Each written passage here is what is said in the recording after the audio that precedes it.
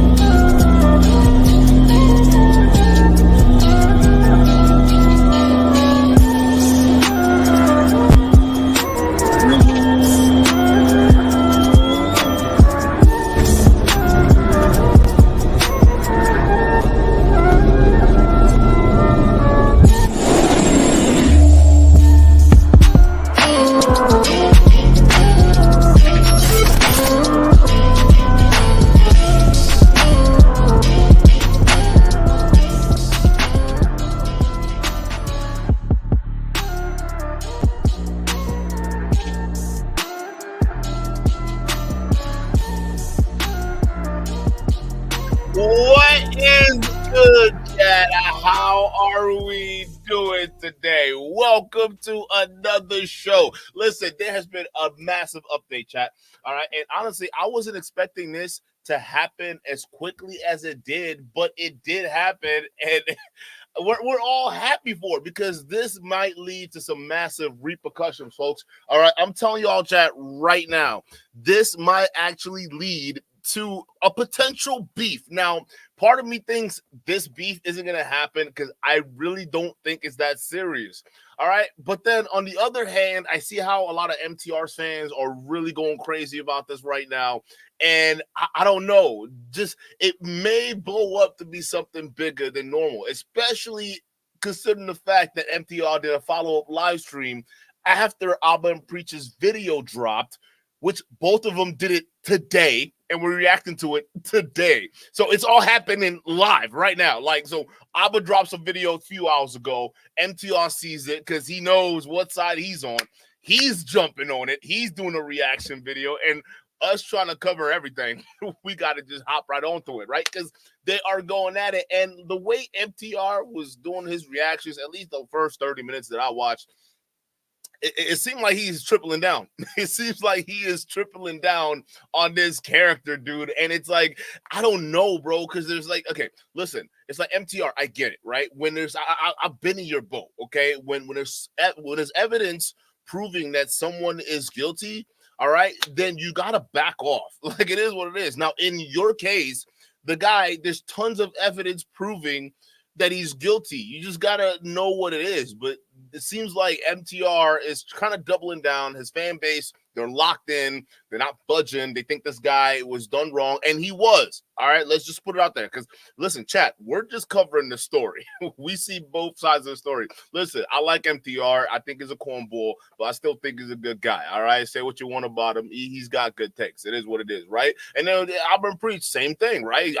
Listen, shout out to Abba, shout out to Preach. Listen, we've been covering Abba and Preach for a very, very long time. And matter of fact, Abba, the first encounter we had was when he gave words of wisdom, the 360 blessings, which was huge. So I mad respect to Abba, mad respect to Preach, even though I know he's hoping for that fade with Fresh. All right, mad respect to the both platforms. I think they're doing good things. The problem is you gotta see this needs to be covered because clearly there's a hunk of shit somewhere and a bunch of flies are buzzing. We got to figure out what's happening here because a lot of things are left amiss. Okay, I think MTR, I see where you're coming from. It's just not making any sense, especially with more things coming out on this guy. Abba and Preach, turns out they were right again. They were right.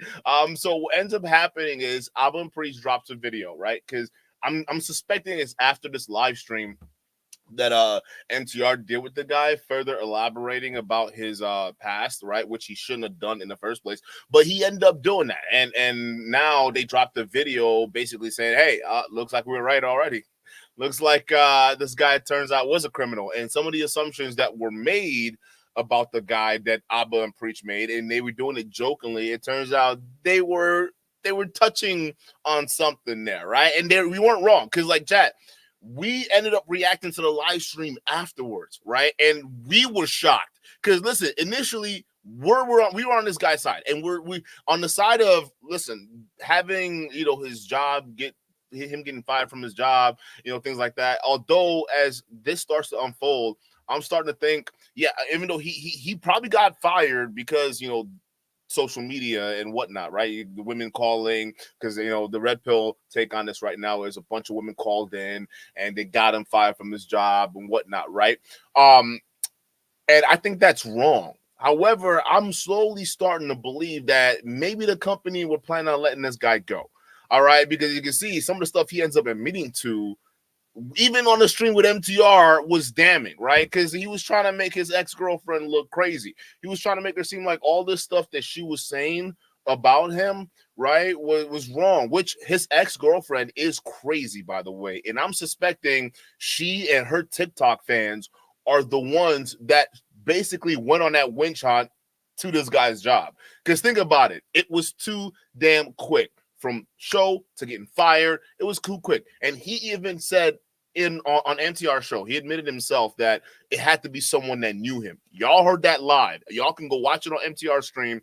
Y'all can go watch the previous reaction we did to it. It was 5 hours. Okay, he said himself, and he knew that whoever got him fired, it was someone that knew him intimately, right? So I mean, your girl hates you. She's toxic as fuck. She has a TikTok platform. She wants to get viral by any means necessary. She sees you on a super viral show. You have a viral moment, and then you think she's not going to capitalize on it. And then afterwards, knowing her toxic ass and knowing the relationship y'all had before both of y'all split, you don't think she would be the kind of woman to set something up with her fan base to get them to call your job with her providing the number ready to go for them? Again, that's what I started to realize even while when we did the reaction to that stream. I'm like, maybe this wasn't a situation where just random women on the internet saw this video and started attacking him. Because even we said, some of the stuff he said wasn't even bad. He didn't even say anything that was rude. I mean, it was passive aggressive, so I guess you can call that rude. But it wasn't something that, listen, we've heard pill poppers say way worse and nothing happens to them. Okay, so that's why I was so conflicted on it. But the more I think about it, I'm starting to think that his girl saw it and decided, you know what? Let's fuck him up. So she rallied her posse together and they attacked them. So I think the further we see, or the further we remove ourselves from this, the more we're seeing exactly what might have happened here. Because again, I think a lot of the pill poppers are getting their heartstrings tugged on, especially now with this whole GoFundMe nonsense going on and how he may potentially not be using the funds for what the intended purpose is. I don't know. But the red pill has a really soft spots for ex-criminals or ex-cons. They love giving ex-cons money over here. Ask Wes Watson. The man, he'll sell you a screaming chorus where he's sitting there across the screen half naked for $7,500. Yeah, the price of a used Hyundai, you can get a bald, sweaty man yelling at you. I mean, what is the state of these pill poppers nowadays? It's just not good. Okay, so here's what makes it even worse on MTR's part, because when Abba and Preach initially did their reaction video, right, to this guy on the show, and they were making their assumptions and whatnot, right, MTR was kind of criticizing them, okay, which was kind of setting the tones with their audience, and you'll see what I mean by this later, especially after his response stream, right? It was setting this tone by the audience that just maybe, Abba and Preach might just be, simping, right? They're just simping for the women. This is it. The man was clearly done wrong. He was hurt. This is a simp situation, right? So, and I'm not saying MTR was saying it himself, but the way he was going with the reaction, like, oh, hey, preach. The fact that you had this original sentiment to him getting fired from his job. I mean, although you were right, he put him stuff on social media. It just doesn't make any sense because, I mean, we're not seeing it from the man's perspective. Perfectly understandable, right? But then as things progress, you start to realize this guy might be unhinged. This guy might have a temper problem. This guy might be obsessive. Okay, there's a lot of personality flaws you're seeing here, and it's not right. And it's kind of actually, frankly, weird that even throughout that live stream, you MTR, your criticism were just you're tap dancing. Let's just put it like that, right? Because there were certain things they were just like, "Yo, bro, that's weird." You put the second cell phone in her car. You knew it was in her car, and yet when I asked you the first time, nigga, you lied to me. All right. And you still came out and tried to figure out how to fluff that. I'm sorry, bro. Moment you come up to me and I'm interviewing you to get your side of the story and you lie to my audience and we catch you in that lie, bro. All right. And it's proven. I'm not taking anything else you say seriously. But then the fact that the interview progressed, I don't know if MTR did this on purpose to legitimately expose this clown, or maybe the clown exposed himself and MTR gave him the rope. I don't know. But this whole shit is getting weird, and we're about to cover it, okay? So, chat, before we get into the video, we got to get into the most important part of today's show. That's you guys. I appreciate y'all being here. Y'all could be anywhere in the world right now, but you're here chilling on this smooth Sunday with dukendon. That means a lot to me. So, hey, we about to get into it. So, listen, chat. Before you do anything else, okay, we're looking for sponsors. And the best way to sponsor the show is the YouTube like button. That's it, all right? Just smash the like button. Congratulations, you are YouTube sponsored. Now, let's get into this. The first thing we're going to do is I'm going to jog you guys' memory of who this guy is, okay? Now, we're talking about Aaron here, who's the plumber that got fired from his job, all right? Now, again, the red pill side, the pill poppers, they overwhelmingly feel sorry for this guy. They want to feel sorry for this guy. I mean, they're doing everything they can to basically shield this guy from certain accountabilities that he needs to be taken. And that's on a serious note. You guys are actually watching the red pill in action swarm around a guy and shield him from accountability that's much needed. Because listen, it's one of those things where I was rooting for the guy. I was. Chat, you saw that. Go play the last stream. We're rooting for the guy. Like, listen, it's so unfair if a group of people decided to just get you canceled because of the things that you said on your show, which was passive aggressive, yes, but that wasn't crazy, anything you say. So how can you get fired from that, right? But then as time start to progress, we start to realize maybe the person that did fire you, or not fire you, but that caused the mass firing knew you and probably had the means to get 500 people or however many people were calling your job or whatever it is, right, to go ahead and do that. Or maybe it's the fact that you admitted on NTR stream that you were stalking her and you were visiting her at her job during work hours while you were on the work truck. So maybe a job just fired you because they realized, on a massive platform, this dummy just said that he used our work truck to go stalk his ex at work. Maybe he got fired for that. Maybe. I don't know. But the moment this guy was allowed to talk on MTR's show, it changed my entire outlook. I was like, yeah, this guy clearly has unresolved issues. It sucked that he lost his job. But, I mean, it is what it is. Now, here's the thing. He's got to GoFundMe. Fine. I guess you guys go support that because, you got to figure out how to, humanitarianize these pill popping things anyways, right?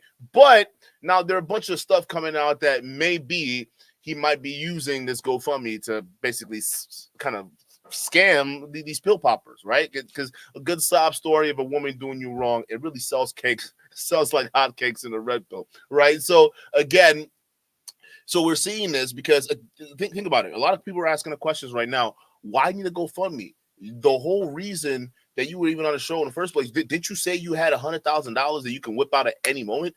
That's what you said, right? So wouldn't be now the best opportunity, especially if you've been fired, to whip out that 100K and start yourself a business since you're a certified plumber, right? And the fact that you jumped the GoFundMe being your first thing to do, right? And then all of a sudden, people are getting screenshots, and women are saying, "Hey, dude, this guy is in our DMs trying to trying to lead with his money. He trying to pay us or some shit. Somebody come get this clown.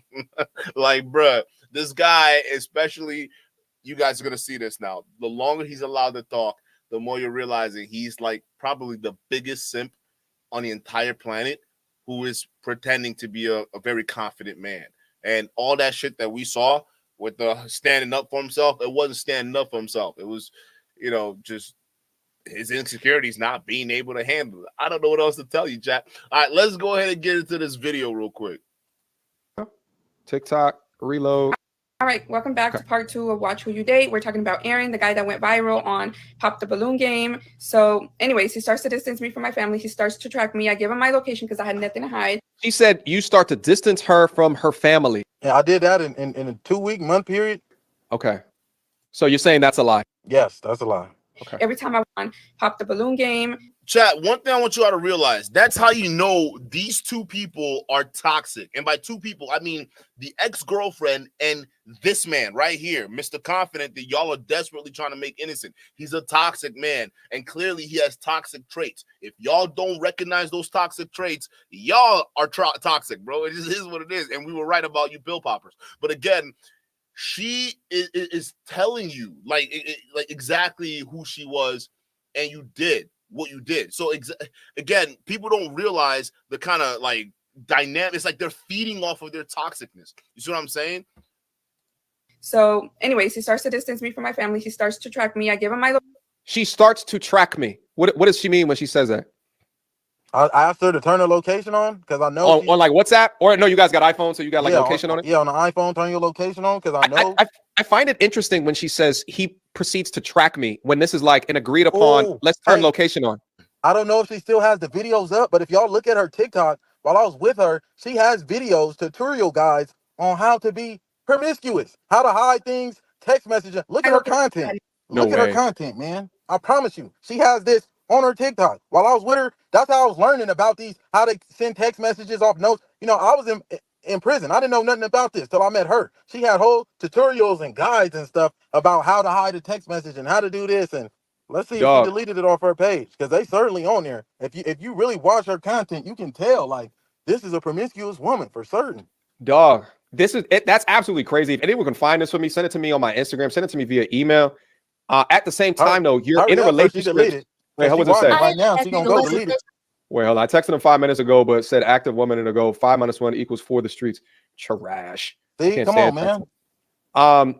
So, but at the same junction, my G, you're in a relationship with a woman that's making how to be a thought content on her TikTok.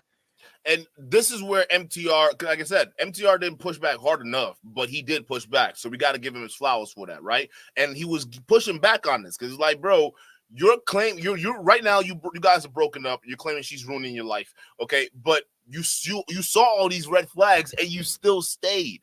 Why? This is the problem. This is what we say a lot of guys fall into when we talk about falling into a trap, right? In this case, bro, you fell for it. Why were you still with her? True or untrue? Yes. True. Okay. So why at that point do you not say you are unqualified and get out of there? She telling me I never dealt with a woman that doesn't know TikTok or had no real social media presence like that. So I wasn't really tripping off of it. I was just like, she would always get TikTok. They send her stuff, like all that little makeup and little whatever you see her, they send that to her for free. So I was like, okay, maybe she make a bag off of this. But then, later on down the road, I'm like, she don't even really make that much money off of TikTok. Like, she's super broke. And I promise to God, God, strike me if I'm lying right now. I had this woman write down all of her bills, right? All her bills, all her expenses, and her bills, she was living like $260 above her means. She don't have no sense, man. Y'all give this girl a platform for nothing. So let me also ask you this as well. Like when you were living there, were the bills, like was the rent 50-50? Like how did you manage that? This was what was going on down. Hey, if you in Phoenix, Arizona, and you know that girl, all right, man, get in these comments. Get in these comments. But I got to put it out there. Wait. What was the question? What was the question again? Sorry. This nigga can't even pay attention. He's so broke he can't pay attention, bro. Focus, nigga. Yo, he just asked you a question. God damn it, bro. No, so I was saying, what was the breakdown of you moved in? Did you pay her rent? Was it 50-50? Like, what was that situation? she was in a tough spot. The last dude that she was dealing with before me had told her, send me your rent money and I'm gonna pay your rent with my credit card and it's gonna help me boost up my credit score. So this dummy gives she gives him her rent money. He gets the rent money, he burns off on her. I think it's like $2,600. So now when I come into the picture, and that's exactly why she moved me in, because she could not afford her rent. She ended up having to take out a loan and some more stuff, getting help from her parents. But she thought shit. Did we just lose him again? Yeah. What's up, brother? What the heck just happened? I don't know what just happened. My mic stopped messing up or started messing up. Okay. You were popping off. Okay, looks like you going in and out, bro. Okay, we're gonna let him fix it. If you can hear this, bro, I think you should. Okay. Can you hear me? Yes. All right, cool. Okay. Was that you got a call? Is that what that went black? No, I don't know. My mic just started messing up and then it went black on me. Okay. So you were popping off. I asked you about who was paying what, and then you were going in. Okay. Now, mind you, okay, because I want to give you context. He was claiming, this is at the start of it, before MTR starts to realize slowly this guy might be crazy, right? Because I think even MTR realizes this guy's crazy, although his current stream right now, doubling down, don't make no sense to me. But let's just follow this logic here, okay? Because he starts to say a lot of things that contradicts the stories he's told before, right? So first things first, pay attention to the stories he's about to tell you. He's going to insinuate that he's been paying or at least contributing to this woman's bills while he was living with her for that short period of time. First of all, red flag. If you met someone for like less than a month, don't move in with them. That's just a bad idea. Again, you're both toxic. She's a single mom of two, and she's willing to let a stranger she met for almost less than a month move in with her.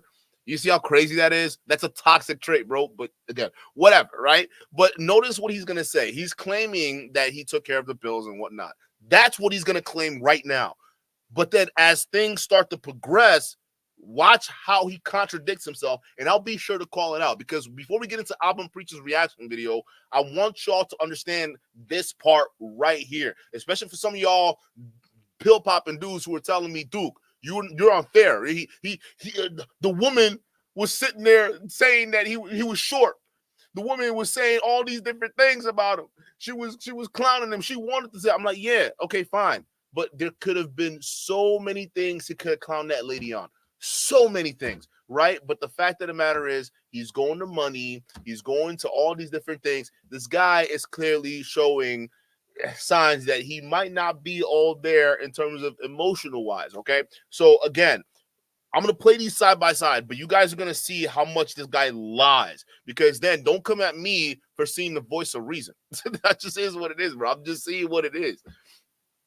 Okay, so the man ran off on her with the money, right? She's about to get evicted. So that's why she rushed me into the...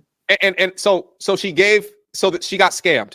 Yes, the guy wanted to improve. So he wanted to improve his credit. Yes. So he was going to pay it on his credit card. Yes. And then so she gave him the money. She said, oh, okay, yeah, let's just take my money so you can improve your credit card because I'm a writer.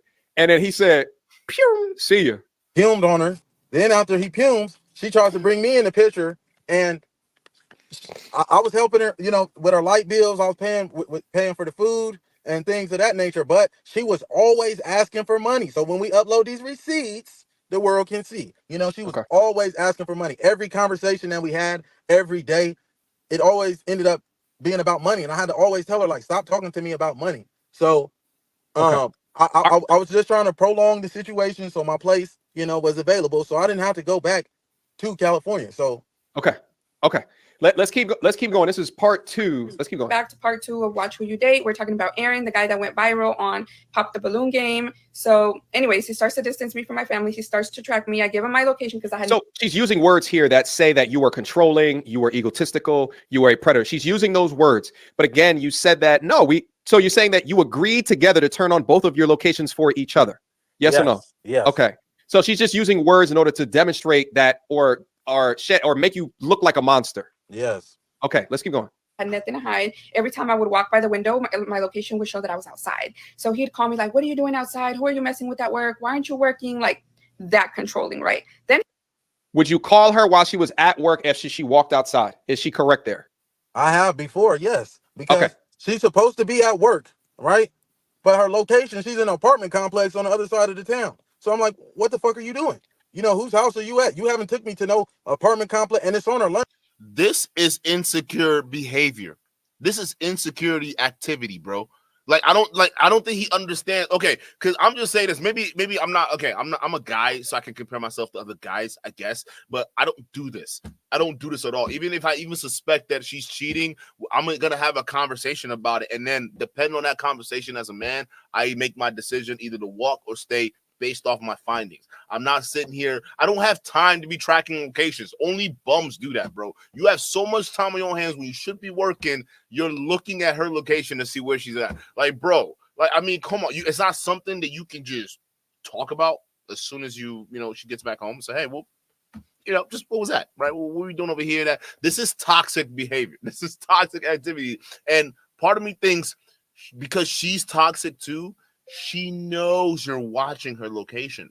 So why wouldn't she want to fuck with you by doing all this extra shit too? Right? Again, I don't get this. This is crazy. Break too. So I know you over there getting jiggy. You know, it's real. As a masculine leader and a protector, if I see that my lady is somewhere else that she's not supposed to be, I've never done the location share thing before, but if I would, and I see she's somewhere. Listen, MTR, that makes you kind of normal.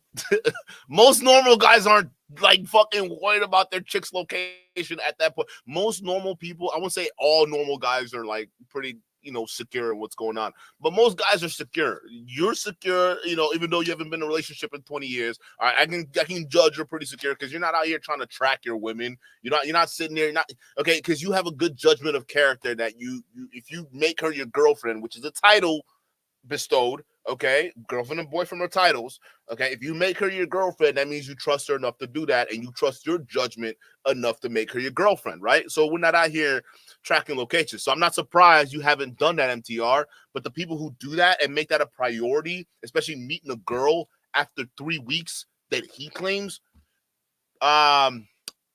it starts to hover on the obsession side.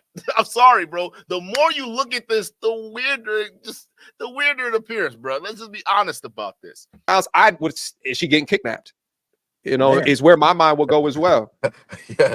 Could be a possibility. Let's go. He starts doing pop-ups at my job, and it got so bad because he would show up in his work truck while he's supposed to be at work at my job that my supervisor had to keep watching me. He would show up in his work truck. Mind you, this TikTok got millions of views. So his job probably saw this, heard what she said, right? Hey, are you using company trucks to stalk your ex? This is probably why he got fired, right? So here's the thing. I know a bunch of pill poppers a lot of pill poppers are assuming a bunch of women somehow got upset, right? That this man stood up for himself and then, they called his job and got fired. But could it be that the people who actually conspired to fire this man, which was wrong if it happened, like it was like a conspiring, right? It came from her. She did it. Because that statement alone, if I was your boss and this came across my desk, I'm firing you. You're a liability at this point. You're a crash out dummy waiting to happen. I'm not dealing with that. I would rather get rid of you right now than deal with potential lawsuits or anything else. Because again, if it could be verified that you use work truck to try to stalk her and she wanted to take repercussions against that company is now liable. Okay, so again, there's so many things surrounding why this guy possibly may have gotten fired. I start to consider certain things, right? Again, if it is possible that it was just a bunch of random women who saw this particular thing he did on that show, standing up for himself, and decided that was enough and they wanted to get him fired, which to me, it's crazy. And I think it's insane. If it happened, shame on you women for doing that. But the things he said on that show wasn't crazy, and most women probably wouldn't care. I'm thinking her fans, his ex-fans, is the one that probably pushed for him getting fired. That's my theory on all of this. We had to basically, everybody had to walk me to my car after work to make sure that I made it. And the girls would text me, hey, did you make it? Again, it's a clinic full of girls. So that was a red flag number 2. And then one time I walked outside to the cafeteria and he calls me and he's like, how did I know you were outside? So that in my head was like, circles already turning. I go to my car to see if he put a tracker because he is capable of doing some shit like that. Okay. Before she gets into the tracker, so were you also popping up at her job randomly? Hell no. Why didn't anybody call the police? Early on, you're telling me early on in the relationship, I'm doing all of this? Come on now. And nobody called the police. These girls are having to walk you to your car every day. You're that fearful. You're that frightened. Why did you stop advocating against me then? You know, why did you stop pursuing justice if that was the case? Why? There's no police report. And if there is a police report, for those that don't know, you can file a police report without somebody knowing. You can do that online. You know, no crimes have been presented against me. I've not been taken to jail. I've in fact met up with the police in regards to this matter. This is where he starts fucking himself. He's saying it never happened. I never met with the cops. And then he just said, I actually met up with the police and talked to them about this matter. What? You gotta stop talking, dude. Like, this is insane. You're sounding like you had like this maybe didn't reach to the point where charges were filed or there was any major consequences. But I'm pretty sure you got a talking to, right? Maybe something happened. The fact that you just admitted that you spoke to cops about this situation that you're denying didn't happen, it's like, bro, then why talk to a cop about a situation that didn't happen? What the fuck, right? You got to listen to what people say, chat. Let me just run that back. And if there is a police report, for those that don't know, you can file a police report without somebody knowing. You can do that online. You know, no crimes have been presented against me. I've not been taken to jail. I've in fact met up with the police in regards to this matter. I've in fact met up with police in regards to this matter, which is the stalking. Why meet up with police regarding a stalking matter if you didn't stalk her to begin with? You don't see me going to go talk to cops about a scenario that never happened, right? So unless it actually happened and there was a conversation with law enforcement, okay, fine. But to sit there and say that you never stalked her, you never went to her job, but then you supposedly talked to cops about her claiming that you went to her job. So what happened? What's going on? Like, there's too much here. It's funny how there's never a police report for these wild TikTok accusations. Isn't it funny how that happens? It's crazy. And then the whole world just takes it and runs with it because it sounds good. But you did me a favor. Thank you. You know, 1 million more people got to see my face because of you. Yeah. So again, you were not popping up at her job unannounced. No, I came to her job one time. He just lied. He flat out the first time MTR asked the question. This chat, when you saw the original 5-hour live stream, that's why we have to recap this little bit right here. So y'all could know, in case y'all didn't say the full 5 hours. I don't blame y'all if y'all don't watch it. That's why we're doing it right now. But he does this. He does this throughout the entire stream. And if you even go to the stream and saw MTR's chat on this, they were like, yo, this guy is clearly lying. They're like, yo, this guy's a liar. Like, what? A minute ago, you just said she was lying and you never showed up to her job. And then MTR asks you a question again, and you're saying, yeah, I did it one time, though. I did it one time. Just a one time. Okay. It was just one time. Just like, bro, hey, yo, come on, bro. How can we take you seriously, okay? And the fact that MTR is still running with this after he just got done lying to his fans, it's like, bro, I would have been like, okay, what else are you lying about? Because if you could just lie about this in front of my fans and I'm trying to help you out, what else are you lying about? Because this don't even make any sense. One time while I was I had finished the job and I had to pass the hospital and I told her to come outside. I had finished a job, meaning I'm probably still in work clothes in my work car. Now it's starting to not sound too far-fetched that this nigga probably showed up to her job in his work truck. And this might be the scenario he's describing right now. So bad. Now, plumbers. If you see my face right now, man, I hate I have to even do this to myself. But I went to where I caught her in the car with another man in the parking lot. That's why she's saying, oh, he's great. No, because I caught your ass. And that's tragic. When you find your girl cheating on you, someone you love and care about, and you see her in the car, you know, with another man. That's horrible, right? And I'm sure there are plenty of scenarios where we've seen that happen before. But here's the context that we're dealing with right now. You were asked to back up if she her claims were false, right? Where she was claiming that you showed up to her job in your work truck, work clothes, completely by surprise. The first thing you said was no. You tried to make her look like she was a liar and she was crazy, which she is. But compared to both of y'all both crazy, right? By saying that she was lying about you showing up to her job unannounced. And then now you're admitting, well, I did show up to her job unannounced, but I'm justifying it by saying, well, I caught her cheating. Okay, fine. But then it don't diminish the fact that you still lied. Why did you lie? All right. Like, listen. In a court of law, let's say they play your interrogation tape, right? And the detectives ask you one question, and then they ask you the same question later on, but in a different way, and you answer that question differently, or your storyline pops up a little differently. Guess what? That's as equal. That's damn near in the juror's eyes as equal as a confession, right? A lie in the court of law is almost as guilty as a confession, right? So you don't want to be caught mixing up your stories. That's why people are starting to turn their backs on this plumber guy, because MTR Stream exposed him. Like, he was mixing up the stories back and forth. You can't make this shit up. And then I went to work devastated. Went back to work. Everybody I was working with seen that shit. He went back to work after he left work to go stalk her for a little bit, found out she was cheating on him, then takes his work truck back to work and just verified that other witnesses at his job saw him coming back from work in a state that was less than happy because he just got done stalking his ex-girlfriend and found out she was cheating on him. You see why my opinion changed already, right? Even though it sucks he got fired, bro, I'm not holding on to that.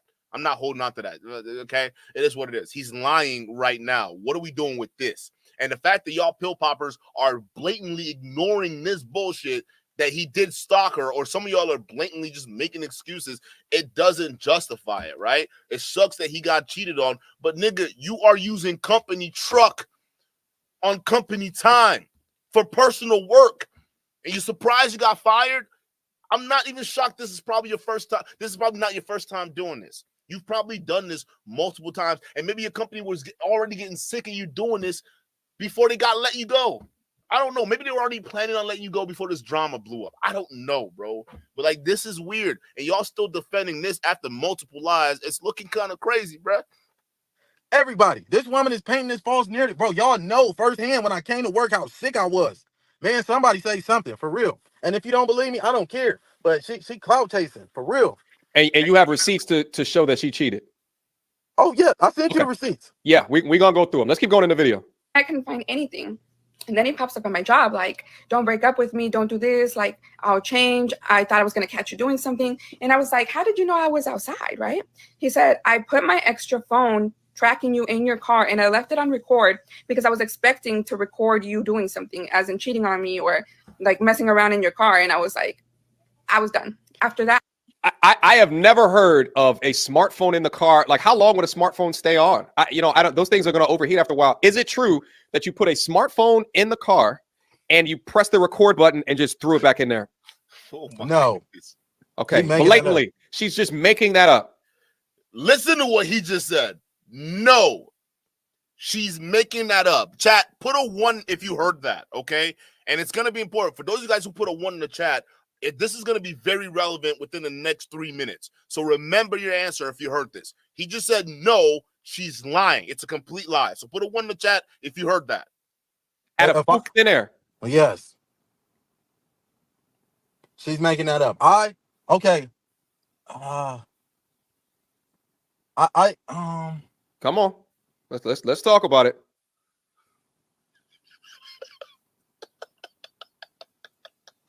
I'm trying to see how I can answer this. All right. I did. I had a phone.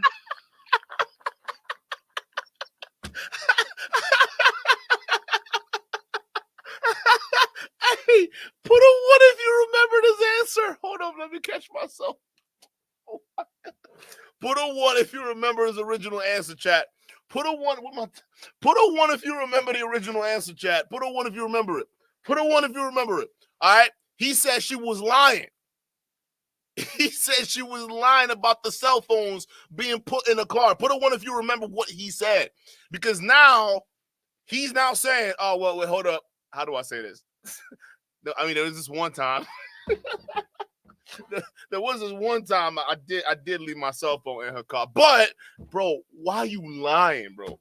Why are you lying? This is not looking good. You're not helping yourself doing this. Dev with the 5. Shout out to you. Dev says the issue with MTR is that he jumps on trends without doing proper research. The content on this idiot came 24 hours later. Facts. And you can tell he's doing catch up right now. He really is. It really is. But, I mean, it is what it is. Salute to MTR. I mean, he's standing 10 toes down on it, so I respect it. But it is what it is. It's just crazy. It's like, honestly, this is crazy because he's lying to his face. Even the look MTR has on his face right now, Dev, the look he has on his face, just he's like, oh, so you're not being straight with me. Come on now. Be straight with me. Look at him. Man, I don't know how to answer this, honestly. I don't know how to answer this. But no, I didn't put no smartphone. I did have another iPhone that was in her car. I did. Look at MTR's face. He knows he's being sold a lot of bullshit. Come on, MTR. He knows this nigga's lying. Oh, well, there was no cell phone, but I did have a second cell phone, and I somehow it just ended up in her car. I don't know how it ended up in the car. It was just in her car. I wasn't stalking her though, but it was on so I can listen to what she was saying. So was she lying? Yeah, but I mean, I did have the cell phone though, so she wasn't lying.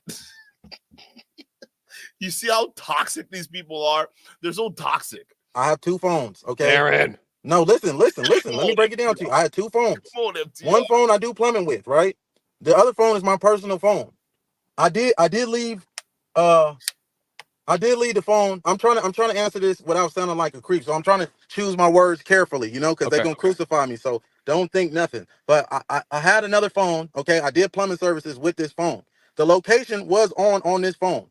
Now, this is his work phone he's using to stalk or track his ex-girlfriend, and you're wondering why you got fired, my dude.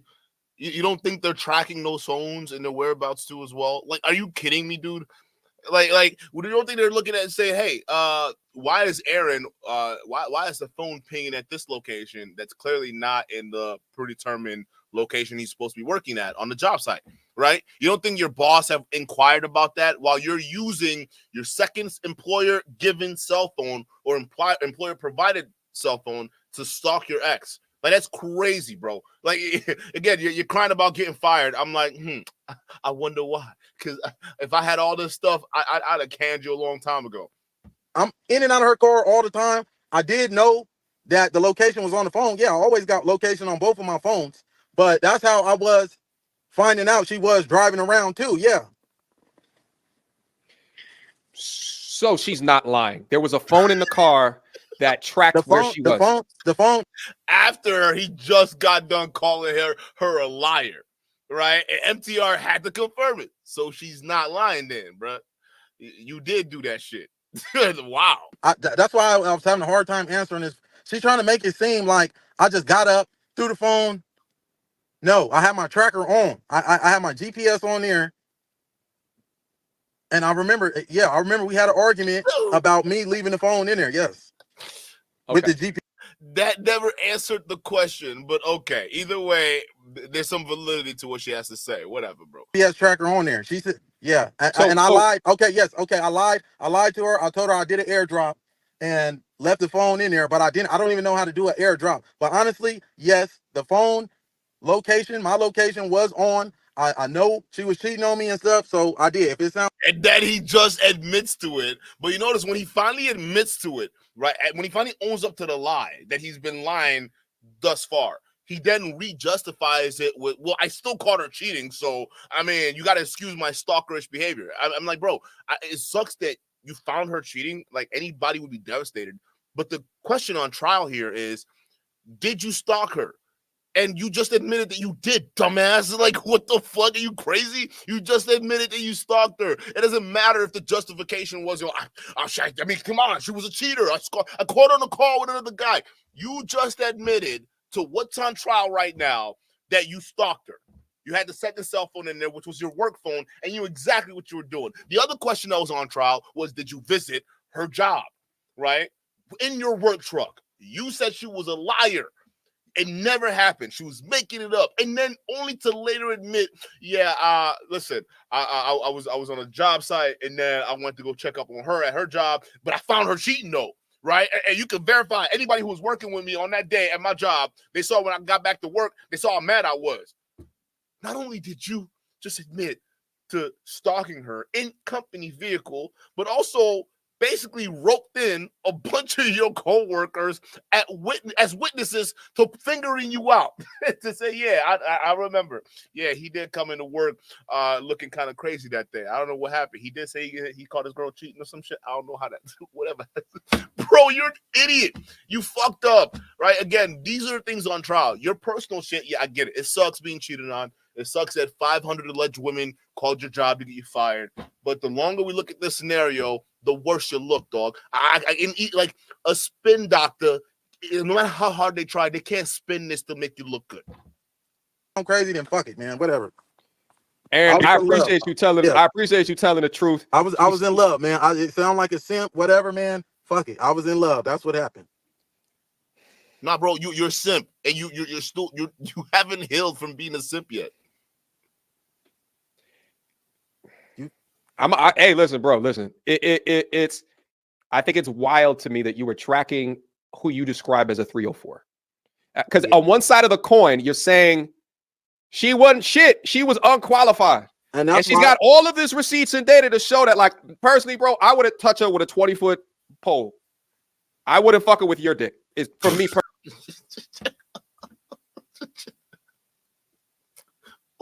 Ooh, MTR. Pause. Why are you even thinking about fucking her with his dick, bro? Wait. Pause, dog. Pause. Personally. But you began to track. She must have had the Super Saiyan Ultra Instinct insides that just completely switch, unless you have a history of falling hard. Would you say that you fall hard? I do. That's boom. You have an obsessive personality, bro. You fall hard for women. You get possessive. This is who you are. So those vibes weren't wrong, bro. The vibes that Abba and Preach had, especially Abba, his prediction, he was right, dude. Like, yo, you look like that guy that could be obsessive, dude. And now you're proving us right. MTR just exposed you. That's what I'm saying, Chad. I think kind of like with Saint the Sinner and that Bussy boy, who's that guy, the single mother guy? Brandon, right? Is that Brandon Jamal? Yeah, Brandon Jamal, right? I think MTR is having that moment right now with this clown, right? So he's the Brandon Jamal right now. He's admitting to being a simp. He's admitting to being a person that dates single mamas. He's admitting to being the person that dates crazy women or crazy 304s, as he would like to call it, right? This is the Brandon Jamal moment right here, right? So maybe MTR, I don't know. Maybe I'm giving too much grace period here, but listen, that live stream didn't do you any favors. But I thought that MTR was getting him to expose himself, because that's essentially what this was. Like, he was exposing himself so bad, you would think MTR was the feds. My problem every time, like, and that's why now, like, especially with all of this thing, I'm cool. Like, I'm not even trying to fornicate right now. I'm trying to stay focused, because women have destroyed kingdoms, and I'm well aware of that. You know, a woman has always been my downfall. Choosing the wrong one, at least. I can't say I'm not a good judge of character. I always get lost in the idea of us having a family and ignore, you know, the bad deeds being done. Okay. So just so that we're clear, it's not right to track people without them knowing. Just so me and you were clear. Yeah. Also, oh man, they about to go crazy with that one. Also, yeah, you dumbass. No man is perfect. We've all done a little bit of shit, right? Like, we've all have our shit. Like, I remember I found out that my chick cheated on me. They had AOL back in the day, so I left on. Okay. So before, like, we got caught, bitch. Yeah, I'm gonna have my attorney contact you now too. We got caught, bitch. Honestly, I was head over heels, and I shouldn't have been. And okay. because I'll keep it funky, bro. And this is without any disrespect. The Yeah. chick who you pulled on that show is light years Yes. better looking, But more attractive than this the one. crazy thing about, like, I didn't have an abundance of beautiful women, you know, but it's always been, hey, she just texted me right now too. I kid you not, she just texted me right now and said, "You sound so stupid." Listen, if she wants to come She up, said, we "You can got have caught, bitch." Yeah, I'm gonna have my attorney contact you now too. Anyway, MTR. Nevertheless, all right, bro. So I feel like we've you were deep, my G. So yes. we've addressed it. It took you a little second. You came real with Yeah. it. Yes, it's something that did happen. We can That move part is on true. from this. All right. You take accountability and you say that it was a wrong thing to do, right? Yes, it was. All right. Fair, my bro. I appreciate you telling me the truth. I think it adds to your credibility. We're all MTR, I don't know, bro. No, it doesn't. Why did he even feel the need to lie? This was for him, his chance to tell the truth. But then he came out here just to tell lies. I don't think it adds anything to his credibility. I may be wrong. I don't know how credibility works anymore. human. All right. Yes. All right. Let's keep going. I was completely done. I said, "Get your stuff, get out of my house, and come bring me my key." And he was like, "No, I'm going to change." Whatever. I went home. He was still there. He was like, "Let's try to work it out." I was like, you know, he already lives with me. He moved here, like whatever. And it was going, I was going to do it so bad. And then he went to go get coffee for me or something from Starbucks. And he was like, "Something's wrong with your car." And I was like, "What do you mean something's wrong with my car?" He's like, "Yeah, it started to act weird." And I was like, "Okay, hold on right there. My car, I have a 2019 Dodge Challenger. It's been perfectly fine. I kept up with the oil. I don't understand. All of a sudden you're driving it and something's wrong with it." Go to part 3. All right. Well, Okay. I think what she's about to say is that the vehicle was tampered with. part 3, and this is the last part that I'm going to post about Aaron, the buff guy from Pop the Balloon Game and Watch Who the Fuck You Date. So, he was like, "Yeah, your car's acting funny." I was like, "No." At that point, I was like, "Already get out of my house. Like, I don't want you here. You ain't paid one bill. You put $20 a light one time, and maybe you spent like $30 on groceries because I was gonna cook dinner one time." She's saying you didn't do any of the rent, and you paid for like a half of a light bill. True or untrue? I ain't gonna lie. I did not pay no rent while I was over there. You see what I mean? At the start, you were saying you were taking care of everything. And now you're saying, "Hey, listen, I'm not gonna lie. I'm not gonna lie, bro. I'm not gonna hold y'all. I didn't pay for anything." But in my defense, I did it because I intentionally wanted to lie to her. And the reason why I intentionally lied to her is because I knew she was, you know, a weird person. So, you know, I led with my money or with the illusion of wealth and family and just to use her for free rent. Yeah, me, a guy who was a certified plumber with $100K in the bank, finessing a single mother or two. Oh my God. Y'all gonna hear it. Y'all gonna hear from his mouth. It's not me. He says it. Bro, I don't care what you say, bro. You look bad. You look real bad. You can't come online calling yourself some kind of high value man that every woman should be looking for. You nothing, bro. You a bum. Dipped on her. You know, she thought I was finna she tried to get me to buy her. I went through her phone, right? The plan was she thought we was finna get married and all of this. I ain't gonna lie. I played her game. I deceived her. I had her thinking that I was gonna buy her a $5,000 ring and I was gonna give her some money. He deceived her, but yet before he said he was in love with her because he fell in love with her. That's the whole reason why he stalked her, because he loved her. But no, he was just deceiving her. All this was a joke because his main goal was to finesse her so he can, you know, move out of California. He wants to finesse the woman he loves to get out of California. Like, does that make any sense to y'all? Are y'all picking up what I'm putting down or what? Because the incels haven't done it yet. At least I don't know what's going on, but like this doesn't make any sense. When I left, and I shook, you know, I shook. I didn't owe you a thing, you know, and I left due to you being promiscuous and cheating. And after, you know, she had cheated and told me about the car, bro, I offered her some money to get her car fixed. And then she started talking to me crazy and, you know, she started talking to me really crazy after this. So then I was like, okay, well, fuck you. I'm not helping you with shit. You know, that's on your own. But I felt for them kids. You know, I'm not about to destroy your only means of transportation. I'm not about to destroy your only means of transportation. Did y'all hear what he said? Or am I the only one that heard that? Hold up.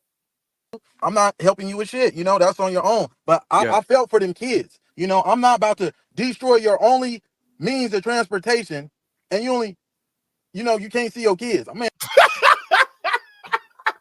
He just admitted to destroying. He just admitted it. And chat, we didn't catch this the last live stream. But when I watched it back, I'm like, hold up. This man better basically put some qualifying statement down right now. Because you're not about to destroy her only means of transportation. But you just said you had nothing to do with that. And then if you had nothing to do with that and you knew she was crazy, why even offer her money to fix it? The reason why I speculate you offered her money to fix it is because you had a guilty conscience after you did what you did. You know, you start to think, oh shit, I was so selfish that I put sugar in this girl's tank and I didn't realize she's got kids. Fuck. I guess I'm kind of a douchebag. Hey, I can give you some money to pay for it, but she knew it was you. She knew you did it because she's toxic. She knows exactly who it was, right? Because all of a sudden her life was fine. No dudes were messing with her car, but then after she dealt with you, her car was messed up. So she knew. She's not dumb, right? But you were so dumb that you just admitted that right there. Right there. We just heard you, right? Otherwise, he didn't say anything to qualify what he just said. To me, it sounds like you were admitting guilt. Like, this is crazy to me. Let's play that one more time in case y'all didn't hear what I heard. I'm not about to destroy your only means of transportation, and you only, you know, you can't see your kids. Man, come on now. I don't have time for that. I ain't doing none of that bullshit she talking about right there. That's bullshit. Wait, just real quick, my G. So you were there probably around 6 months or so. So you did it. I was how not long there 6 months. Bro, I wasn't there for 2 months. Oh, okay. Bro, I was probably there a month, not even a month. I was out of there, gone. And less than a month after she met you, there was sugar in her tank. Bro, you're crazy. You're a crazy dude. Okay. So it was only a month worth of rent, maybe 6 weeks, maybe 6 at the longest, maybe. But maybe. Okay. All right. I wanted to establish that because if you were there for like 6 months, no rent, but you got $100K in the bank, and this is last year. You may not have had $100K back then last year, but if you had that in the bank, it's like, you know, single mother times 2. Even though no, she don't have the custody most of the time. It doesn't add up, is what I was trying to get at. But you were there for a month, and then you dip. You found out it was toxic early, and then you moved on. All right. She said something else in there as well. So did you contribute anything to the bills? So nothing for the rent. Yes, I did. I bought her kids stuff all the time. I gave her money for the electric bill, and I gave her money for the kids. I think that's it. Okay. Just electric bill and food. I put food for the kids. Yeah, put gas in her car and shit. Okay. Put gas in her car. Okay, let's keep going, bro.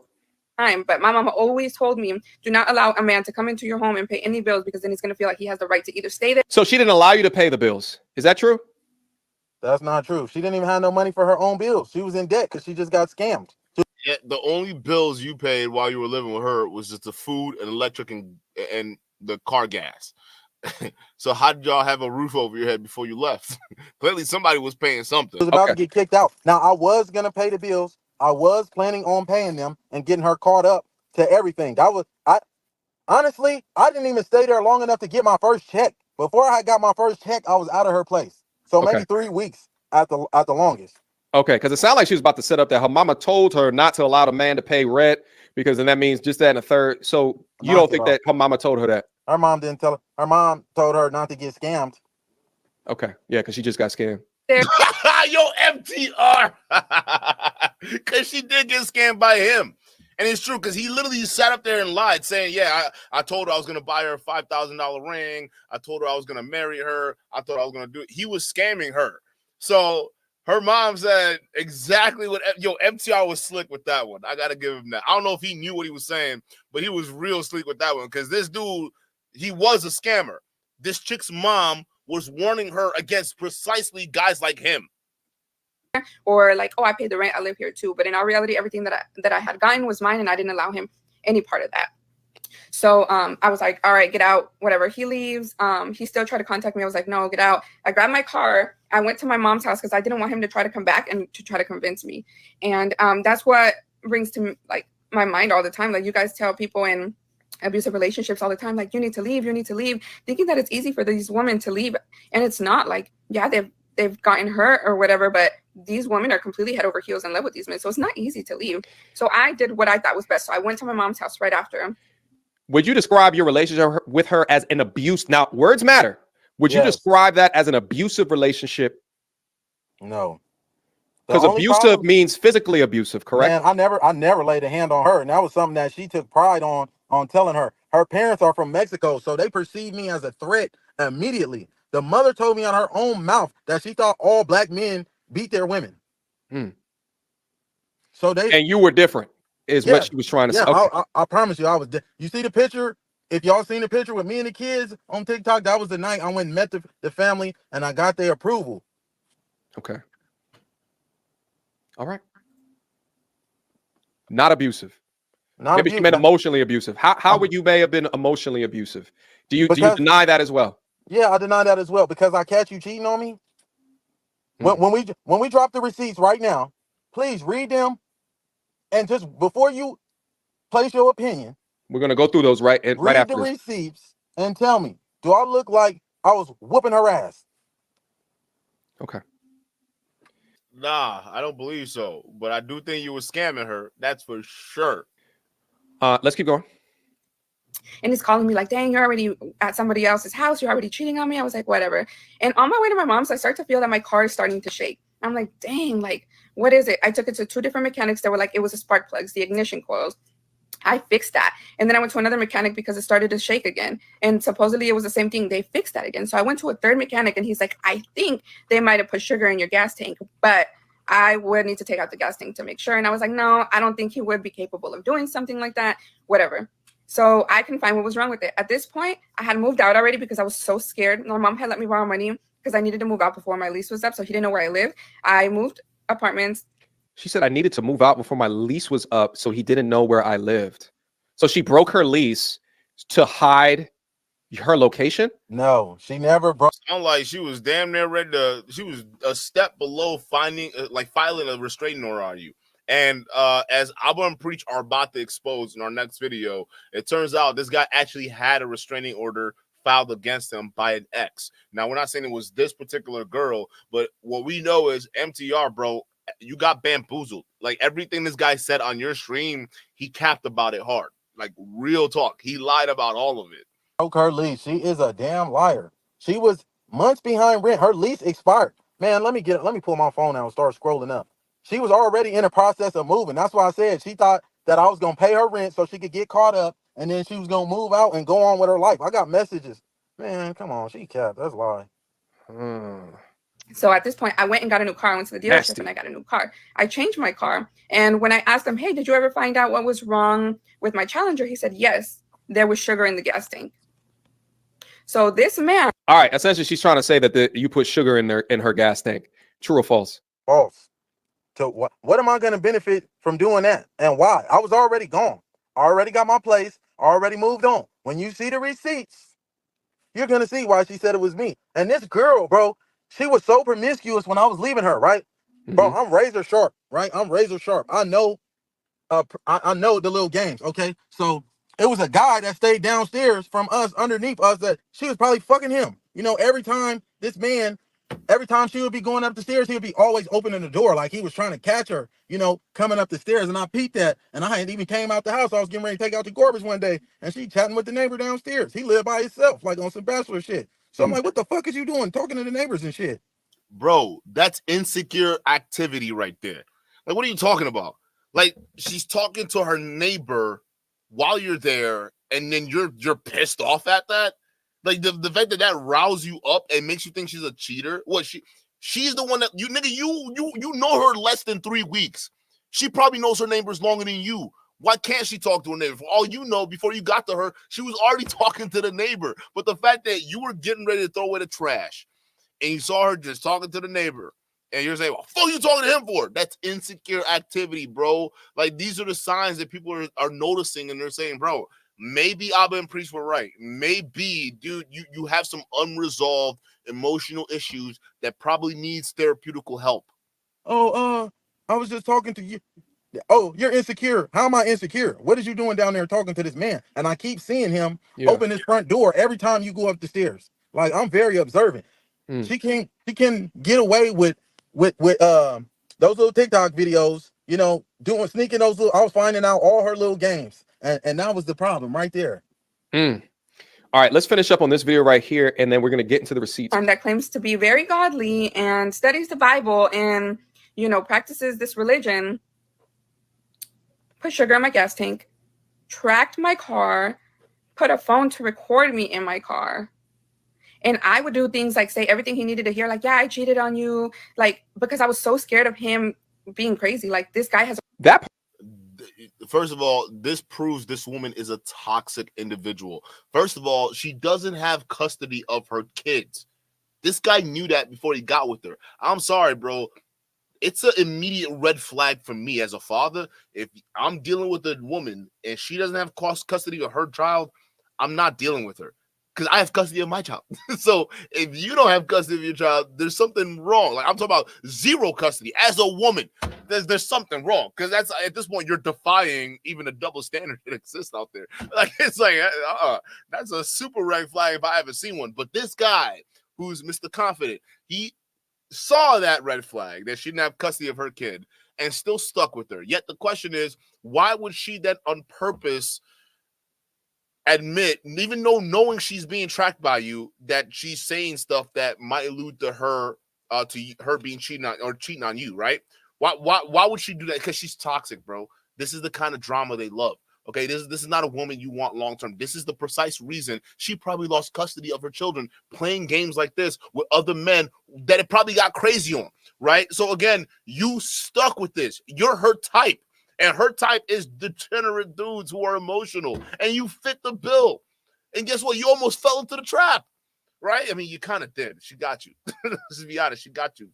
Hook, line, sinker, my dog, right? She got you. But again, you're proving the point. You stayed with this psychopath who doesn't have custody of her kids, and you're crying that she knew that you were tracking her and intentionally tried to make you jealous. This is exactly what toxic women do. Like, this is what I was telling y'all. This is a situation this guy's describing of, let's say, two toxic personalities who are not cohabitating. What is the word?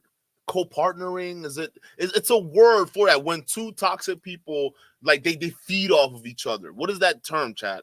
I don't know. I'll put it in the chat. I'll shout it out, because it's a term for it, where, like, toxic people, they come together and they know they're toxic, but they're just feeding off of their bullshit, and for some reason it works short term, but it doesn't. What is that term? Fuck, it's fucking with me now. part didn't make sense to me. Why would you tell a man? Codependent. No. It's no. Codependent and trauma bonding. Shout out to Glassy Eyes and Man of Prestige. Yeah, it's codependency and Last Call. Shout out to Last Call too. It's codependency and trauma bonding. Yeah, it's like these guys it's psychotic. She's got issues. She's playing games. And isn't this what the red pill is supposed to teach you against? Like, to be able to see the future and avoid this nonsense. It's wild. And that you cheated on him because he's crazy. Because you don't want to tell a crazy guy that you cheated on him, because then a crazy guy is going to do what a crazy guy does. Come on now. So she like putting sugar in your gas tank. Maybe that's why sugar ended up being in her gas tank, huh? Because that's exactly what a crazy person would do. So we're going to go through the receipts right now. So what she's trying to do is preemptively say that I just told him that, but it wasn't true. But it was true. That's essentially what's happening right here. It's a record. You guys don't know that. You guys. And we confirmed that you did not put any sugar in the tank, although you acknowledge the phone in the car tracking. Yes, I did the phone thing. I was trying to word it. That one caught me off guard right there. Honestly, that one caught me off guard, because I was like, man, how can I word this so I don't sound crazy? Because I know they finna crucify me, but you know, it is what it is, man. You can't help who you love, you know. I don't. You loved her, but you want to get away from her. Like, this is nuts. I don't know if y'all didn't fell in love with a woman, 304 type woman like that before. Hey, man, it happened, okay? But it won't happen again. It won't happen again. It better not happen again, my G. It's just, for me, you talk about falling in love, but it was only a month. It sounded like 6 weeks. Thank you, MTR. Why isn't anyone asking that question? That is sus. It's not even been a month. Y'all throwing the love word. Oh, I love you. I want to get married. That is toxic.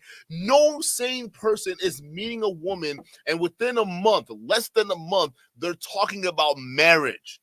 If a guy or a woman comes up to y'all and is talking marriage, and y'all only been seeing each other less than a month before you even put the girlfriend title on her, I'm sorry, bro. Something's gonna blow up in your face. That's not anything normal that happens in a real dating world, okay? So right off the bat, you already know this is how toxic people work, okay? They meet each other, and within a short amount of time, they get swept up in this whirlwind romance, and it just takes them all over which way until it crashes and burns directly in their faces, and somebody gets seriously hurt. This is how that fatal attraction shit, that's how that shit happens.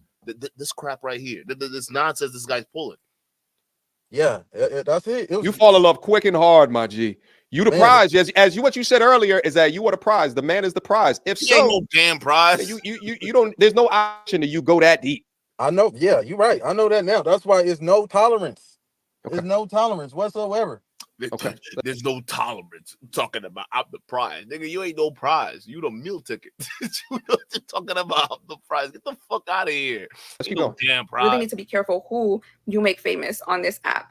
I don't want to say anything else because I feel like I already opened up a big can of worms. Okay, shut up. Let's go to. She said, how did it all start? What were the red flags? So again, it started on not the person that the red flags was every second of the day. Instead of being at work when he's supposed to be at work, he's over here popping up at my job. Okay, He you said again that's put not a recorder in my car. maybe once or dropped it on twice. all the three other parts. No, once. Him always Once. saying how I only showed up to a job one time, okay?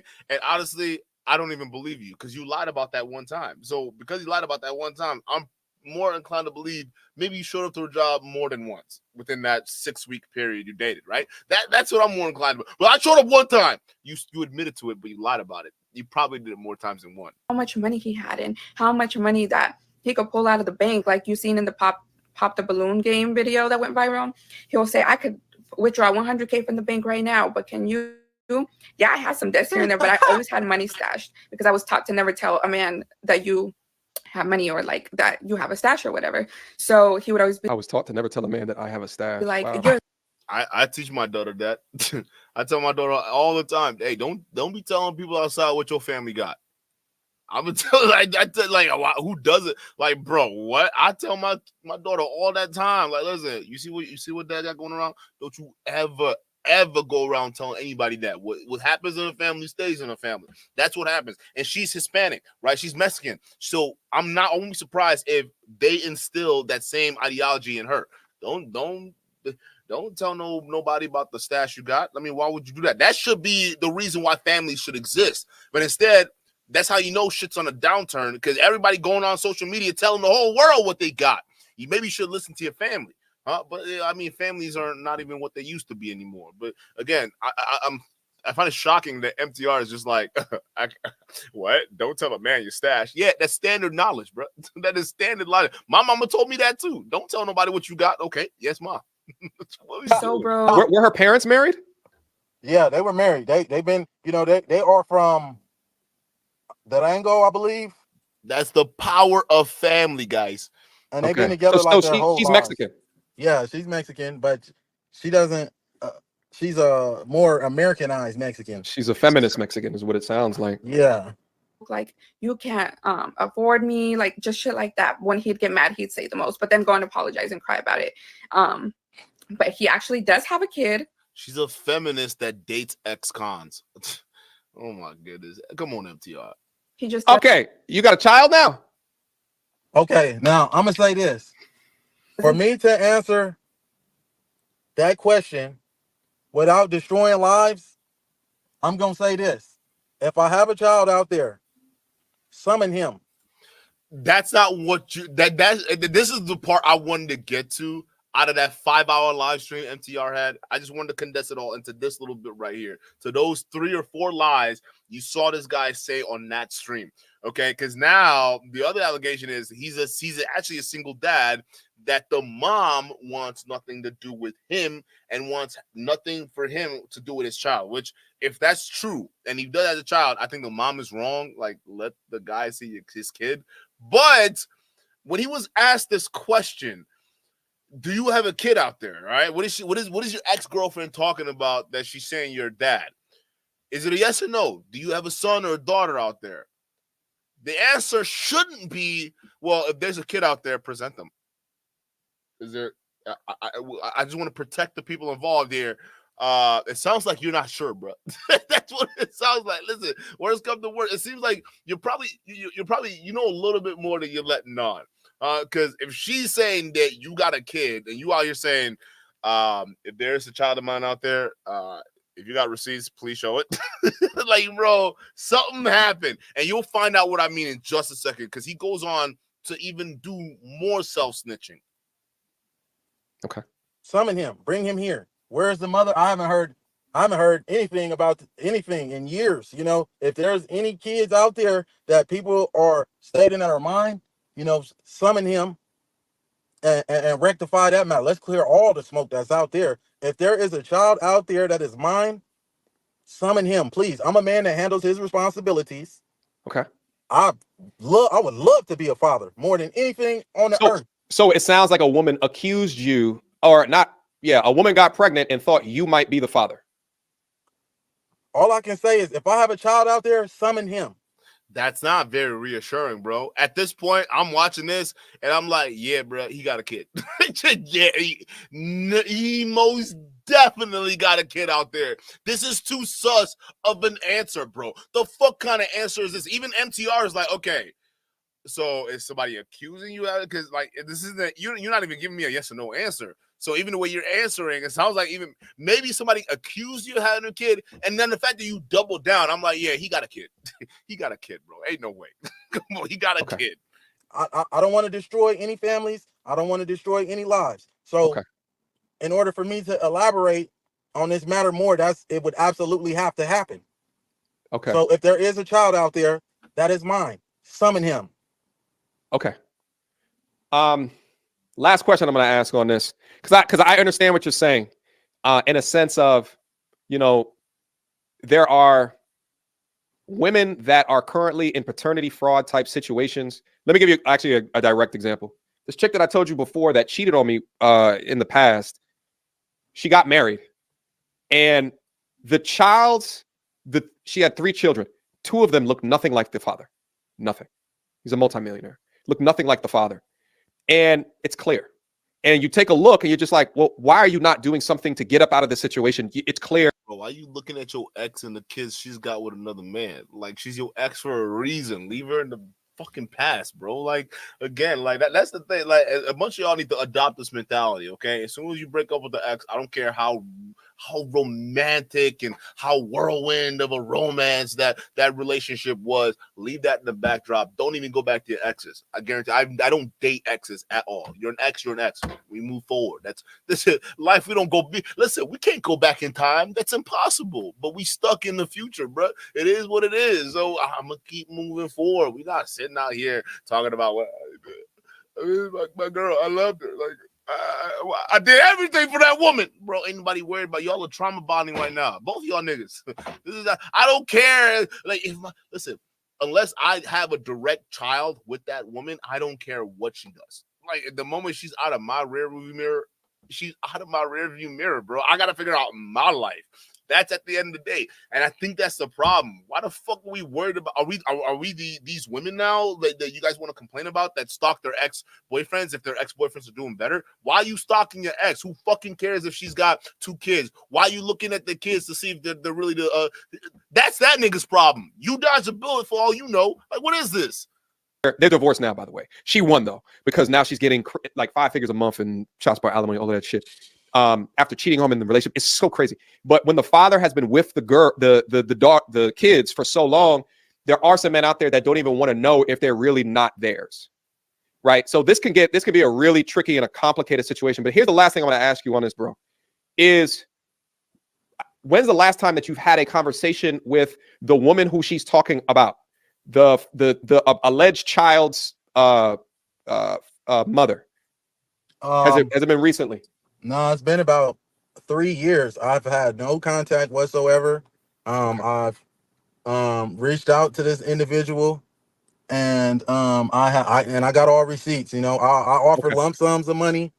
Why would you offer lump sums of money to this individual? Like, what? Again, it's these statements that he makes. So there is a kid out there that you possibly think might be yours. Otherwise, listen, somebody asked me right now, hey, Duke, You got a kid out there? I'm like, aside from my daughter, hell no. I don't know any. No. Somebody would have come to me. Nope. I'm just. I don't know what you're talking about. I don't. You have to come in with all kinds of receipts because I know exactly where I've been on which date and with who. That's it, right? But you sitting there saying, well, I offered lump sums of money. So is there a woman out there that possibly has a kid that's yours? And okay, what's the circumstances surrounding that? Maybe was it before or after you went to jail or prison, right? And why does she? Were you abusive to her? Was there a restraining order involved? Why is it that this woman doesn't want you anywhere near your kid, even to the point where you offer a lump sum payment and she still doesn't want it, right? What's going on here? I don't know. But the fact that you're saying this while trying to simultaneously deny that your ex, who also uncovered this information, is lying. Somebody is lying here, and I think it's you. The fact that your story is changing so damn much, I think you're the liar, bro. Shout out to Ebony Michelle with the $5 super chat. Ebony says, "Hey Don, I appreciate everything you do. Keep it up." Shout out to you. Says, "I appreciate how empty." It says, "I don't know why I said I appreciate, bro. My dyslexia is crazy." Says, "I hate how MTR keeps giving him excuses and a way out for him taking accountability." But yeah, I think so. And this is what MTR does, right? I'm not saying he does this all the time. I'm just saying that he doesn't want to admit he's a pill popper, but I think he's a pill popper, bro. Like, he hasn't been in a relationship in 20 years, chat. Come on, chat family. Yo, come on, bro. 20 years, gang. That's 20 years. What are we doing in 20 years, bro? Like, again, I get it. It is what it is, bro. I would say like I was in a relationship. The last relationship was in like what? It didn't last like 6 months, right? So it's just like, again, it's just one of those things. Like I mean, I still deal with women, but it's just like, bro, I'm not waiting 20 years with no relationship experience, because this is how you fail. You fail real hard, right? So again, I think him and part of it kind of like Fresh and Fit, right? Their audience are bought into the narrative. You know, you gotta, it's red pill or die. It's pill popper or die. Even though they'll deny that they're pill poppers, I think they're pill poppers, right? And the same thing with Fresh and Fit. They'll never admit it, but they have to cap for that team, right? That's why these guys are going super hard for this guy. Listen, MTR, bro, I've been there, okay? But the only difference between me and you is, like, well, bro, with Daisy, like, it's different, bro. Like, everybody was trying to uncover evidence. Even when we were researching her, you couldn't find anything. Right? They were, matter of fact, the evidence was against them, and it was all these doctor shit that were bringing up. So I get it, bro. When you're standing for something you believe in, it's fine. But then when you actually start receiving concrete evidence that this person might actually be like flawed, like this guy has, like, his personality is not only just personality, but like there's concrete shit attaching him to serious crimes. You can't, when you keep denying that, you look crazy, right? Because I would have been on board with you, right? The fact that listen, I would have been on board with you, MTR, but the fact that we could do the research and we could pull his name directly to a mugshot, the mugshot directly what he did, and then everything else just unfolds after that separates everything. Because then I'd be looking like, okay, bro, like, listen. I ride with this, bro. Anybody knows. Like, I would stand 10 toes down if I believe they're telling the truth with facts and evidence. But if you're not, if your facts start to point against you, bro, it's a wrap. Like, I was on this guy's side at the start. Y'all saw the 5-hour stream I did. I was on his side, and then y'all brought up the fact that MTR was streaming live with this guy. We went live, and I was like, oh no. What is he saying? Like, what is this guy saying? He's incriminating himself. Like, he definitely did it, right? So again, I get it. This is not about truth. This is about staying on a narrative. Okay, it is what it is. So this is what you're seeing right now, and I think this is what's going to start unfolding: is the red pill ideology versus the ABBA and Fit camp calling this out, right? Because we're calling it out, a bunch of other people are calling this out for this guy, right? But the pill poppers are standing strong. The real question is, how long can they hold that line for, right? I don't think it's going to be very long at all. This guy's a crash out dummy.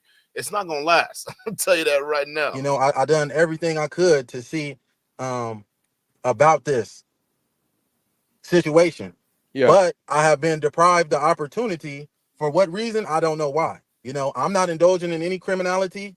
I'm doing everything positive. So I don't know why, you know, if this was the case, why you would keep somebody away if that was their father, you know? Why would you do that? Okay. All right. So we're going to table this portion of the conversation right now because this is. Oh, I'm glad.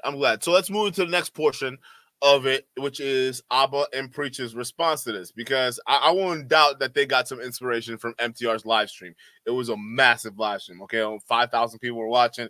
Okay, so I'm sure people were like, let me send this back to Abba, bro. Let me send this back to Preach. Y'all need to see what this clown is saying. So they saw this and they said, looks like we were kind of right about this guy's personality. We judged him based off of his personality and his character he displayed on his show, and it turns out we were right. We were right. Now, I'm pretty sure they're not always right about everything, okay? But it's one of those things where you're like, they kind of did call it. Even I was like, even on that show, I'm like, at first I was like, Abba, come on. And it's like, oh, yeah, nah, I was right. This guy, like even Preach was the first one I agreed with, right? Because even after we did the first reaction video, Preach was the first one I agreed with. I was just like, wait, because Preach was the first one that acknowledged that just the way, the first time the guy reacted to that girl's criticisms, the way he reacted to it, Preach already knew what this guy was all about. But I was like, come on, Preach. How can you, like, you can't judge that based off the first, reaction you see of the guy. He's defending himself. Let him do it. But then when he started doing it all over again, it was just like, oh, yeah, they're right. Yeah, this is some weirdo shit. Like, why? Like, who fucking cares, right? We're guys.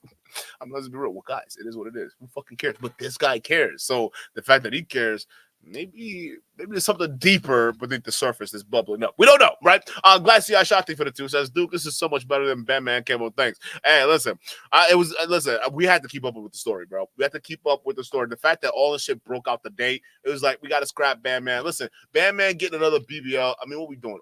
The real question I want to ask out of that whole live stream, realistically, is why are these pill poppers all of a sudden, is BBLs the new thing now? Is it cool to have a BBL?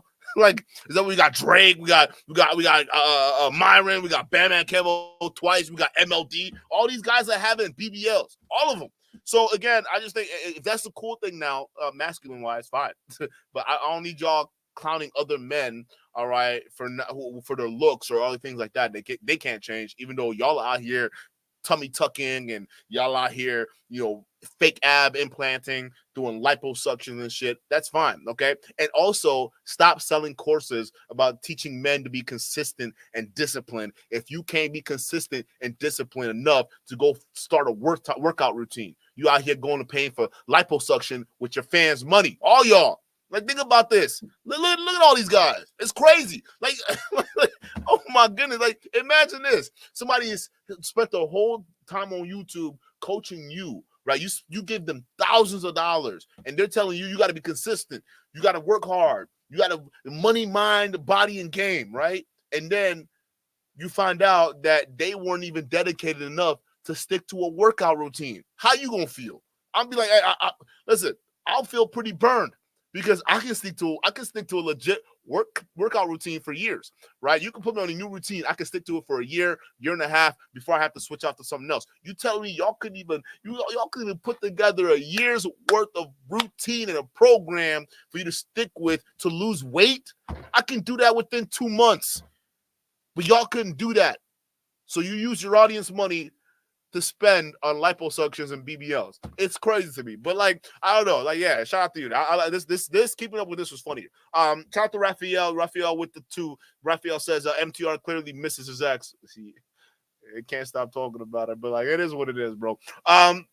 Raphael getting with the 2 says I also just got rejected and I didn't act like him. Yeah. There's some people who they get real crazy as soon as they get rejected, bro. I think that's wild. Y'all got to learn how to take rejection. Like, we got to stop this. Like, we really need to stop this.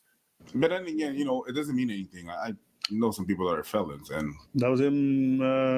That's him a little bit younger. Yeah, he was younger. Yeah. Advertised. He basically set up a Craigslist thing. Basically robbed someone. Yes. So ended up going to jail for that. But people can't change. Just because you were a felon in the past doesn't mean you can't grow out of it. Even but more recently, he had an emergency protective order. This is the baby mama right here. So remember how we just paused the video on him saying that he may or may not have a child that exists out there. But even if he does have a child that exists out there, why wouldn't the lady want, why wouldn't the lady want him to see her son? right? Or daughter, or whoever the kid is, right? Turns out there was a restraining order. And that's the reason why, even though you offered a lump sum of money to see your kid, you couldn't see your kid because you have a protective order against you by the alleged mother of your child. So as more truth starts to come out, this looks bad. So your ex was right. You do got a kid out there, but you lied to MTR because the kid, it wasn't like this woman was hiding the kid from you or trying to, troll you with the thought of you potentially having a kid out there or not, right? No, you got a kid out there, but you got a protective order because that's your baby mama. This is getting too crazy, chat. Out against him by another woman who was basically saying this motherfucker's crazy. And so she went to the judge and got an emergency protective order. But isn't that what you said the first video? You said, if you see someone like that, I wouldn't be surprised of X, Y, and Z. You said exactly that. He did. Chat, he did say that, bro. Abba did say that. Give it to him. Is his job? I mean, he claims. Because you remember he was arguing with that one girl. And she was like, "Oh, you probably live with your roommate." He's like, "I could pull out $100K now." Okay. But one thing about me, I could pull 100,000 on the bank. Can you do the same? And now he got to go for 10,000. From a high value online to fucking a great value Walmart brand. That's what we're seeing right here. I'm sorry, bro. If you got 6 figures chilling in your bank account, I'm gonna be focused on getting myself back on my feet than going on GoFundMe. He probably doesn't have 6 figures to his name because, come on, how can you not see the hypocrisy for what the fuck it is? The guy bragged on a woman for saying he got 6 figures in the bank, but the first action he takes, the moment he loses access to funds, is, oh, I got to go to GoFundMe, right? I got fired. I got to go to GoFundMe. Like, oh my goodness, right? It's like, bro, that's the last thing I'd be doing. The last thing I'd be doing is going on GoFundMe, bro. I'd be trying to figure out how to get my life on track. But that's facts. What's a 6-figure guy doing on GoFundMe? Let's just be real. This dude's a fraudster. And you know what? He did the same thing with the ex. One time he was really, really mad at me, and through the text free app, because I had his number blocked, he texted me a picture of his bank account, which this is a receipt. His name right there, Aaron. I don't know what Pro Extra member means. I have no idea what all of this means. Supposedly this was his balance. So you don't know what this receipt is, but he's basically saying, I got money. Folks in the comments saw it, they're like, that's not a bank statement. That's a contractor statement for how much they've spent at Home Depot this year. Because he works for a company, so he gets so he ain't got no bread. He just lying, bro. 20. Whoa! So that $100,000 he's saying he got in the bank, it's a credit statement. It's not. He's not actually referring to a bank account of his. He's probably referring to company funds. Because think about it. If this guy is willing to use company card to stalk his ex-girlfriend, okay, would you put it above him to use the same company funds or resources to go ahead and brag about, right? I could pull out $100,000 right now. It's from that receipt. Nigga, it's a Home Depot credit line. Relax. Shout out to Dev with the 5, says MTR FNF, this is your audience. When you tell men when you tell men that women are always out to get you, you get this. And Pamper Guy, always emotional and cautious. Facts. These guys, it's weird. No, you're right. It's weird. Sorry I missed that last super chat, bro. I got you. Shout out for the 2 as well, Dev. Let's get a double the chat for Dev. But yeah, you're right.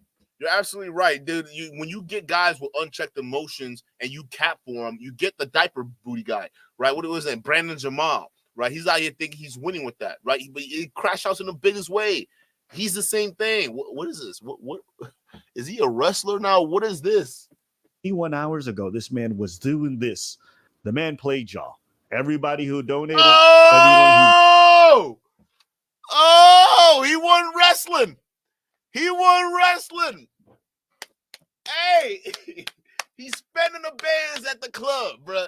This is the life cycle of every would-be Redfield influencers right here. All right, you go on GoFundMe, you blame women for your woes, you get money from the Sims, and you spend it on the club to try to get the host. Look at him. This man needs your $13,000. Are we for real? Look at him. Look at this. Look at this. You dumbass almost giving $14,000. You idiots. Look what he's doing right here. And was doing this. Look at that. The man played y'all. Look at Everybody who donated, everyone who vouched for him, everyone who said this dude is a stand-up guy. Bro, he asking y'all for water while this is not good, bro. Listen, you can't do this. You can't do this. Are you wearing loafers, my guy? What are we doing? Why you got tank top, dress pants, and loafers, bro? This is not the attire you went to a club. But look at him. He already thinks he's made it. Oh, I was on NTR. Shit, the money coming now. You gonna get a bunch of people to my GoFundMe. I'm about to be rich now. I made a YouTube, baby. I made a YouTube, baby. Ninja Turtle out here, baby. You know, he's that's what he's doing. He's actually going with the brand, with the whole Ninja Turtle thing. You can see him in costumes. He out here wearing costumes, jumping around, doing workouts at Walmart. Y'all know that's exactly where he belongs, in the sewers. But still, bro, look at him. Bro, y'all must feel so stupid. Just like so stupid, bro. Look at this. Who was doing this. The man played y'all. He needs the money, though. This is the guy that got fired from his job. Going on GoFundMe to beg y'all for money. But he got $100K in the bank, though. But he's doing this. So, again, if you come to me begging me for money and I look into your portfolio and I see videos and you doing this in the club, just throwing money with reckless abandon, I'm sorry, bro. You're not getting any of my hard-earned money, because the money you're tossing out there to those people who aren't even paying attention to you, and you notice nobody here is paying attention to this nigga. You're throwing money blessing niggas. You ain't even blessing strippers, bro. Like, I don't know if those guys, is he allowed to be here? This guy looks young. All right, you got a bunch of dudes over here, nobody paying attention to you, and you throwing money. Lord, look at this. Imagine if that was your cash. You ain't even seen it land on a girl, bro. It's just a bunch of old dudes. Oh my goodness, dog. This is so bad. Everybody who donated, everyone who vouched for him, everyone who said this dude is a stand-up guy. Bro, he asking y'all for water while he's out here making it rain. Now, does that make sense? No. That was not your fault. You got wooed by a story, wanted to feel bad for him because you saw yourself in him or something. So not only is the dude a fraud, not only he's a felon, not only has he had protective orders filed against him, not only does he have his ex just airing him out for being a stalking piece of shit, we also got video evidence of this dude being on the show and being a straight weirdo. And now he got to go for. How you gonna be saying I could pull out $100K, but you asking for a GoFundMe? And you know what it was? Facts. How does that work? How do you do that? That don't make sense, B. For his humanitarian work. Bro, y'all probably getting scammed by this dude, and he's loving the fact that he's able to get a bit of money to recoup for his stupid fucking Because mistake. the red pill poppers are the dumbest people out there. I'm sorry, but it's true. Y'all are dumb. You will fall for a buff nigga with a sob story. All of y'all. All of y'all. This is bad. And not only bad, but not only is he proven to be a simp, but y'all are even worse simps for backing this nonsense, because he's spreading your money in the club without people even paying attention to him. I have never seen that in my life. A guy spreading money in a club and no one's dancing to it. Like, he's got people's backs turned to him while he's throwing cash out there. No one cares. That's how much of a loser he is. Even when he needs to get attention, no one wants to give it to him. This is crazy. He has a different ex airing him out. And the things that she's airing him out for, did you see? It's not cute. Did you see? Yep. So this man that claims to be very godly and studies the Bible and, practices this religion, put sugar in my gas tank, tracked my car, put a phone to record me in my car. Everybody had to walk me to my car after work to make sure that I made it. And the girls would text me, hey, did you make it? Again, it's a clinic full of girls. So that was a red flag number 2. And then one time I walked outside to the cafeteria and he calls me and he's like, how did I know you were outside? So that in my head was like, circles are already turning. I go to my car to see if he put a tracker. And then he pops up at my job like, don't break up with me. Don't do this. Like, I'll change. I thought I was going to catch you doing something. And I was like, how did you know I was outside, right?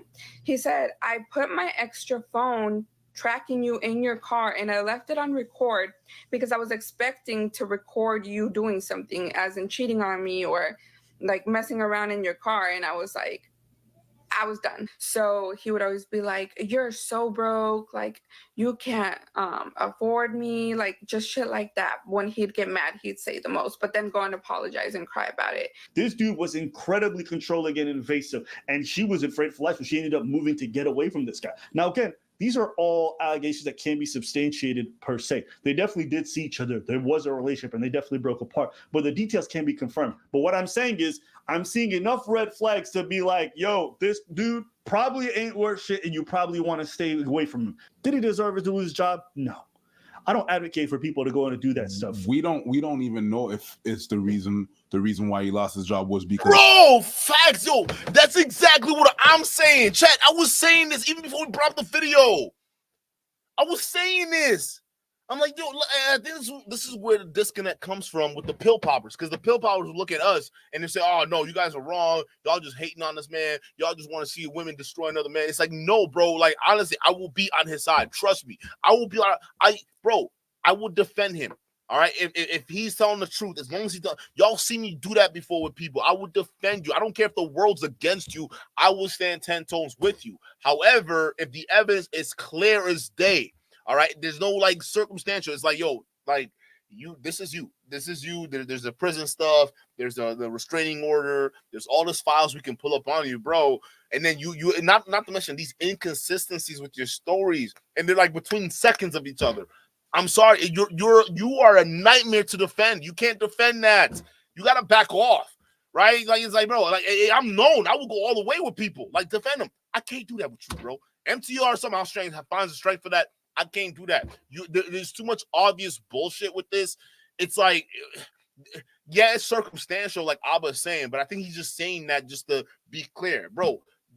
They got him in 4K. The documents are out there. This guy got a restraining order against him, bro. The guy, again, you heard it from his own mouth. He stalked this girl.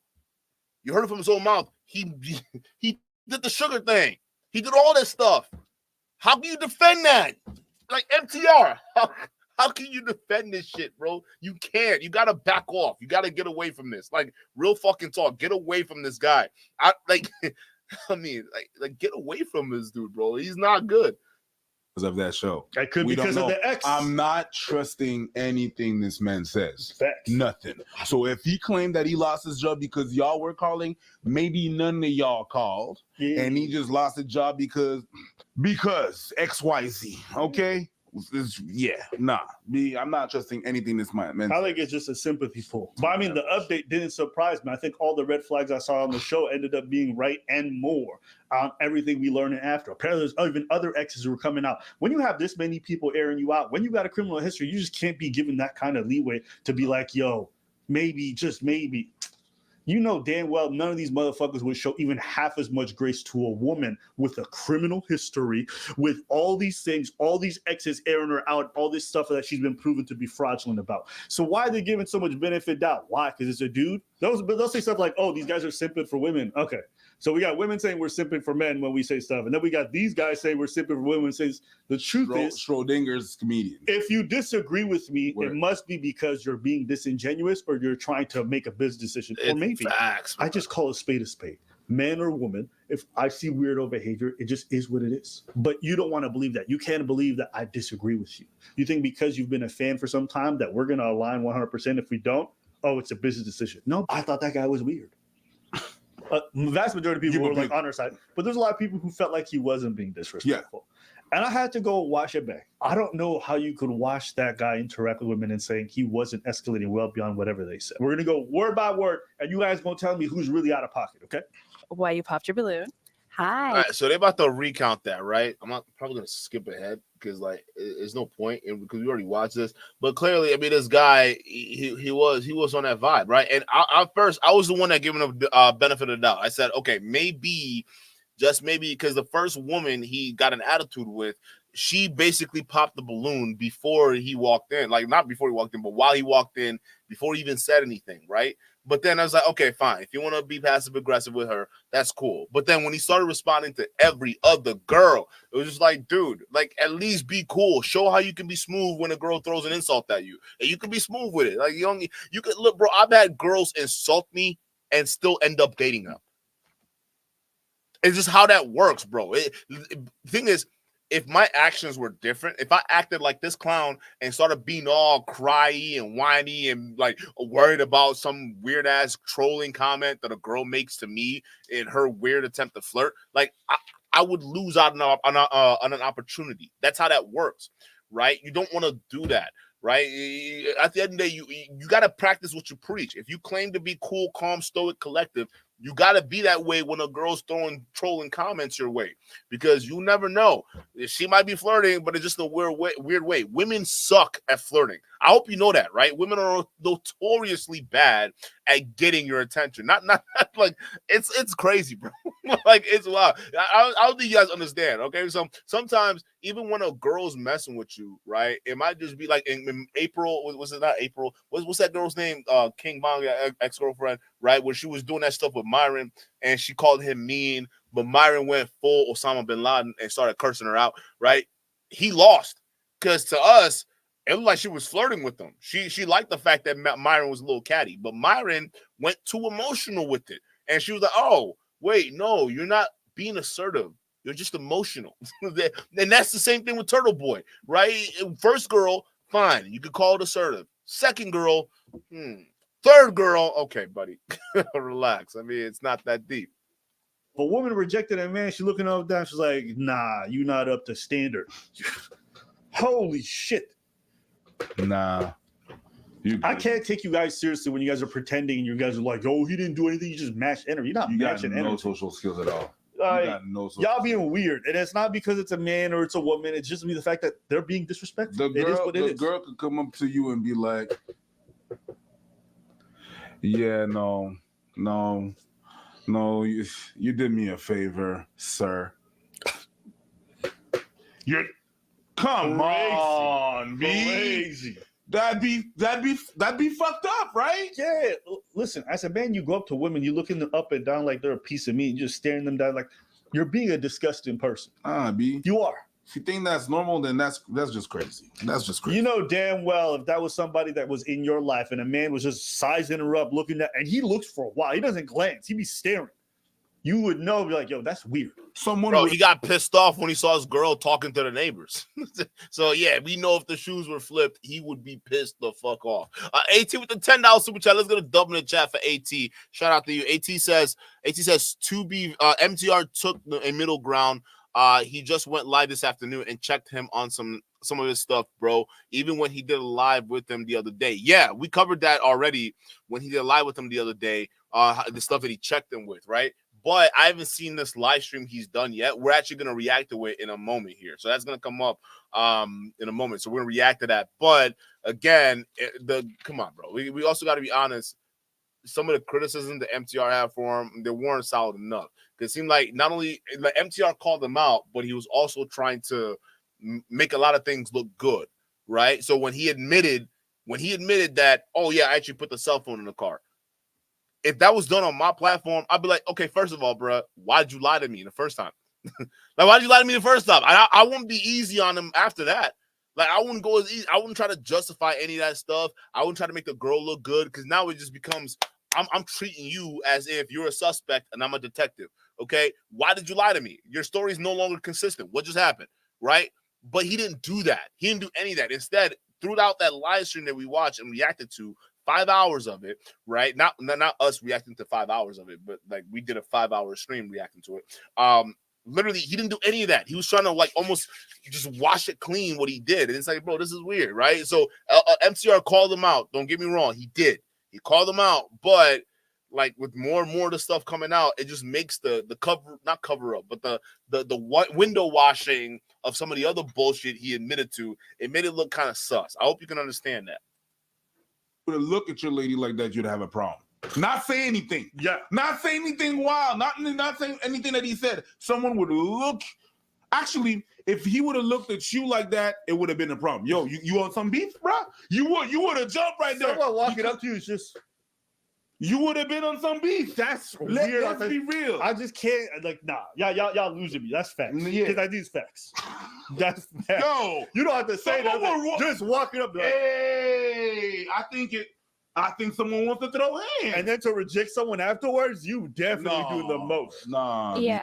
Also, what I have to say is it's not what you say. This is what I mean by what I said. It's not what you say, it's how you say it. Yes. You could have rephrased a lot of the things that you have been saying to me as well as the other girls differently. But that's all I have to say. But she didn't respond with disrespect. She just said how you say things is kind of out of pocket. I have to say. But one thing about me is I'm not going to change who I am Of course. to fit somebody else's liking. You know, I'm just going to tell it how it is. I hate when girls say that. Yes. I hate when girls say that. It's not okay. I ain't gonna change for no man. Yeah. No, sir. No, cause death. Yeah. Listen, the pill poppers hate it when women do it too, but it's okay when guys do it though, because guys are the prize. Remember. It's right. All this I hate when they do it. Yo. So I hate when he does it too.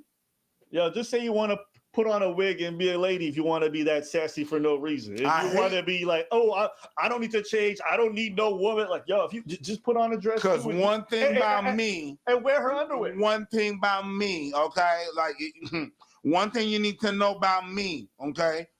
Sir. Nah, B. I hate it when they do it. Yeah, facts. Facts. When they say that shit, Your name and age and why you ended up popping your balloon. Look at how you're gonna look at Brianna, 26. 2, 3, 4. So he was staring at her body for 4 seconds. You're weird. You're weird. But I'm not even gonna play the rest. Hold up. I don't know, bro. I don't like. Listen. Clearly. I think with the whole, when it comes down to the whole staring thing, one thing I've noticed, like dating wise, I think on some levels is subjective, right? Because yeah, there's a length of time where it's like, okay, if you look at a person, if you're staring harder longer than this time frame, like seconds wise, it starts to borderline creep you, right? But I do think, like, if you're depending on a girl, like some girls want you to look at them, right? Even though like sometimes you hear it's weird, right? Because I get this a lot where it's just like, oh, well, I was right there standing next to you, and I didn't think you saw me, type shit, right? Some girls, like, when they want to get your attention, right, they'll come in your vicinity, but they want you to do the rest of the work, meaning you gotta do your little scan radar to find out, oh shit, this girl that used to be over here, and then I moved over here, now she over here. I think something's up here, right? You know what I'm saying? Now you got to use that kind of rationale. And the girl's expecting you to think that way, right? I'm getting y'all game. She's expecting you to think that and then approach her. Most guys don't get it. They don't even see the clues. It just goes right over their heads. And then it is what it is. But there's subtle little signs here, right? But then when you're looking at what they're talking about, it makes complete and total sense. It's like, dude, man, like they're when you were doing that in that show, it's like there are certain ways you could have played it off. There's certain ways you could have played it off, but you look directly in that.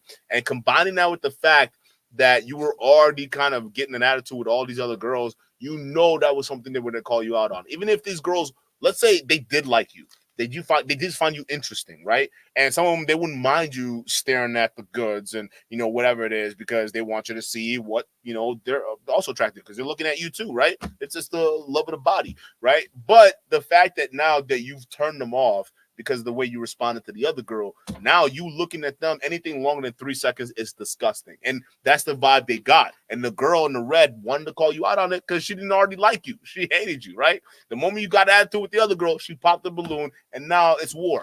Again, it's one of those things where I would disagree with Abba here. I wouldn't automatically call him a weirdo for staring at a girl for 4 seconds, right? If you're looking at her for like 10 seconds, yeah, that's weird. Like, yeah, but like 4 seconds, like 1, 2, 3, 4. That's not, the 4 seconds is not like a long time. Trust me. It's a very short amount of time. This shit, I think I just wanted to play that portion. This guy's a great Edward. That's what I think. That's my intuition. If I had a woman in my life, just based off the behavior that he was exhibiting, I'd be like, stay the fuck away from that dude because he's not well. Now, that's my personal take. If people were in my life. And I think it's very valid. I can look at some interactions that you have. How you handle rejection says so much about you. And after learning everything that I've just said, you know damn well none of you would want your women in your life to date this guy. I'm tagging. And if you would, maybe you hate those ladies. And that's why you're sending them to the wolves. Yeah. I know an ex-felon that you could date. Yeah. I'm tagging this video that's gonna come out under all of the comments that are negative. Watch me. YouTube's gonna suspend my other account just because I'm spamming. Yeah. Nah, B. Nah. Because I saw some response. It doesn't bother me. Like when people react to our stuff and they disagree, like even when I saw Mediocre's video on us, I'm like, it didn't bother me because I just strongly disagree with this take. I don't believe that what he was saying was accurate. But I think as far as us, not look at this clown, phenomenal Hebrew. Like I don't know why you keep doing this. I'm not one of these. I'm a stand by a dude, even though he's wrong type bullshit, bro. You're on that mentality right now, and it shows. Get your mind out of the fucking gutter. You're so fucking weird. You didn't just miss. Did you just miss me explaining how weird the girl was? You didn't explain me. You didn't see me explaining how weird the whole scenario with him getting fired was. You didn't see me how I was basically going at these girls. You didn't see me doing that? But no. What you hear is, oh, he's criticizing the men and he's not going at the women hard enough. Yeah, I see you got all these. Bro, shut the fuck up. I just spent like literally 20 minutes breaking down his ex and her psychotic logic. And you're sitting here saying, I'm not. What do you want me to say? Do you want me to call her a fucking whore, 304, or what? Do what you used to all these rep pillars do. Who the fuck is this guy? Who the fuck phenomenal? Who the fuck are you, bro? Like honestly, what is it? It's funny how excited you are about dragging a very foolish man, but a foolish woman gets all kind of weird excuses. What excuse did I give for his ex or all the girls that called over to his phone to his job? Chat, give me the excuse I gave to those women. I'll wait. You could run this stream back. I never said any of that. You dumbass losers always putting words in people's mouth. You a fucking weirdo for that. I never said that. I held both of them accountable. Yet you don't see me holding a woman accountable. You only see me holding a man accountable because you love dicks. Get the fucking cock out of Get this guy's cock out of your fucking mouth. That's weird. Like I just spent literally 30, 45 minutes breaking this shit down. You missed all of that. You come here saying, oh, you only hold the men accountable. You don't hold the women accountable. The fuck is your problem? This is the shit that makes y'all pill poppers look desperate. You understand? I'm sorry. I got. Listen. I know. I'm trying to do tough love. Listen, brother. I'm assuming you're a brother. Stop this. Stop. Go run the stream back. Your whole comment is stupid. This is a dumb comment, and it was so dumb. I had to take time out of the show to make you look stupid because this was stupid. This was really stupid, bro. Like this was dumb. Like you retards need to stop doing this. I'm sorry. It needs to stop. All right. Like both people can be held accountable here. Stop getting selective hearing. Get the fuck out of here with this bullshit. Against him being fired strong enough, I mean, that's fair. If that's a criticism you want to levy against us, that's fine. You could say that. But I also think, here's my take.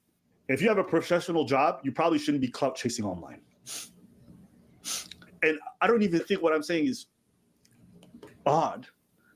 Almost everyone I know who has a professional job don't want to be involved in videos like these because it's going to affect them at their job potentially. They don't want to get fired. They don't want their workplaces to find them. Me saying that I don't think is a hot take. Does he deserve to get fired? No, but it doesn't matter what he deserves. We live in the world of business. Everyone's about their bottom line. If you're a bad PR story, they will fire you. Facts. I was just agreeing with that. This Hebrew guy coming over here saying, oh, you need to be more biased towards the men. Fuck you. The fuck? Listen, I understand what happened. Listen, I've had false allegations levied against me. The first time I've had that, I've never had that happen to me before. The only time that's happened to me was online with some fucking crazy ass woman with another channel over there. That was the first time. And guess what? Even the video that she claims I said something, I never said what she said in the video. So yeah, if anyone has a fucking interest in making sure that these false allegations are investigated thoroughly, it's me. Because now I know what that feels like. Okay, so if somebody is calling people's jobs and leveraging false allegations just to get them fired, I sympathize with that. I'm on Abba's side. Even Abba saying the same thing. So do you disagree with Abba saying now, or do you just want to hate him because you hate him? Listen, we're not playing these team games. We're not playing these echo chamber games. We're playing the games based off the facts we're presented with. All right. He could be on the other side and I could disagree with him. He could be on the same side and I could agree with him. It doesn't matter. It could even be the opposite with those scenarios. As long as the facts are bearing out the way they're supposed to, I'm cool with it. It wasn't right that he got fired. I don't know how many times I keep saying that for you weirdos. It wasn't right. But you're not going to forget the bullshit he just self-snitched to the entire fucking world. He made himself look like a creep, and he needs to take accountability for that. For you men, they can't see the need for accountability that needs to be had. You are the problem. I hope you understand that. You are part of the problem. That's just a fact. So if you have a professional job, don't go on these dating shows. And certainly don't go on these dating shows and then act crazy. That's my thoughts. It's crazy, man. People have the right to disagree. You understand that? It's crazy. Like, they do. I don't know if we have to normalize the fact that people. It's not because I disagree with you that I'm all against you. I'm gonna have a problem with how you're disagreeing with me. If it's based on something. You know, if you're making accusation of. But if we disagree, yeah. We disagree all the time. Facts. Shit, he's still here. Not all the time. Often. It happens. I'm just well, are you disagreeing with me right now? Are you disagreing with me right now? Sorry, my bad. You're disagreeing right now. I apologize. Which proves my point. He's just respectfully, King, you're not qualified for this conversation. But carry on, King. Okay, Queen. I got the blue. Let me wear my crown. Wiggy. Got the blue wiggy, bro. I didn't even put the wig on. Oh, it don't matter. It don't matter. But it's like people have a problem with like just disagreeing with people without being against the whole. Oh, what you said right there, I disagree with that, and then you just move on. Yeah. Hold up, another one. Gnarly Kaplan says this guy was doing too much. But Duke, how about instead of just criticizing, where's the advice to actually have women in your life as a middle class guy? If this guy actually watches my show, you notice I slip those advice in between while I'm criticizing these guys. My job isn't here to strictly give you dumbasses advice on how to get women, talk to women, be comfortable women. If you can figure it out at high school or your first 2 years of college, I can't help you with that, bro. If anything, I don't want to help you with that. That's not the goal of this channel. Go look at the about section of my channel. It's the clown cringe influencers for laughs. That's it. If you're a cringe influencer, you're going to make it on this channel's list. My channel isn't here to help save your life. My channel, I'm telling you all right now, in case y'all are out here looking for internet daddies, I ain't your daddy. I'm not your papa. Stop looking at, I'm here to make people laugh. I'm here to make people laugh and clown these weirdos. I'm not here to be your dad. I got a kid already. I don't need y'all niggas. I got to give you advice for what? Why I got to give you advice? Where your daddy at? Huh?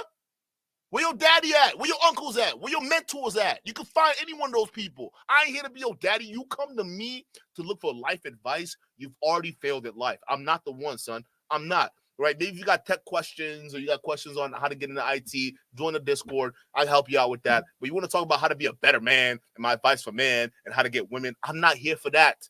I don't even want to give you guys advice on that shit because some of y'all don't even know what to do. You're not even at that stage where you're ready to talk to people.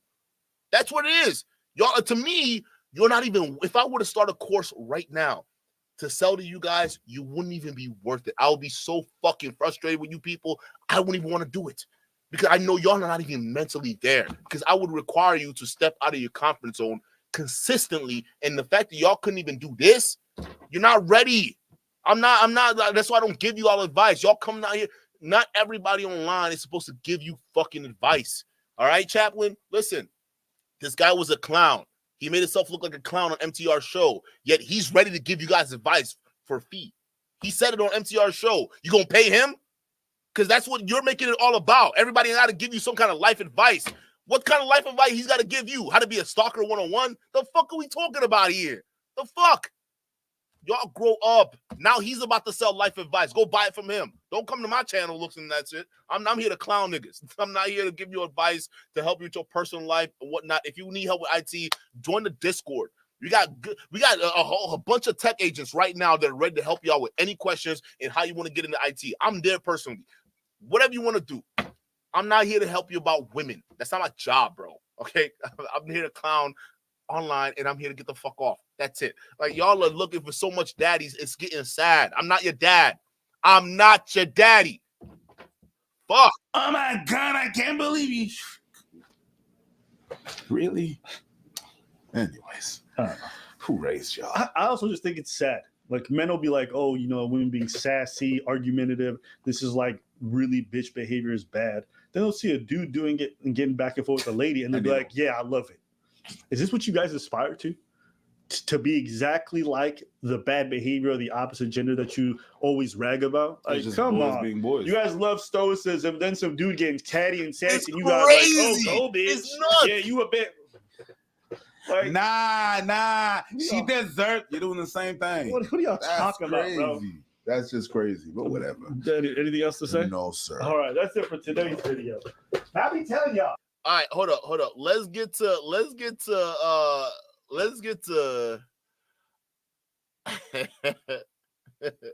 MTR's response to that live stream, bro.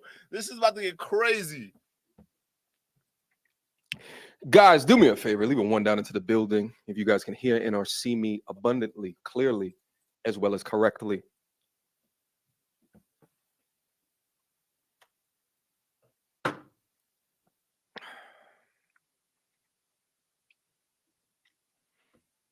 There we go. I see them ones. Let me show you guys some respect. What up, YouTube? I am your host, mediocre tutorials and reviews. Back in here. That's the shit he does. I don't get it. Like, why? What's up, YouTube? Jesus. I love it. Whip one more video. Guys, I thought that the situation was done. I thought that the commentary was over. I thought that the situation was cooked. You know, after the 5-hour live stream that I did with Aaron, my plan and forth, because the exchange of ideas can only make the conscious better. Can only make, what I say in the beginning, the inception of this channel, it's a critical thinking channel, because I understand that although I think that I am more accurate than not, I also am not too stupid to understand that there's not ideas out there that's not better. I'm not too stupid or smooth brain to understand that there could be nuances to a situation, some of which I may not be able to see. Or listen, I get it. I get it, MTR. I get it. But let's just be real here, bro. These nuances, I'm with you on that. I live for the nuances. That's the point of this channel. Aside from echo chambers, we focus on the nuance, right? That's the problem. When you focus on the nuance, though, you know for a fact you're going to alienate some of your fans because they want you to stick by this nigga's side, which is what you did. So, no, the saga isn't over with because on your stream, he exposed how much of a loser he was, but yet y'all still tried to smooth it over like that didn't just happen. Some of which, with my own inherent understanding, my own inherent biases, I might be blinded to it. Let me give you guys a prime example before we get into the reaction, before we get into the content. Let's say that you were having a conversation with somebody and you guys were speaking about the greatest rapper of all time, okay? Let's say that your position is Tupac and the other person's position is Notorious B.I.G. Shout out to New York, okay? Here's the thing.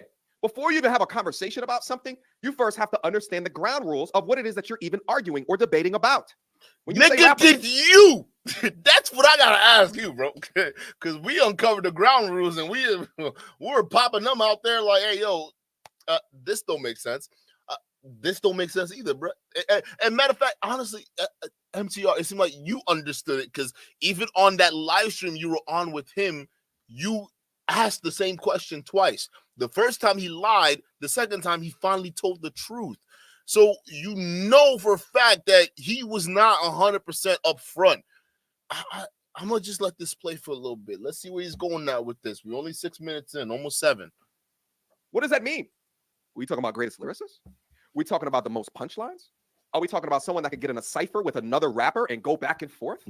Are we talking about... Hey, mods, don't ban that Hebrew guy. What's his name again? The phenomenal Hebrew guy. Let him, as long as he's not disrespecting other people in the chat or other chat guests, please let him say what he needs to say. If you guys want to go back and forth with him, cool. Just make sure you keep it respectful. All right. We like trolls out here as long as they don't disrespect us. All right. Or not us, but like the chat members. You can clown me all day, but don't say that saying I said something that I didn't say. That's all I'm gonna call you out on. But let's leave them in the chat. Let them troll. We love trolls here. Sales. What is it that we're talking about? Let's define that first. When you say best, what does that mean? Again, off of album sales, right? Is this the best lyricist? But what does that mean? Let's have this conversation. And then what can also happen, and I think a lot of this is actually happening in this conversation as well. What can also happen is I will argue best rapper of all time based off of my understanding and knowledge of that catalog. Okay? The other person is going to argue best rapper of all time based off of their understanding and the amount of their rapper's catalog that they've. What if we're having an argument about something, but we have not even heard the same catalog? We have not experienced a concert, right? We haven't listened to this and done a deep dive into what these songs mean. So we're arguing different things off of. Listen, the deep dive you did, he exposed himself. Yo, MTR. I don't think you're. Again, this is just your monologue, but I'm picking up what you're putting down. At least I think I'm picking up what you're putting down. All right, listen. From your own show, you know he wasn't being consistent. You knew that. You had to double down, triple down to make sure he was on point, right? And he wasn't. He lied. So what are we talking about here? Getting all the facts, bro, stop.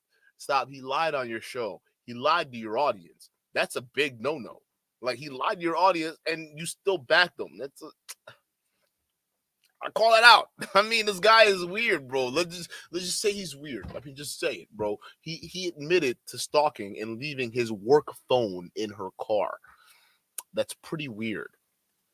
An uneven or an unfair playing field, but that's the point of the argument, because within this argument, you may bring points up to me that I may even be understanding of, right? And if I go in with a good faith argument, we can have these conversations. And at the end of it, while we may have to agree to disagree, I may have a better understanding because we had this good faith conversation. So I want to say that at the top of all of this is that I am thankful that Abba and Preach are going in on this conversation, because from their perspective, they are right.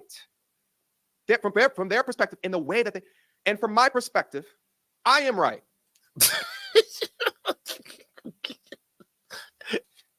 Uncertain things, yes. The only thing I would say MTR is right about is that guy did not deserve to be fired.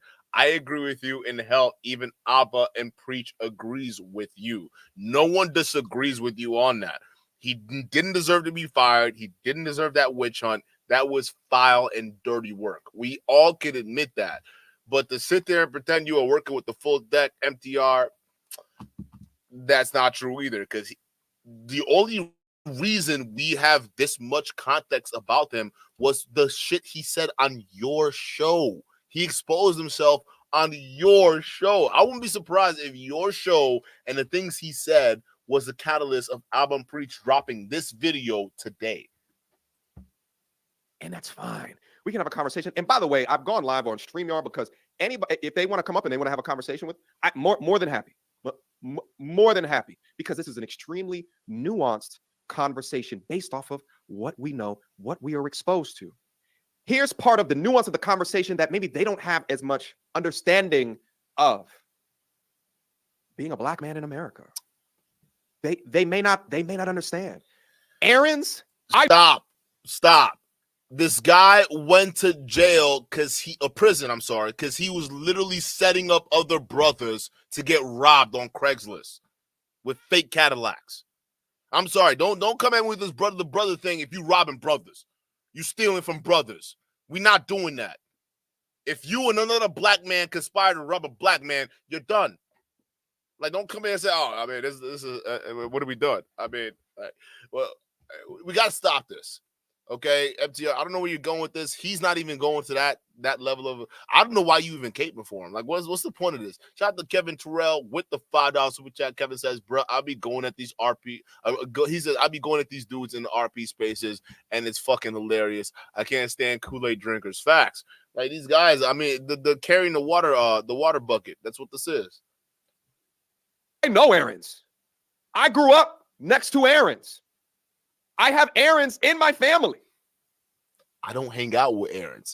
I will never. If there was an Aaron in my friend group, that sets up people and robs them on Craigslist, we not hanging out with you. And trust me, I had buddies who were in gangs. The key word is I had buddies who were gang affiliated. I don't hang out with that shit, bro. You kidding me, bro? I got a life. I got things to lose. I ain't about to crash out on some street shit for what? It's dumb, okay? So, again, that's not an excuse. I understand that. I understand his behavior, his attitude, the way that he represents himself. I understand. So I can come at these arguments and have a good faith conversation about him, his actions, because I understand components of who he is. Is that my lifestyle? No, I did not have the lifestyle like how Aaron grew up, right? Would I have conducted myself on the dating show the way that Aaron did? No, I wouldn't have answered but he's his own man that has his own reasonings for doing things based off of what he knows. You who are putting this out there, you just admitted you would react the same way any normal guy would react, right? You wouldn't even react like Aaron would have reacted.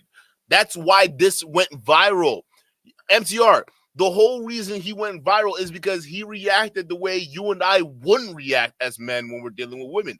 If you and I would go to the bar right now, we're talking to girls, or let's say we went on the show, we wouldn't react the same way Aaron did, right? If we pulled Abba in the game, and let's say you, me, Abba, we went up there, we doing the pop the balloon thing, and the girls were popping the balloons left and right, all right? We not sitting here going tit for tat with them.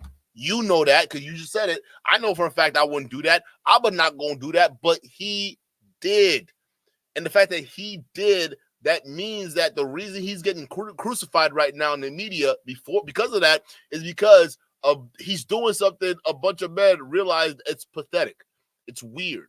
Right? Why is he doing this? Right? So we're on the same team. What are you doing with this? Would Aaron on that dating show, the way that he represented himself, be is that a fantastic example of, I don't know, a chick who graduated from Spelman to date, who's, about her business, about her paper, you know what I'm saying, is on a healing journey with, no. Aaron has some demons. Can we not agree on that? Can we not agree? I agree. Nigga look like Baraka's twin brother. Like, come on, bro. In good faith that Aaron got some issues. Aaron got some problems. But what was part of the reason of me doing the live stream is because, and let me try to bring this up on the screen, because I know this is the TikTok generation, and I know a lot of you guys don't want to invest that amount of time to watch this shit. That's why I was currently working to put on the clips. But there's a lot there. My attempt to have this conversation with him regarding his background was to understand the humanization. There's been a dehumanization. A 10-minute reaction, a 15-minute reaction video is not going to be a good representation of a person and what all that he stands for and the behaviors that we saw. I have people in my comment section. Bro, I'm sorry, dog. We saw his attitude, the way he interacted with women. We saw his actions. And I judge men off of their actions, not off of what they look like. We save that for women or whatever the fuck they want to do, right? We're men, right? That this is your spill popping spaces. If we're gonna judge people, I judge people on the contents of their character. So I gave him a pass. He got his attitude with the girl that started judging him right off the bat, talking about we not compatible, and she never spoke to the guy. That's perfect, fine, whatever. But then when he starts getting an attitude with every other woman, this is something most normal guys don't do. And we normal guys, we got to speak up because more and more people, they're turning to social media, and social media could be brainwashing. Pretty soon you think most girls be going around thinking that most guys act like y'all. I don't want to be lumped in with y'all. I'm sorry, bro. Life's good for me. I don't want to be this guy. No. We not getting you guys are ruining the reputation of men at large out there. You're not making us look good. Okay, enough with this nonsense. We gotta be honest about it, bro. Like, MTR, same thing, right? We just gotta be honest. I think it's high time we did it. This guy did not make himself look good based off how he conducted himself. We didn't need to sit through a 5-hour live stream, but that's fine that we did because it gave us even more context about how much of a crazy person he was. He admitted to everything he claimed that they were lying about. He admitted to it on your show. I'm so confused. Section arguing and complaining about a 5-hour stream. First of all, shut up. It's 5 hours of free content. I got truckers that also hit me up like, yo, thank you. I got a long road ahead of me. This is like a podcast. I appreciate it. But see, this is what I like about MTR. Because, like, listen, My audience base is the same way. Like, that's why I don't like people who say, "Oh, Duke, your live streams are too long." It's like they're some of the same ones will complain if my live streams are too short or if I do reaction videos for a long amount of time. Right? I even tested it. I did a week straight putting reaction videos on there, and people hated it. Y'all hated it. Y'all rather would see me do these long ass live streams for some reason. I don't know why. Okay, I even asked y'all would prefer the live streams, but then you still get people that will complain about the opposite. Ignore it. Ignore it. You did what you did with the live stream. I'm glad you did the live stream. It's good. It's great. I think live streams are awesome. Just ignore these other guys. I personally think they like the live streams. It's just the fact that they see 5 hours is just a daunting task for them, right? I mean, it just is what it is. How do you expect? Let me ask you guys a question. Let me get to the screen real quick. Let me ask you guys a good faith question. How long do you think that you have to talk to a person to understand that person's attitudes, that person's behaviors, that person's life story? How many hours, how many days, how many weeks, how many months do you have to have these shit? I tell you guys, these people who get married after 3 months, you're crazy. You're bugging. You still in the honeymoon phase. You're not even an understanding of their shadow. But you already getting married to them? And shit like that. I told Aaron, you were talking about marriage with a chick that you lived with for 6 weeks. You're bugging. And I told that to him, holding him accountable. And what do you say back? And accountable? You're right. I was bugging. And I hate to get too much off of the point, but shit, you go for a therapy session. What are those, an hour and a half? How many conversations before you break ice of anything in regards to who you are, where you've come from? This man has come from a tortured background. His father was not there. His mother, addicted to drugs, was not there. Raised by grandparents, poisoned against his father by his mother. First thing that he said was, shout out to my mom when I brought up his mom. And then what did he say? Well, we've had some issues and I'm on a healing journey. Y'all go down into the comment sections and you're talking about, oh, why is he bigging up his mom? For what? The brother's healing. He had a tortured past. He's had men try to kill him. I'm sorry. The first thing I'm doing is seeing a professional therapist. I'm not going on a YouTube channel where I go on a dating show, get rejected, and then go another YouTube channel to trauma bond about it. That's not how that works. If you got shot in the head, like he said he was shot in the head, and I believe it, all right? I'm not holding that against him. That's just traumatic as fuck. He needs to talk to someone about that because I'm pretty sure he hasn't seen a professional. And MTR, I'm sorry, you're good at business, you're good at social media, you're good at all this other stuff. You're not good at getting someone like Aaron into a mental state where he's ready to begin healing. You're not ready to do that, nor are you qualified. That man needs a therapist, not a YouTube channel. I'm serious. All right, if y'all disagree with me, it is what the fuck it is. That's where I stand on it. He needs a therapist. He's got issues. He's got demons that are barking up his ear right now. He don't know what to do with it.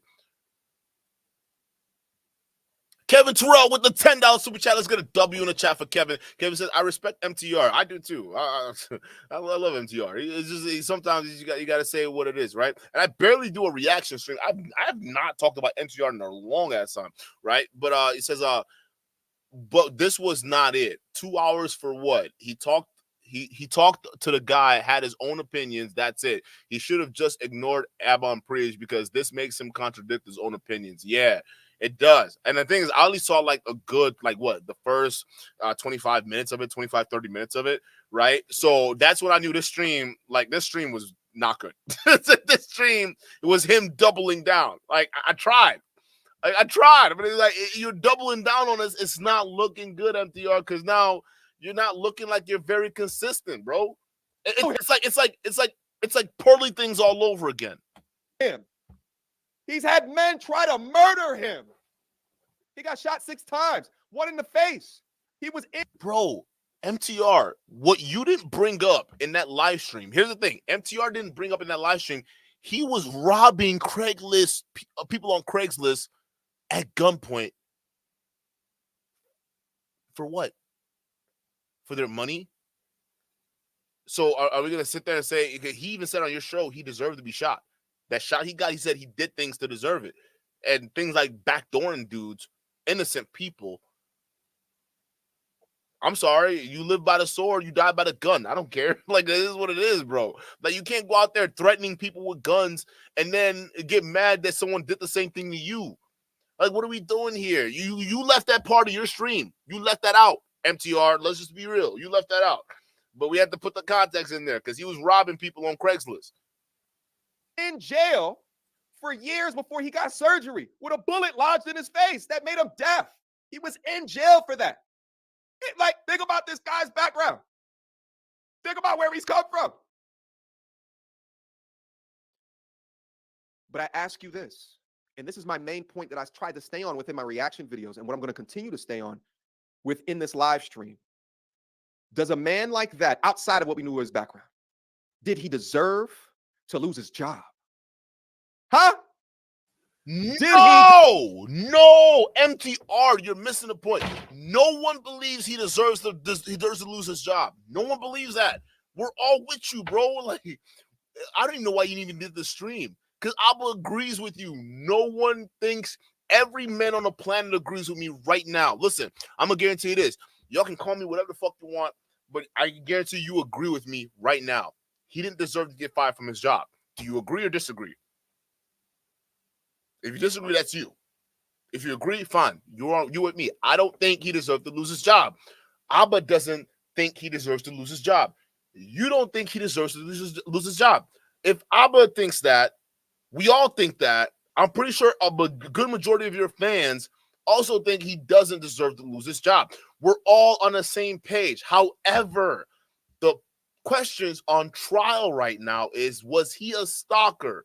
Was he having these restraining orders? Did he use company vehicles to stalk his girlfriend? Did he put the cell phone in the car, which was his work phone, to go ahead and listen in on what his girlfriend was doing in the car? And those answers were answered on your show, which was all yeses. That's not good. That's not good at all. You can't defend that. Deserve to lose his job. We put so much critique and so much criticism on him and his background. So much. Whoa! I was waiting for this to happen because I knew you pill poppers was going to do this.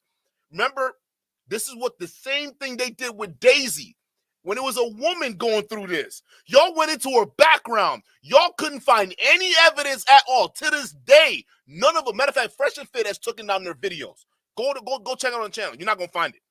See, everything's happening in silence. Everything's moving in silence. But you notice how these guys keep exposing themselves. MTR did multiple videos on that. He went into our background. He couldn't even find receipts. Nothing. So when it's a woman, y'all got no problem slut shaming her, going through her background, saying, although we can't find concrete evidence, she's still a hoe or she's still an escort.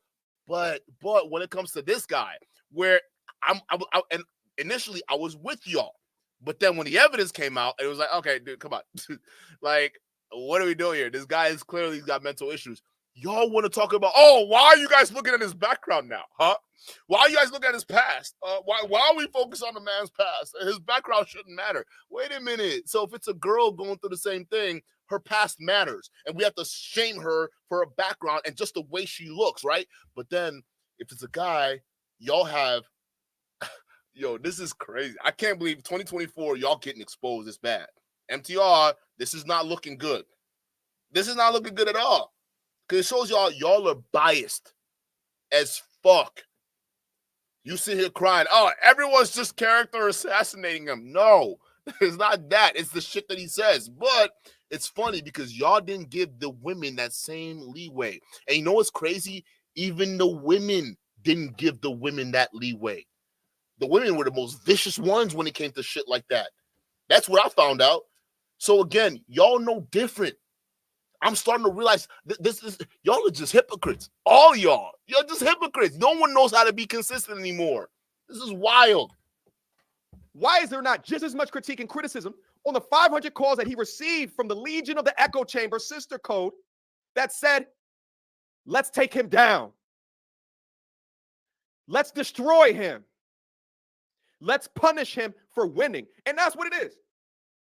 If at the end of that show, he didn't get the baddest chick in the lineup, there would have not have been a peep at all. but it's the fact that he won. Oh, it's the fact that he won. Oh, think about the nastiness of that. Oh, think about how nasty that is. It's because he won. That's why.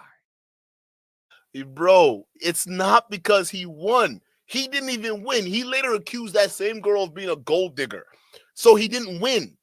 What is this excuse, bro? So wait a minute. Why are you making excuses for this guy?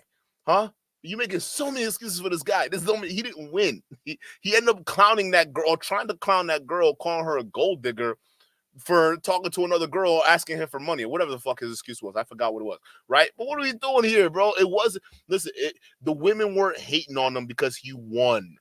He didn't win. He's on GoFundMe. That's not winning.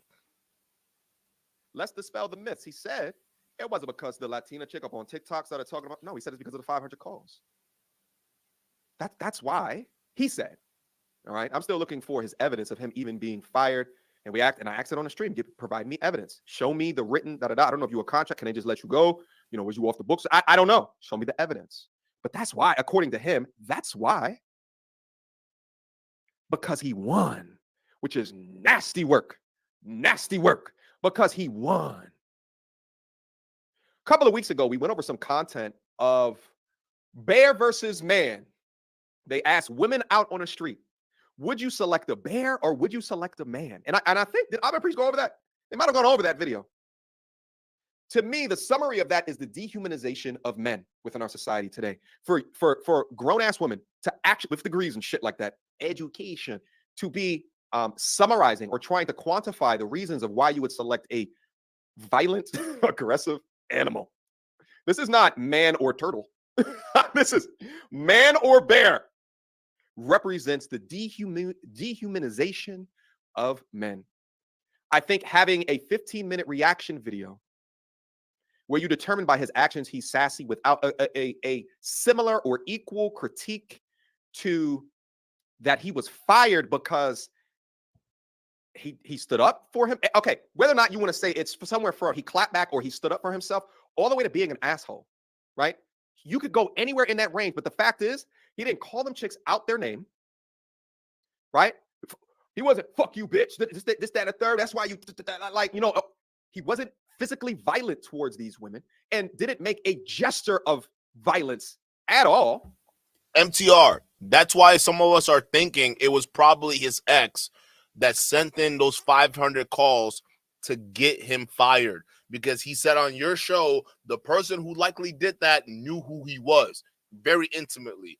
And there's no one else who knew who he was that have a bigger grudge against him, that has a bigger motivation to make multiple TikTok videos on him than his ex, who also has influencer power to take him out in terms of job-wise. You understand, right? Because even I agree with you, and I'm thinking most of the people in the chat agrees with you. I didn't think he said anything that was controversial. I even think hell, I think MTR said way worse on his shows than Aaron did.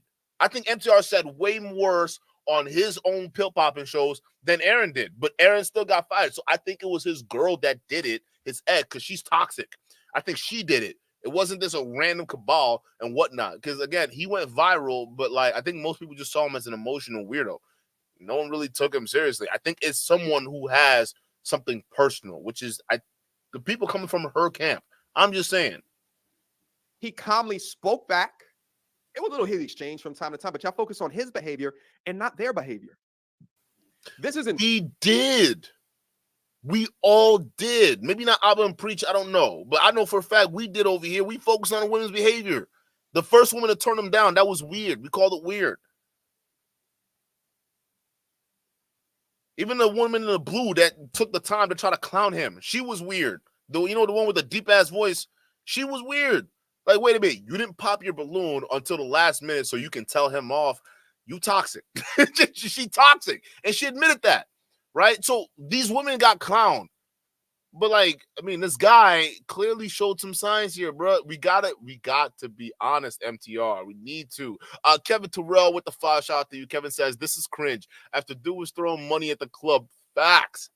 He was even caught throwing money at the club, dog. MTR should have said, you know what? I'm going to just chill on this one and ordered pizza. Yeah. Yeah, he probably just relaxed. Like, I got the views on it. I'm good. It is what it is. But the thing is, listen, even if MTR did a video on this, it probably wouldn't be as bad, right? The problem is I wouldn't say majority of his fan base, but a good pill-popping slice of his fan base they're backing MTR on this decision. Matter of fact, they want MTR to counter the narrative that Abba and Preach are putting out there. Okay, so I think what you're going to start seeing is this form that's developing that's going to try to split the red pill, not the sweat pill, but like, you know, MTR and have them deviate from what Abba and Preach are doing and try to, and you can even see in the chat, try to create some kind of beef. Now, here's the thing: I don't think it's going to go to that point where it's going to be a beef. Where, you know, I don't see, unless MTR proves me wrong, I don't see him quadrupling down on this. It'd be crazy, right? But if he does, then maybe you can say it's a beef. Right now, I don't see him beefing with Abba and Preach. I don't see this as a beef, right? Because a lot of his fan base, I think they want that. I think they want to see MTR go against Abba and Preach, which I think is stupid. Even MTR's chat were saying that. Beef. It's like, yo, bro, relax. This ain't no beef, bro. It's not. It's just I don't maybe he's doing it. I don't know what this is. I don't know what MTR is doing, but he's not beefing with Abba and Priest. That's for a fact. In stark contrast, excuse me, you guys remember a week ago, 2 weeks ago, Brandon Jamal, who went up to the Fresh and Fit podcast. Brandon Jamal, who was actively on the Fresh and Fit podcast, calling women bitches.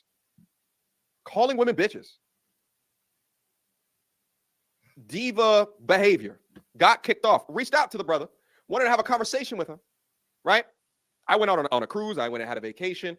He went and did live stream on other people's platforms. I began to understand a little bit more about him. But he demonstrated what I did not want to show of men, right? I don't call women bitches on this platform, right? Fine. But this guy lied to your fans in front of your face.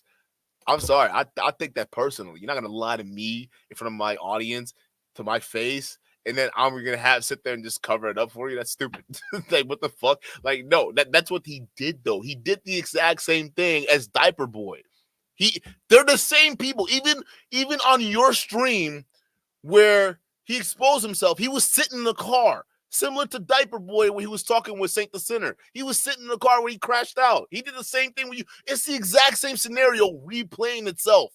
You realize that, right? So instead of Sus Marquard, it's you. Instead of Diaper Boy, we got Turtle Boy. It's like the more things change, the more they stay the same.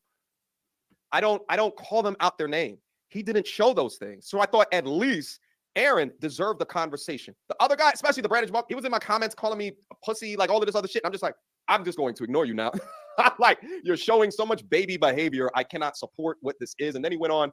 Shout out to the Saint Singer. He went on his podcast and he continued to crash out even further. I saw something a little bit different out of Aaron. We brought him up, did a live stream with him, and I had 5 hours of my time within a day to try to understand more about him, to unpack his background and why he thinks about life this way, and then to understand what were the consequences for his actions. Because that's what I think we have to understand is the consequences. The consequences is a GoFundMe with almost $14,000 raised. The consequences is him being caught at a club throwing bands all over the place. Right? Shout out to O'Shea Duke Jackson. Look at O'Shea Duke Jackson's recent community post. Let me zoom in real quick. O'Shea Duke says, the Pop the Balloon guy played the dudes that donated to him. This guy was throwing money in the club right after the GoFundMe hit $14,000 or so. LOL. Look at him. This person says, if you a dude, don't be sliding in my DMs unless you talking money. Stop being a groupie. Some of y'all wildin'. MTR, that's O'Shea.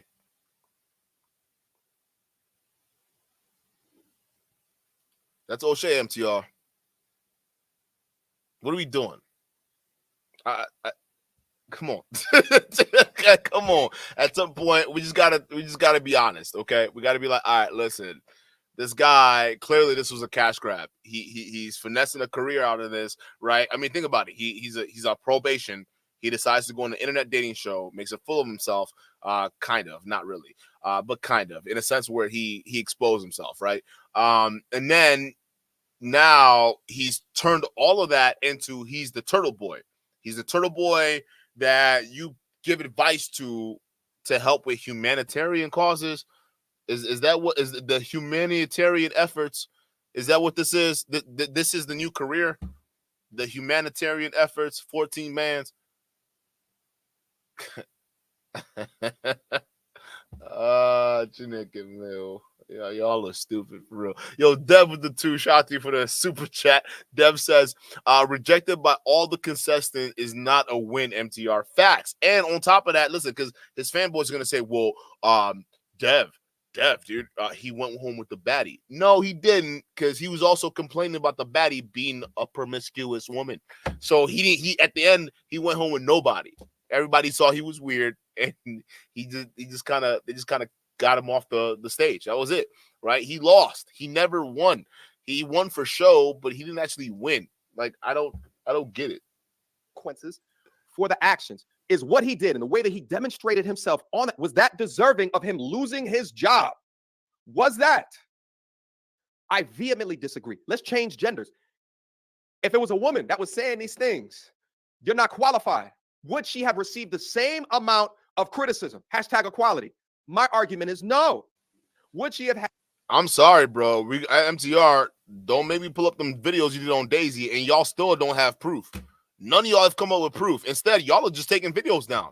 I wonder why. Why aren't they doing videos on the reason that they're taking these videos down? Maybe y'all got your letters. Y'all finally got your letters. Y'all need to wake up. All right, this is what these guys are. They're exposing themselves right here. You did all of that shit with them. You did it with her. Now it's a guy getting the same comeuppance, and y'all are saying, "Well, why y'all all of a sudden calling out the guys? Why can't y'all call out the women? The women get the grace. Y'all called her a slut. You insinuate she was a hoe. She put out so many evidences and whatnot, and then now you got what's to say? You got Aaron. He's got his receipts, but his receipts makes him look bad. It makes him look crazy. It's like, yo, bro, you did do that shit. You do have a kid. You did track her car. But now that people are calling out the fact that he's so obvious with exposing himself, you're getting mad at us for calling out the obvious? What nuance do we need to see here? At first he lied to you, say he didn't put the phone in the car, and then he came out with the truth and said he did do it. And even you said he was wrong. So what are we doing? Like this, y'all are just proving that you, at the end of the day, will treat women harshly. If women were on the other side of this, right? Just like you're trying to make the appeal right now, y'all will crucify these women, but you expect sympathy from men. We got to be honest, because this was recent.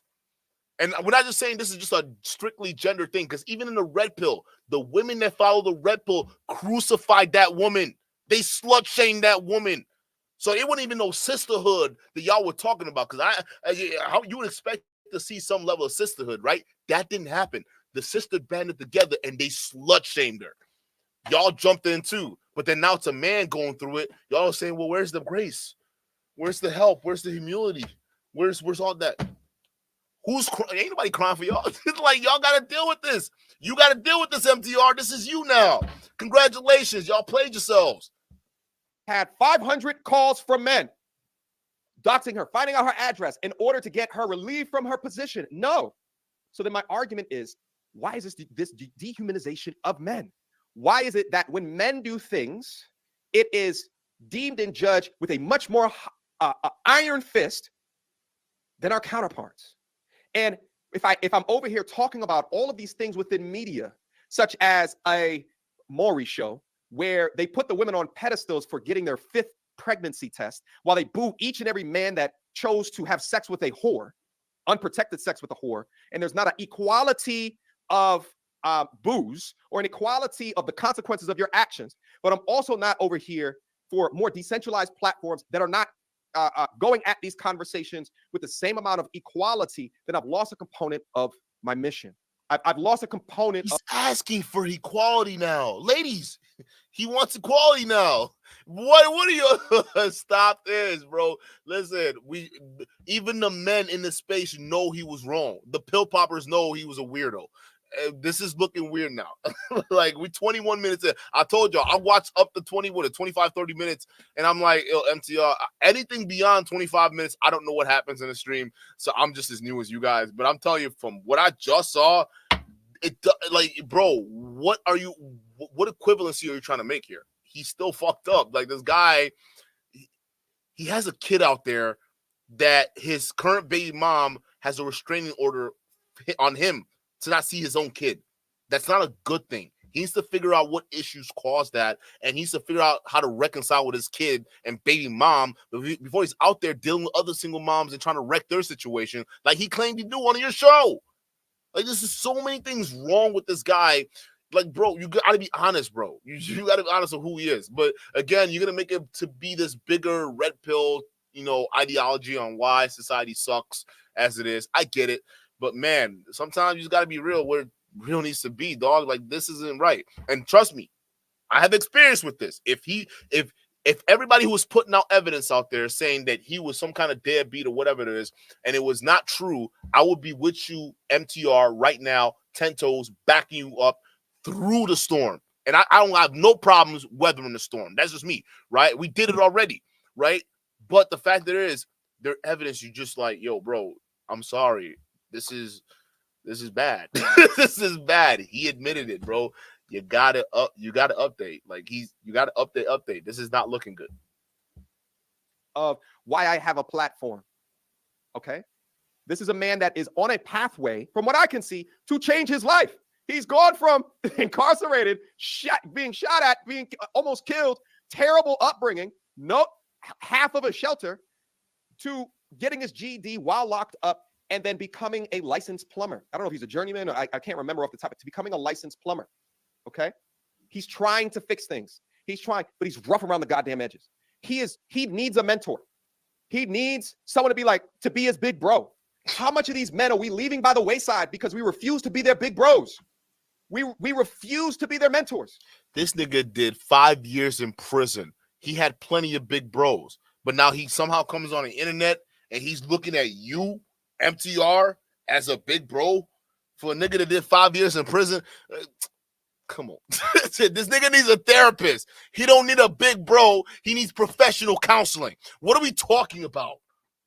We refuse to have these conversations with them. Pat him on the back and say, I know where you came from, but you're trying. You're trying to do better. How much are we looking to why am I keep on having issues with this word? Dehumanize these young men. But instead we say, oh, I choose the bear. Meanwhile, Aaron would be the first man to defend you. After stalking you first. He'll stalk you to make sure there is a bear and that bear is not an actual man in the woods. Because if it's a man, Aaron gonna kill both of y'all. Because Aaron got that, he got that kind of aggressive, kind of possessive type of mentality type shit. So for your sake, you better hope it's a goddamn bear in the woods so he can come fight that shit. Because if it turns out that you chose a man in them woods, he gonna kill you both. And you would really wish you chose the bear. But all honestly, though, that whole bear in the woods thing is crazy. Listen, dog, any of y'all thinking that you're going to choose a bear in the woods, you don't know what bears do to people. Like, you're not even a human being to a bear's eyes, bro. You're just a snack. You're just the next meal, and it's going to shit you out later. I don't again, it's one of those things. It's like, y'all need to stop this stuff that we're throwing back and forth with the gender war. The gender war, it's been 7 years. It's been 7 years. Can we stop with the gender war already and just move the fuck on to something else that matters? Like, this is getting old, but yeah, shout out to you. Baby Rio with the $2 super chat says the therapist that got fired, they called her job. Which therapist? Oh, I know who you're talking about. Yeah, that one therapist, they call her job too. So it does happen to women. It does happen to women because she said some crazy things. And honestly, it was one of those things like, girl, like you said that. Like, that's like if I went on here and said the most vile and the most crazy stuff in the world, right? With even stuff that I know would be shocking to me and my platform. Like, there are certain things on this platform I don't even allow, right? Because just stuff like that. Dude, I'd be gone. I know that. right? It's just one of those things you got to be cognizant of. So y'all thinking that I'm gonna just go online and say crazy things and just say crazy things and it's not gonna affect, bro. People are watching. It is what the fuck it is. You just got to be understanding of that. And these guys don't get it, right? They think they can just say everything because it's freedom of speech. No, yeah, freedom of speech, yeah. You're not free from the consequences that comes with it, okay? Freedom has serious consequences. If you're not ready to pay up, stop pretending. No, seriously, just stop because you're not really ready for what freedom looks like. Shout out to you, though. Kevin Terrell with the 10. Shout out to you. Says, at least with the Daisy thing you said, shit, I folded on some things. You owned up to that, but it didn't go on a 2-hour segment. MTR should have stood on principle and did not let his base dictate stuff. Facts. Like my base with the y'all, a majority of y'all hated me, but I was right. That shit's in the lawyer's hands now. We can't even do or say anything, but I guarantee you, look at Fresh and Fit's channel. Where are those videos? I'm not telling you anything. Go check their channels. Go look for it. I guarantee you, you're not going to see it. Things are happening. I can't say anything. Everybody that says something, where is it? Right? Again, if you're telling the truth, I will back you up, even against my audience. I don't care. That's what I'm telling MTR, bro. I'm with you. I even started backing this guy up, but until he started admitting out of his own mouth that he was doing this, then it's like, oh, bro, I can't help you. That's like if I was interviewing Daisy and she would say, oh, yeah, I'm not an escort, but there was just one time I did it. Then I'd be like, hey, yo, no, so then you are, right? It would have been right then, done in there. But every time it was just more and more receipts proving how she makes money, how everybody's slandering her, how everybody was just wrong. And then everybody else's receipts were things that weren't even concrete. You see what I'm saying? So it's different. I would back this guy up 100%.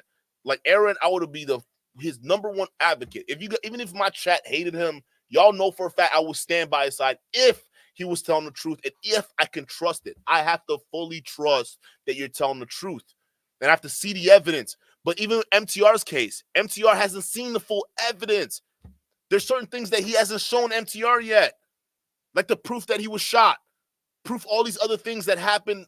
At least with Daisy, I already saw that stuff. So I knew all these other niggas, they were capping.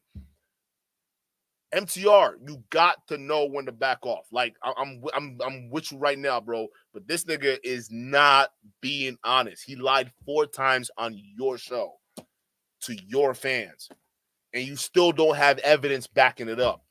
This is the time you should be calling him, either inviting him to come see you and say, hey, bro, let's look at the evidence together or whatnot, or have him send you something or something. Now you got to be concrete because you're tripling down, it sounds like. And if you still don't have anything concrete, but you're caught dead tripling down on this, it's not going to look good for you at all. That's a big difference here. He's not seeing that, right? So this is uncontrolled. But if again, it is what it is, bro. Aaron would be the first one to crash out over a woman. Let's keep it a stack. He's in a married 2 kids, married woman's home, falling in love. Because he said it was part of the sex. Which I think is, it's some simp pookie shit. Right? And I let him know that on the live stream in real time. Aaron would be the first one to crash out over a chick. First one. Aaron would be the first. You walking on the street, no context, man or woman fighting. Aaron would be the first one to choke the dude out. Absolutely. Absolutely. Aaron has a history of beating men up. Where's his history of violence against women? Where? Show it to me. Show me the data, baby. Show me the data, baby. Show me the data of the Pop the Balloon guy. We've gone over his arrest record to an extent. He probably has some more shit. And I think Albert Priest brought out some extra shit. We've gone over that. We've gone over his disciplinary. He was willing to talk about all of that shit. He'd be the first one to crash out over a chick in his life. He'd be the first one if he had his sister. She comes home and she has a welt underneath her eye. Aaron, no questions asked, would be in that man's face. More than likely causing that man great bodily harm. That's Aaron's personality. He's got some healing to do. We already know. We need to not. That's our point.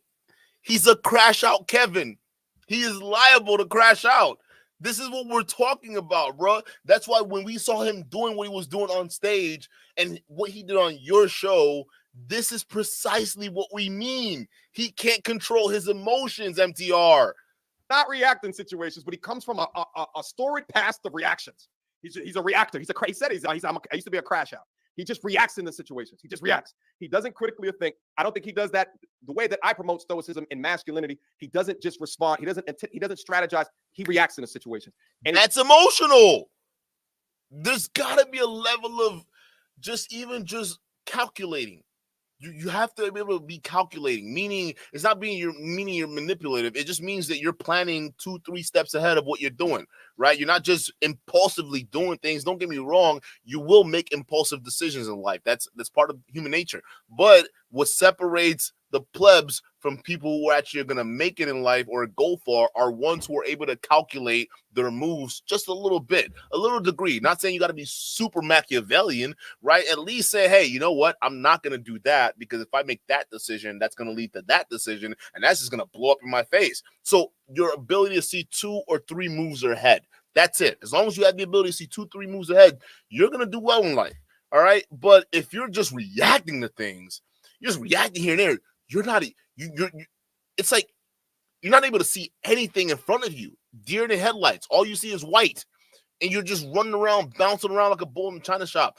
That's not something that should be accepted into a red pill talking space. I'm sorry, bro. This guy shouldn't even be promoted anywhere near pill popping spaces until he speaks to a therapist and at least learn how to have a calculating mentality. He doesn't have that. He's not ready for stoicism or whatever nonsense y'all are preaching. He needs help.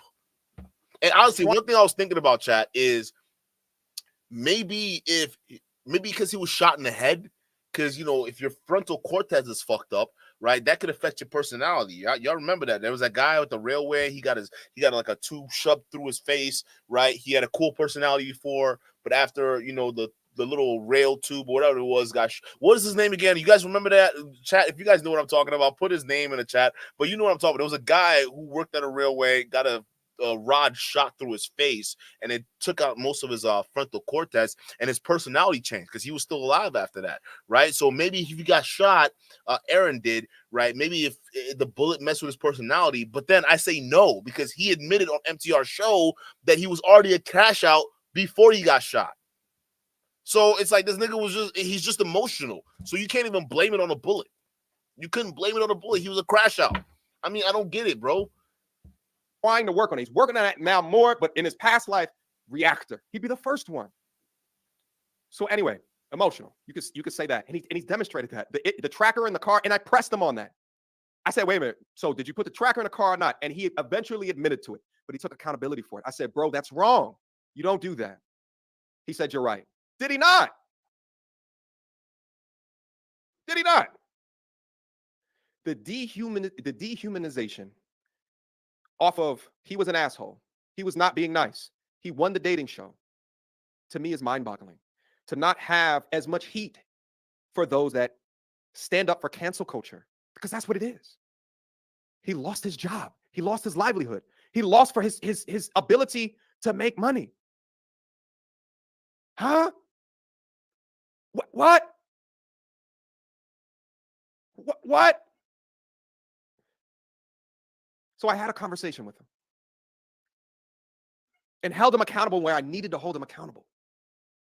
Bro, that was wrong. You shouldn't have done that. Why? Look at the live stream. Look at it. So anyway, I wanted to bring these up because inevitably this needed a conversation. We talk about things such as the male self-deletion rate. A man, he talked about how stressed that he was, right? He hadn't eaten. He hasn't been sleeping. The anxiety is overwhelming. He's got gang members from his past contacting him, sending him death threats because now they know where he is. Bruh, he literally went on a viral YouTube channel and bragged about having $100,000 in the bank. Why wouldn't gang members be after him, especially if he was a prior gang member? Yeah, I'm sorry. If I was a degenerate gang member and I realized that one of the guys I used to roll with that I haven't had a contact with all of a sudden shows up on this mainstream viral show, has a viral moment, and in that viral moment, he brags to a girl that he has $100,000 in his bank account, nigga, you about to get pop smoked. That's what's gonna happen. All right, you don't brag about your shit online and then go televise it and let everybody know where you're chilling. They're gonna try to backdoor you like you were backdoor niggas on Craigslist, kind of karma, right? That's what's gonna happen. You don't do that. He led with money, so he can't complain if gang members are looking for him or women are trying to use him for money. You can't complain with that. The moment you mention, I got 100,000 in the bank, you made yourself a target, sir. Like, I'm sorry. Is that such a wild statement to make? I mean, am I so wild with this take? This is not a wild take to make, bro. We see it happen with rappers all the time. We see it happen to all these other people who are even Instagram influencers. You brag about what you got, and there are people who are envious enough, they might just come and take it. Stop playing with these people online. If you got something, shut up. They don't need to know about it. You're just bragging to people that don't give a fuck about you anyways. He talked about these different things. But there needs to be progression. This is cancel culture slipping over into real life. He could have been broken by this. And he may have become a statistic.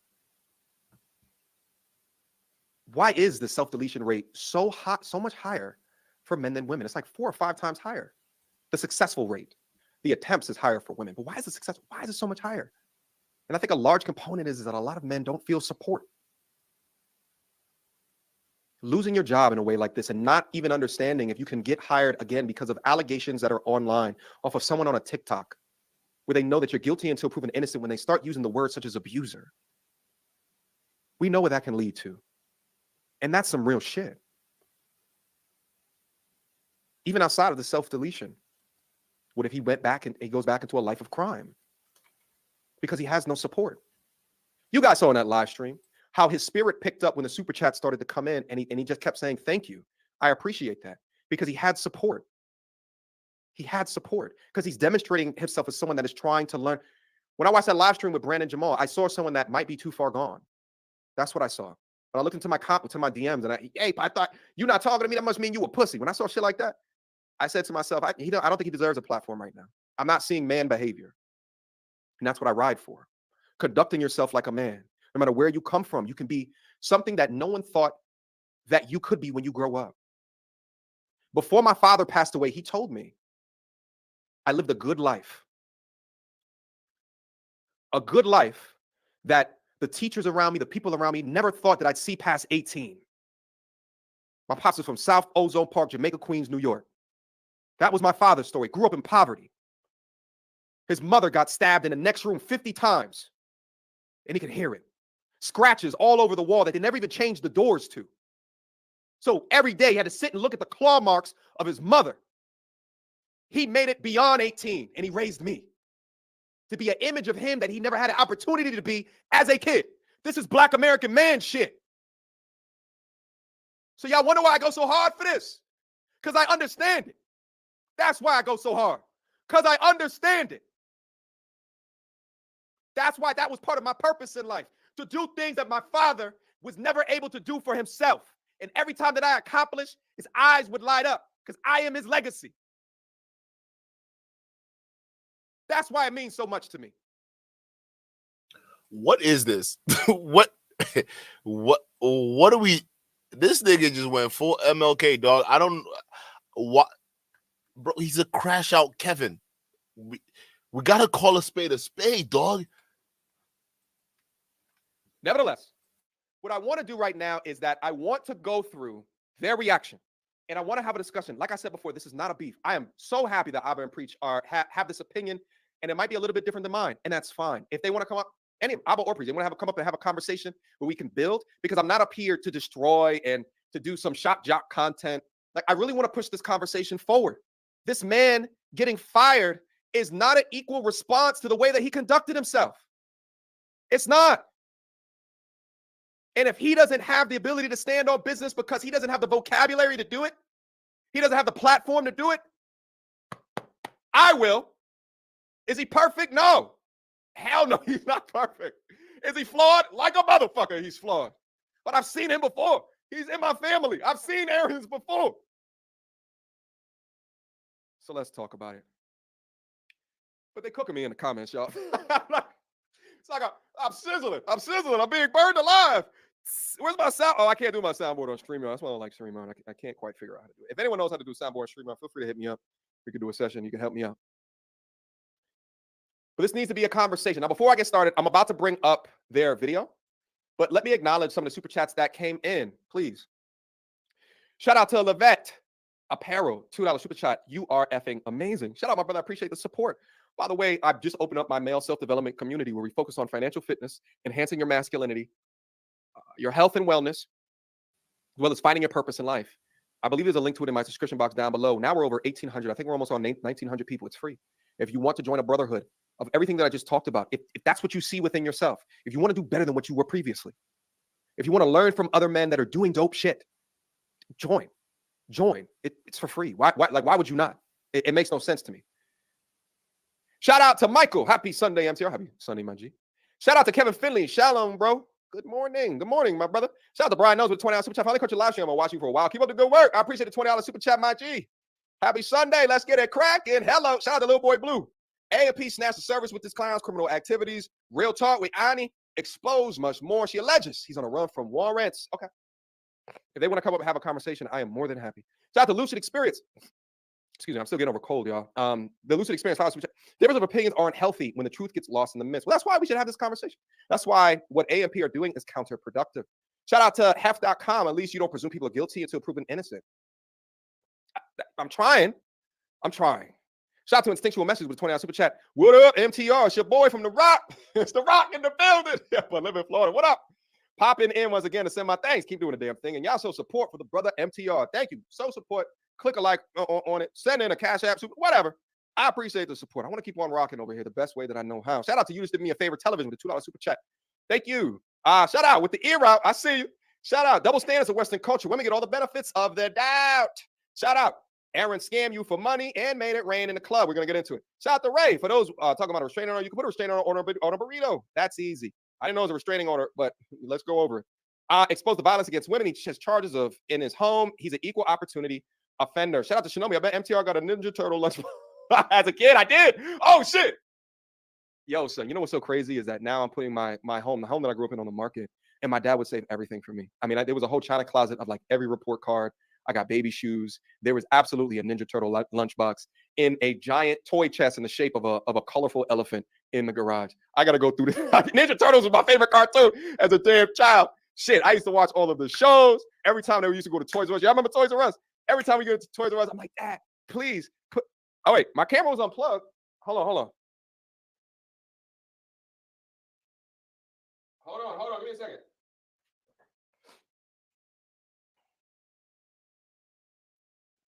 Hold on. Like, I get you're not a live streamer, MTR, but I mean, we gotta know these things, bro. Let's skip ahead here. But I did my own personal research on the man. Go ahead, bro. So dude's a felon. But then again, it doesn't mean anything. I know some people that are felons, and that was him. Well, that's him a little bit younger. Yeah, he was younger. Yeah.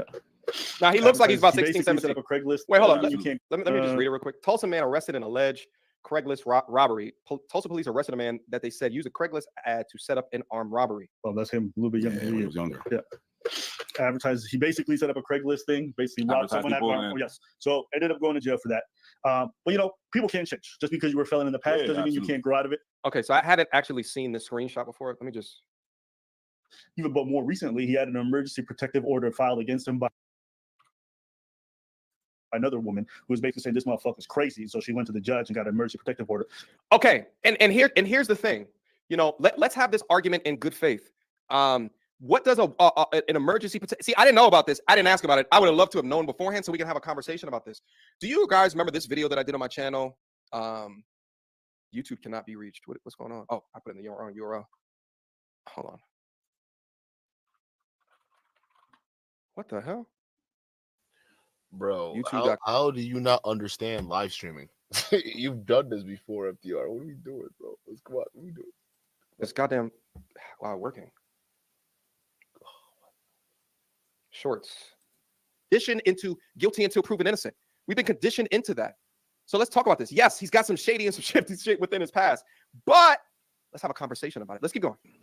Isn't that what you said the first video? Yeah. You said, if you see someone like that, I wouldn't be surprised of X, Y, and Z. You said exactly that. Should he leave his job? I mean, he claims. Women Because utilize remember, he was arguing restraining with that one girl. orders. And she was like, "Oh, you probably live with your roommate." People He's use like, I could restraining pull out orders. 100K now. Okay. But one thing about me, I could pull 100,000 out of the bank. Can you do the same? And now he's Now you got to go for funny me. for 10,000. This dude's a fraudster. And you know what? He did the same thing with the ex. One time he was really, really mad at me and threw the text free app because I had his number blocked. He texted me a picture of his bank account, which this is a receipt. His name right there, Aaron. I don't know what pro extra member means. I have no idea what all of this means. Supposedly this was his balance. So you don't know what this receipt is, but he's basically saying, "I got money." Folks in the comment side, they're like, "That's not a bank statement. That's a contractor statement for how much they spent at Home Depot this year." And we talked about that on the live stream. Because he works for a company, so he gets. You talked about it, MTR, but you didn't break it down. We broke it down on our live stream.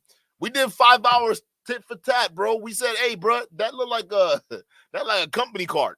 I thought it was a credit card, but it turns out it was as a contractor account, right? But I thought it was a credit card because it was like, I'm sorry. Do you really have 100K, or is that your company card? Is that your company card? Because that's what it looked like. You're flexing with your boss's money.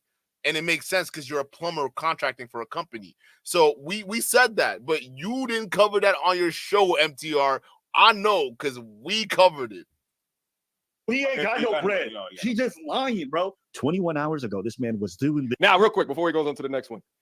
Yeah, that's some lying ass shit. Thank you, MTR, because that's crazy. How you gonna do a GoFundMe, dog, and you out here on the club spreading money? What happened to you? What happened to your humanitarian efforts? Huh? Look at you, huh? Look at you. How you go from this to this after getting fired? Make it make sense. So crazy. Within the receipt, it says the Home Depot shit, and it looked like a business card. It looked like he was plumbing for a business with ties to some shit. He gonna be like, I'm gonna get you back for not being good to me in a relationship. Look at what you're missing out of. $257,000. That shit is whack. Yikes. That's a yikes situation. I agree with him there. Let's keep going. That's yikes. Full. Thank you, MTR. At least you got some sense. But that whole monologue you just did like 5 minutes ago, that's not helping your case, bro. I mean, with 49 minutes, you did a whole almost 50-minute monologue trying to justify the situation. But I'm glad on this case, him spending money like that while begging on GoFundMe, I'm glad we're all on the same page here. Team human, because this shit is weird, bro. Like Aaron, you look like a clown. You need to stop this nonsense. Stop. That's some lying ass shit. Aaron, what were you doing? Aaron, if you want to call back in on that one, we talked about that on the live stream. That shit was whack. Absolutely. You might want to be careful, bro. Listen, I'm noticing too many similarities between MTR and Aaron with Saint the Sinner and then Brandon Jamal, right? Because Saint the Sinner and Brandon Jamal, what happened? At first, the call they had in the same car, sitting in a hot ass seat, bad Wi-Fi, okay? And what ended up happening? They were all friends, buddies on the stream. And then afterwards, when Saint the Sinner tweaked his talking points to be a little bit more critical towards Brandon Jamal crashed out.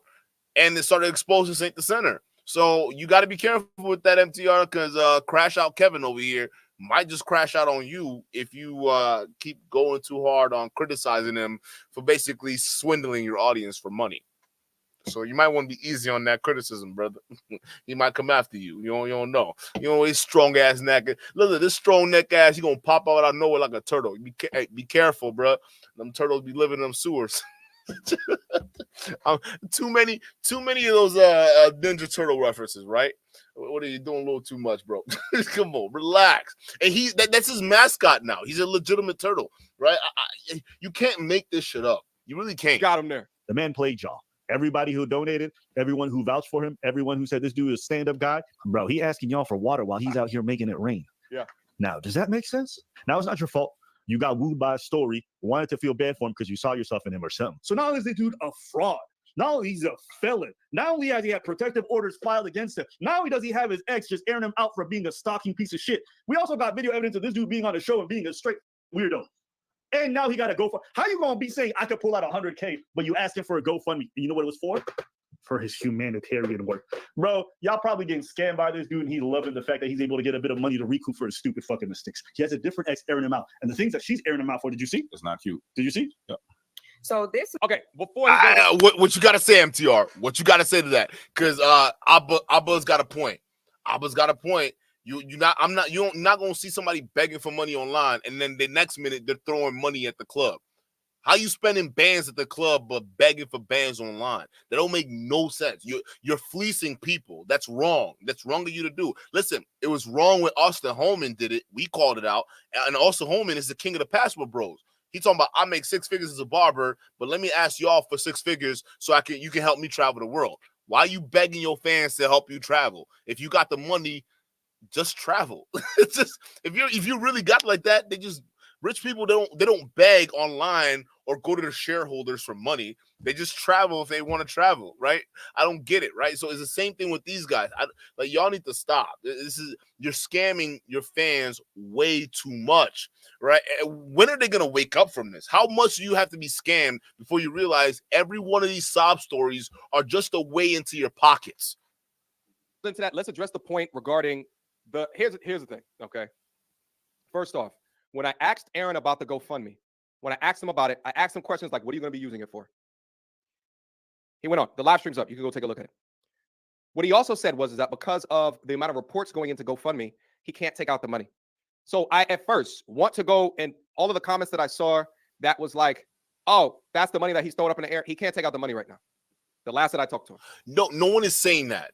No one is saying that. Obviously, listen, bro, anyone who thinks that the money you saw him thrown up at the club is the money from GoFundMe, you're an idiot, right? Because clearly we can see the funding isn't done yet, and he's not going to get all $13,000 of it because GoFundMe's got fees. Here's what we're saying.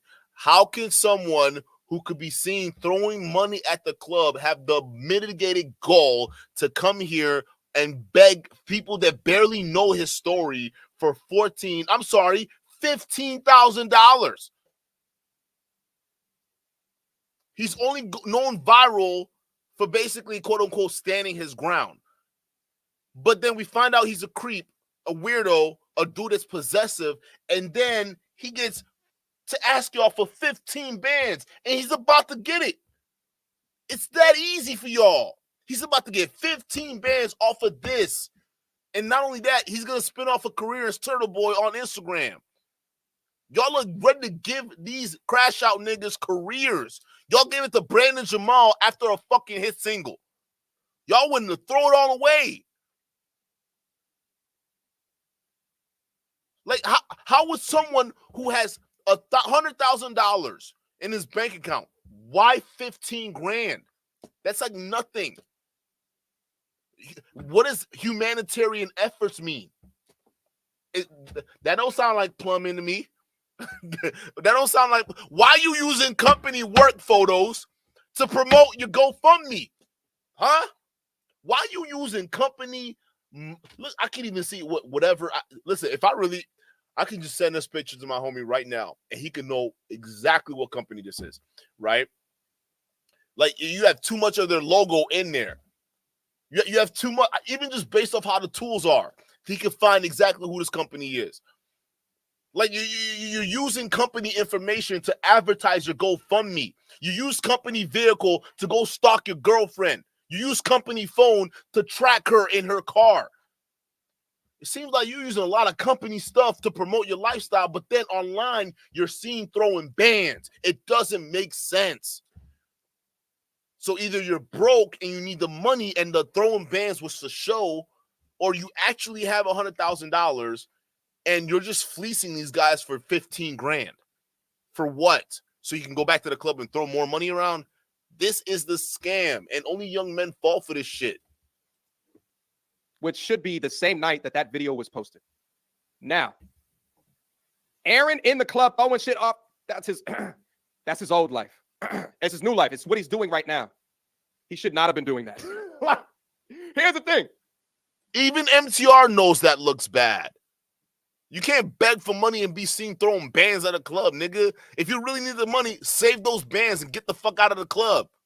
When I talked to Aaron before the live stream, one of the things I said is, how should I refer to? I actually asked him this on the live stream as well because I wanted people to hear him articulate the answer.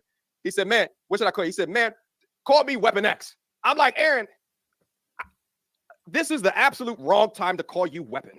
Like, it's the wrong time. It's the wrong time. You have allegations of being this, that, and third. It's the wrong time. How about we just call you Aaron Sloan? Right? That's a name that's tied to the GoFundMe. People can Google it, try to look. Yeah.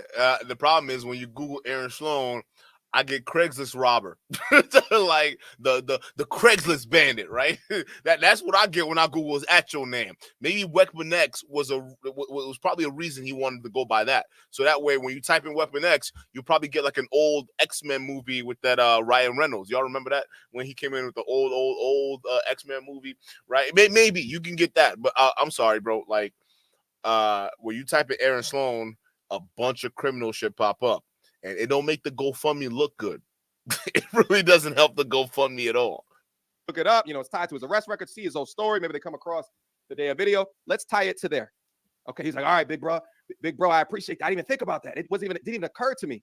The same way that didn't occur to him when I said that to him is the same way that I think that same night he's throwing money up in the air and it's not occurring to him. He's been drinking alcohol. Now, not going to make excuses for it. It looks bad as shit. It doesn't look good. Would I have done it? Absolutely not. Because he threw $25 up in the air in once. It looks crazy. It does. You shouldn't be doing that, Aaron. Bad. How do you know it was $25 in ones? It could be $2,500. How do we know how much he threw up there? Shout out to Remy with the $5 super chat. Let's get a double in the chat for Remy. Like, how do we know he was throwing $25 in ones? It seems like you're saying, MTR, you don't want to make excuses for him, but in the same breath, you're making excuses for him. Because if we go back to that photo that Alvin Preach had, how can you tell based off of this, these are ones? Being good to be in a relationship. How can you tell these are ones, bro? Aaron, what were you doing? Aaron, if you want to call back in on that, within the receipt, conversation about it. Listen, within the receipt, it says the whole. Look at that. Can you even tell? You can't even tell these are ones. You making excuses for him.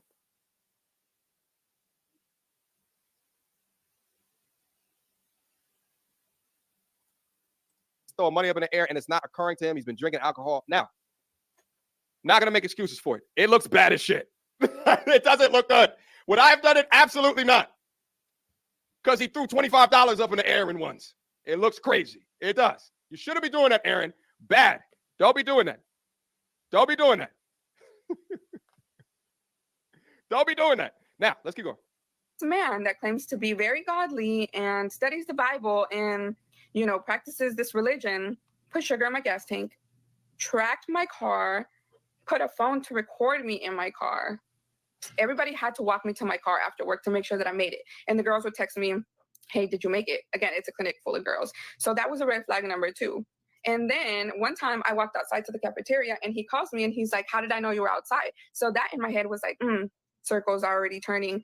I go to my car to see if he put a tracker. And then he pops up on my job, like, don't break up with me. Don't do this. Like, I'll change. I thought I was going to catch you doing something. And I was like, how did you know I was outside, right?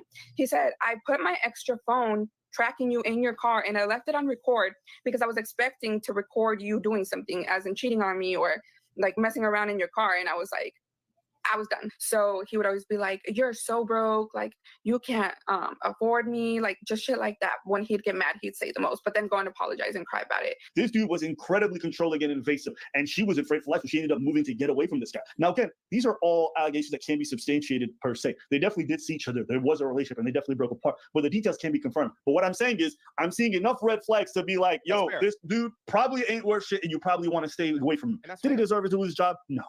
I don't advocate for people to go in and do that stuff. We don't even know if it's the reason why he lost his job was because of that show. That could be because of the ex. I'm not trusting anything this man says. That's nothing. Fair. So if he claimed that he lost his job because y'all were calling, maybe none of y'all called, and he just lost his job because XYZ. Okay. Guys, I'm gonna drop the video like right after this live stream. Excuse me. I think it's gonna be 2 videos where he's going over the whole Latina, that woman situation. But my question is, if we're gonna give her the benefit of the doubt of what she uploads on the internet and act as if that is just and that is due, then why can we also not give him the benefit of the doubt if he's saying, no, I was not at her job. I showed up to her job one time. Because of what you just said. He showed up to her job one time, and that one time on your show, he admitted he was on work time. Because after he found out she was cheating, because y'all remember he tried to justify it with the whole cheating. After he found out she was cheating, he took that company truck back to work. He claimed on your show that there were people at his job that could verify he was upset because he saw his girl at her job on company time. So what benefit of the doubt are you looking for? He exposed it on your show. What are we doing, MTR? What is this? Trying to paint me as this crazy person. Or, yes, I did put a tracker in her car. Yes, I'm toxic as shit, which he admitted to. And when he admitted to it, what did I say? Aaron, bad. Aaron. So why do you want... Wait a minute. Why do you want us to give him the benefit of the doubt then? Huh? Wait. I'm sorry. Okay. You didn't give old girl the benefit of the doubt when them videos came out with Fresh and Fit. You didn't give her the benefit of the doubt. You right off the bat called her an escort, right? Even when it's not like she came out and said, "Oh yeah, I was actually an escort and I was doing all those things." She never said that. As a matter of fact, the proof she put out there against that. But the thing is, when it's a woman, we treat her with different rules. But when it's a man, you're sitting here begging, well, why can't y'all? Why y'all ready to demonize? Because he admitted it himself. He said it. He said, what? This is why I had to play the whole reaction video first, right? The reason why I had to play that whole live stream with him and bro, right? I had to play that because you guys, I need to be fresh in your minds what that man said on MTR's stream. And then now MTR, because Abba and Preach are roasting this clown, rightfully so, for the lies he's been peddling out there. Now MTR and the rest of the pill popping spaces are asking for mercy. Like, we didn't see y'all just go crazy when the same thing would happen, but the genders were reversed. Like, this is crazy to me. Like, how y'all switch up is nuts. I'm just sitting here laughing like, wow. Like, I'm astonished, really, right? It just goes back to the observation of what I noticed with a lot of y'all pill poppers. But, like, you sit here asking for mercy. It's like, bro, he admitted to stalking her. What you want us to be sympathetic to stalkers? I'm sorry, that's crazy. Like, what are you? This is too funny. This is way too funny, bro. Like, this is insane. No, stop it. Stop doing that. That's bad. Holding him accountable. I'm not defending him for putting trackers in cars. Why would I do that? That makes no sense. That's simp behavior. That's weird behavior. But then we also had a conversation of, as men, things that we have done emotionally because we were in love with a woman. If you were to survey most of the men on this planet and have them give the story of what they did that would be viewed as a tracker in a car, you get a lot of stories. But then similarly, if you surveyed women of things that they've done when in love with a man and had them release the truth of what they did, let's talk about it. Okay, let's do it. Because we've been talking about it this whole time. Just admit that you red pillars are just as similar as the feminists you guys complain about. This is what we've been saying. Y'all the same niggas. Okay? And I know I bring up the highlight when it comes to the Daisy situation, because that's the most recent example of what happens, how these pill poppers are going to treat you if you are a woman versus if you were a man, right? Versus how these feminists treat you if you're a woman versus if you're a man. You see, on the feminist side, the feminists will give all the grace to the women, right? Without holding them accountable for all the fuckery bullshit that they do, right? Even though they know it's wrong. But then they put all the blame on the men. And we see that, right? But then these are the guys, these pill poppers are supposed to be calling out that same shit. But then you see them participating clear as day in the double standards. I need to hammer home into you guys' mindset the double standards of the red pill. This is like Fresh's 2 + 2 = 4, right? This is that moment right here. I want y'all to see this because now you're seeing exactly how when we say red pillars are feminists, but for men. This is what we're saying. He wants us to excuse all these other behaviors and characteristics we noticed about Aaron. Bro, this nigga's crazy. I'm sorry. You gotta call. I'm sorry, bro. I don't want that nigga seeing. I have a daughter. I don't want my daughter seeing a guy like that ever.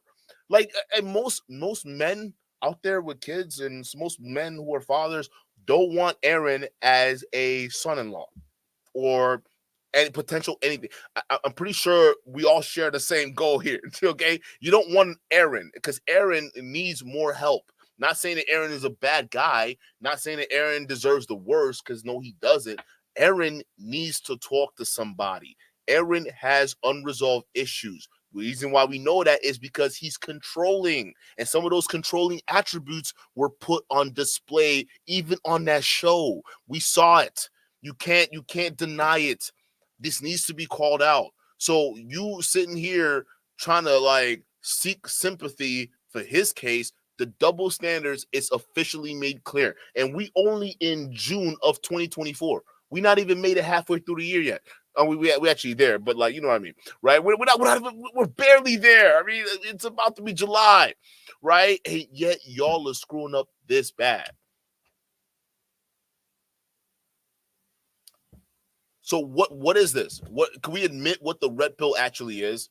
Y'all are just a bunch of feel-good massages for boys who haven't emotionally healed yet. The real healthy thing y'all should be telling Aaron right now, go seek a therapist. Stop justifying this nigga's bullshit. You're no different from these feminists, bro. Honestly, like the double standard, like this is crazy. Like I'm surprised. Am I the only one seeing this or what? Like this is crazy. But inevitably, I understand what Abba is saying because Abba is sort of like me when it comes to this logic shit, is that if you're looking at a totality of events, of information that is against him, the arrest record, all of the shit, all of these different things, I understand what Abba's saying. But it was good for me to hear from Abba again as to say, did he deserve to be fired, right? But the smoke is wholly on Aaron and his actions, all these videos that come up against him, but it's not on his behavior of the show. His behavior on the show, is that indicative of someone that should have had that happen? And why are we not having a conversation of in defense of, wait, why did the organization just let him go? Why did they cancel culture him? Why? And that's really what I'm trying to bring this conversation back into to focus on. Okay, humanize him. Understand that there's 3 sides to every story. You're justifying the double standard for men. Just hope you know you're doing that, MTR, and then you want to wonder why Homeland Security is investigating your ass. Bro, you're justifying the double standard on the other side. Stop this. If we're going to be fair, let's be fair. Stop pretending. Let's talk to each other. Let's have a conversation. Let's go back and forth. He's heavily flawed and heavily toxic, right? Does he have room to grow? I think so. Should he have had his job taken from him? I definitely think not. I'm not trusting anything this might, man. I think it's just a sympathy pull. But I mean, the update didn't surprise me. I think all the red flags I saw on the show ended up being right and more on everything we learned after. Apparently, there's even other exes who were coming out. When you have this many people airing you out, when you got a criminal history, you just can't be given that kind of leeway to be like, yo, maybe, just maybe.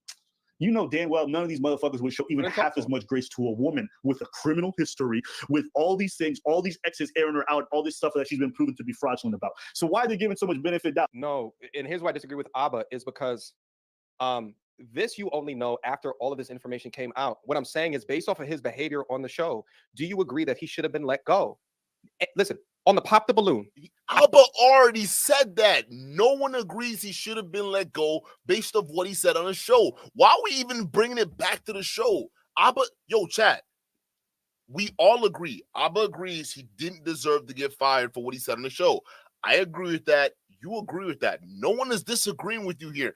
MTR, that's not even what's up for discussion. What's up for discussion is now look at what the thing is, we don't actually know why he got fired. And the thing is, I'm more inclined to say, okay, maybe there are 500 women. And even when we first did a reaction video, I was on his side. I was saying, okay, maybe those women who did do that, if these were just random women out there, they have to be toxic. They got to be crazy because, like, he didn't say anything wild. Everyone agrees with you. He didn't say anything crazy. The problem is the longer he talked on your show, the crazier he looked. And he admitted to a lot. So it was just like, hey, yo, wait a minute, bro. What if this guy might actually be guilty of that? And he just might be trying to sell us another story, right? MTR, this is all possible, right? And the thing is, our minds didn't change until he went on your show. I even said it wasn't a good idea for him to do that. And even on your show, I mean, good job pressing him, but there were a lot of things that you could have pressed him further on that could have cleared some things up. He lied multiple times, and y'all saw it at the start of this channel. We called it out before we even went into this reaction. He lied to his MTR's fans 5 times. He got a baby. He's got a kid out there. Go take care of your kid. I can bring up situation of woman after woman who was way more disrespectful than Aaron was to men, and none of them have had their jobs taken away. That's what I'm saying. I understand all of this conversation about benefit of the doubt. I understand all this, but there is so much evidence out there of the opposite gender doing way worse than what Aaron did. No one called their jobs. Nobody. No, they have the power. You don't find it strange that someone like Aaron can say the most mild thing, and that even people who are on the, like Abam Preach, on the blue pill side, you would consider agree that was wrong. So you don't find that strange? So he says 500 women called, and that's why he got fired. But then we start uncovering all these stories on your show that it turns out he was using company truck equipment to go visit his ex while she's at work. He's using company phone to track his girl and listening on her conversations. I mean, she exposed it on TikTok, and there are a lot more normal people on TikTok than they are on YouTube or some of these other platforms like Rumble. Hell, ain't nobody going on Rumble, not for now. But still, right? So I'm pretty sure somebody saw her video on TikTok. Someone recognized you. Or could it just possibly be your ex-girlfriend is such a toxic person that she may have had something to do with 500 women calling into your job for a show where you didn't even say anything crazy? I wouldn't even consider it crazy. You were passive aggressive, but you weren't crazy.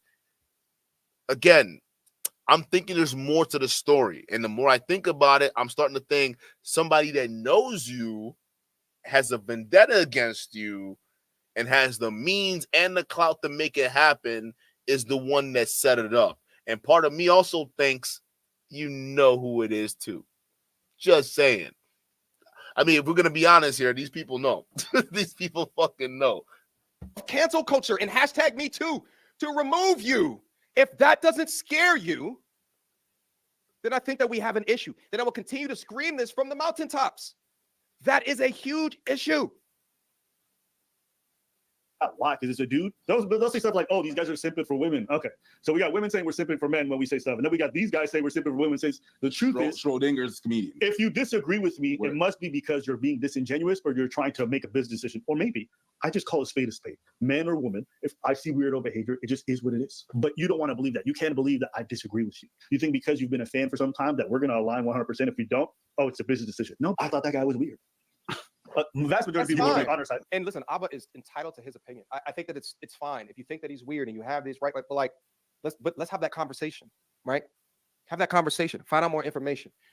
Yeah, that's what we did, and we found out more information. Nigga's a career criminal. He's a career criminal. The more information we found out, it didn't make him look good. And it wasn't like this shit was fabricated either. This wasn't a fresh and fit fabrication situation. Ain't nobody doctored any fucking edited anything. Bro, this was, you look up his name, this is what you find. We had the conversation. This nigga is guilty. He's guilty, bro. What other conversation do you want to have? I don't even know how far you want to take it, bro. You can't take it further than the nigga's guilty. He did this shit. He got a restraining order right now. He can't even see his kid. He's guilty. The deeper you go, the worse it gets. Like, matter of fact, for his sake, we probably should not go any deeper. MTR, I think this is where all of it needs to stop. The deeper we find, or the deeper we dig, the more we find, right? This is not looking good at all. Not for him anyway. I said at the beginning of the stream, to take a 15-minute video and have thousands of people judge him off of that, I think it's not fully encompassing of the nuances of being a human being. He's had a trial, judge and jury, and verdict of get fired from your position based off of what I saw was not deserving of being fired. This is crazy. Like, this is insane. But there's a lot of people who felt like he wasn't being disrespectful. Yeah. And I had to go watch it back. I don't know how you can watch that guy interact with women and saying he wasn't escalating well beyond whatever they said. We're going to go word by word. Sure. And you guys don't tell me who's really out of pocket, okay? Why you popped your balloon. All right. So they're going to go through all the stuff that we already skipped. Again, I think this is like, hold up. He ends up reacting to it too. I don't want to react to this whole shit. Hold up. Let's go. Here we go. Right here. We'll go right here. Because they're going to go right back to the show. We already saw the show. We already saw that. Listen, my stance is what it stands at, right? The first girl he got an attitude with, it was fair game, right? Because she rejected him based off of looks. And that was probably things he couldn't control, right? Because she said, oh, chemistry and all this stuff. Is like, he didn't even say a word and you popped your balloon. Fine, right? So it was a looks thing. The black pillars are clapping their hands right now, okay? But the fact that he started getting an attitude with every girl that had an objection or they let him down nicely. It was like, bro, this is now borderlining insecure activity, my dog. Like, what is it? Because there's a fine line between confidence and insecurity, bro. And people who are massively insecure that are good at masquerading as confident people. Okay, they're very good at it. But they're massively insecure. And oftentimes they're tells. He had multiple tells on that show. He kept going back and forth with every girl. He didn't know how to play it off. He couldn't be smooth. He didn't know how to interact. He was too straightforward. He wasn't good. He just wasn't good. All right. If anyone is picking him, it's based off of his, maybe they like his body type or they like his physique, but they're not picking him because he has a personality. She got to not be promiscuous. As long as she's not promiscuous, we're good. That's what I'm saying. I gotta be again. No personality, no nothing, no smoothness. The contestants before him had way better personality than he did. Just saying, he didn't earn it. He's got problems. Anybody right there can clear as day see. Okay, you're clapping back at all these girls. Stop. Slow down. All right. Are you good? Is this getting to you? And then he stayed on that one girl in the blue for a minute. Like, why go back and forth with her? Right? He stayed with the girl in the girl in the red with the, why are you looking over here? My eyes are up here. Y'all remember her, right? He stayed on her, going back and forth like a little catty person, and then went on all the girl in the blue. Bro, why? These are patterns. This is narcissistic activity. You can't fathom a rejection. It's a problem. It's nobody else's fault but yours. And there are people who are smarter than you that can call it out. Sometimes women are good at even just feeling that vibe, right? But you got to understand, most dudes, if you have this kind of mentality and you agree with this guy that he did nothing wrong, you're likely giving off the same vibe. So you can't be surprised why women are running away from you or why you can't find any girls. Out on soft skills that I might have learned.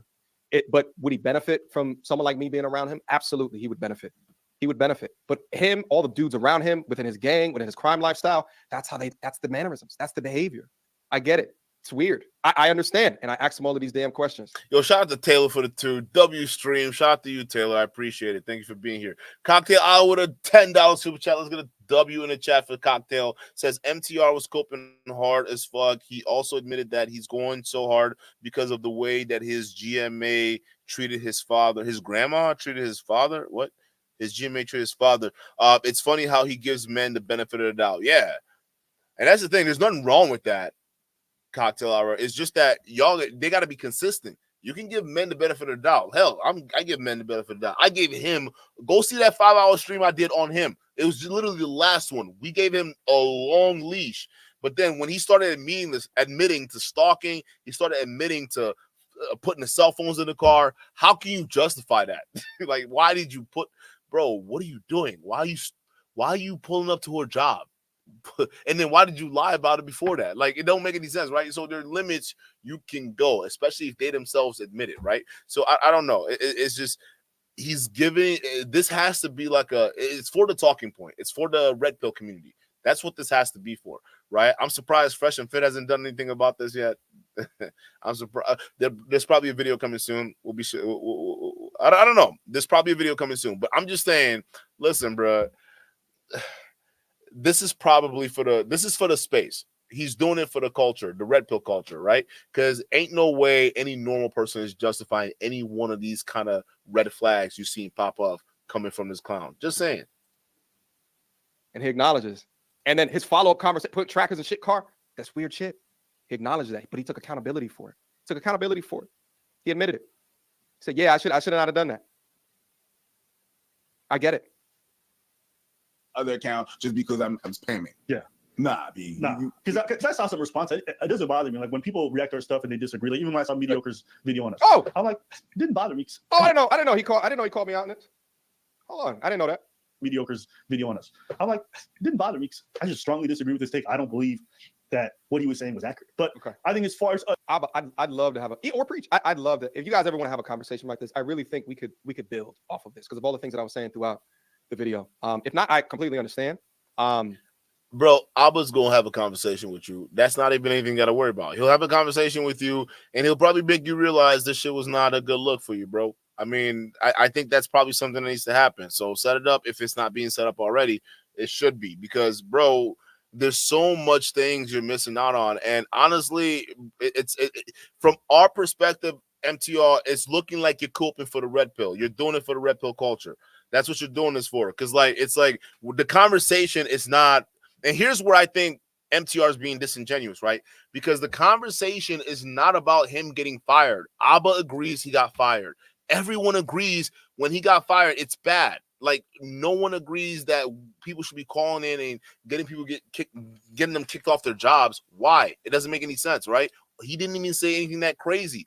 But when you start compounding all the other things, and then you start to say, maybe his appearance on the show and the attitude we saw might be connected to the background information we're now seeing. And it's true. Like, he's got a restraining order from his alleged baby moms. His ex-girlfriend is saying this guy is a control freak. He followed me at my job using company car.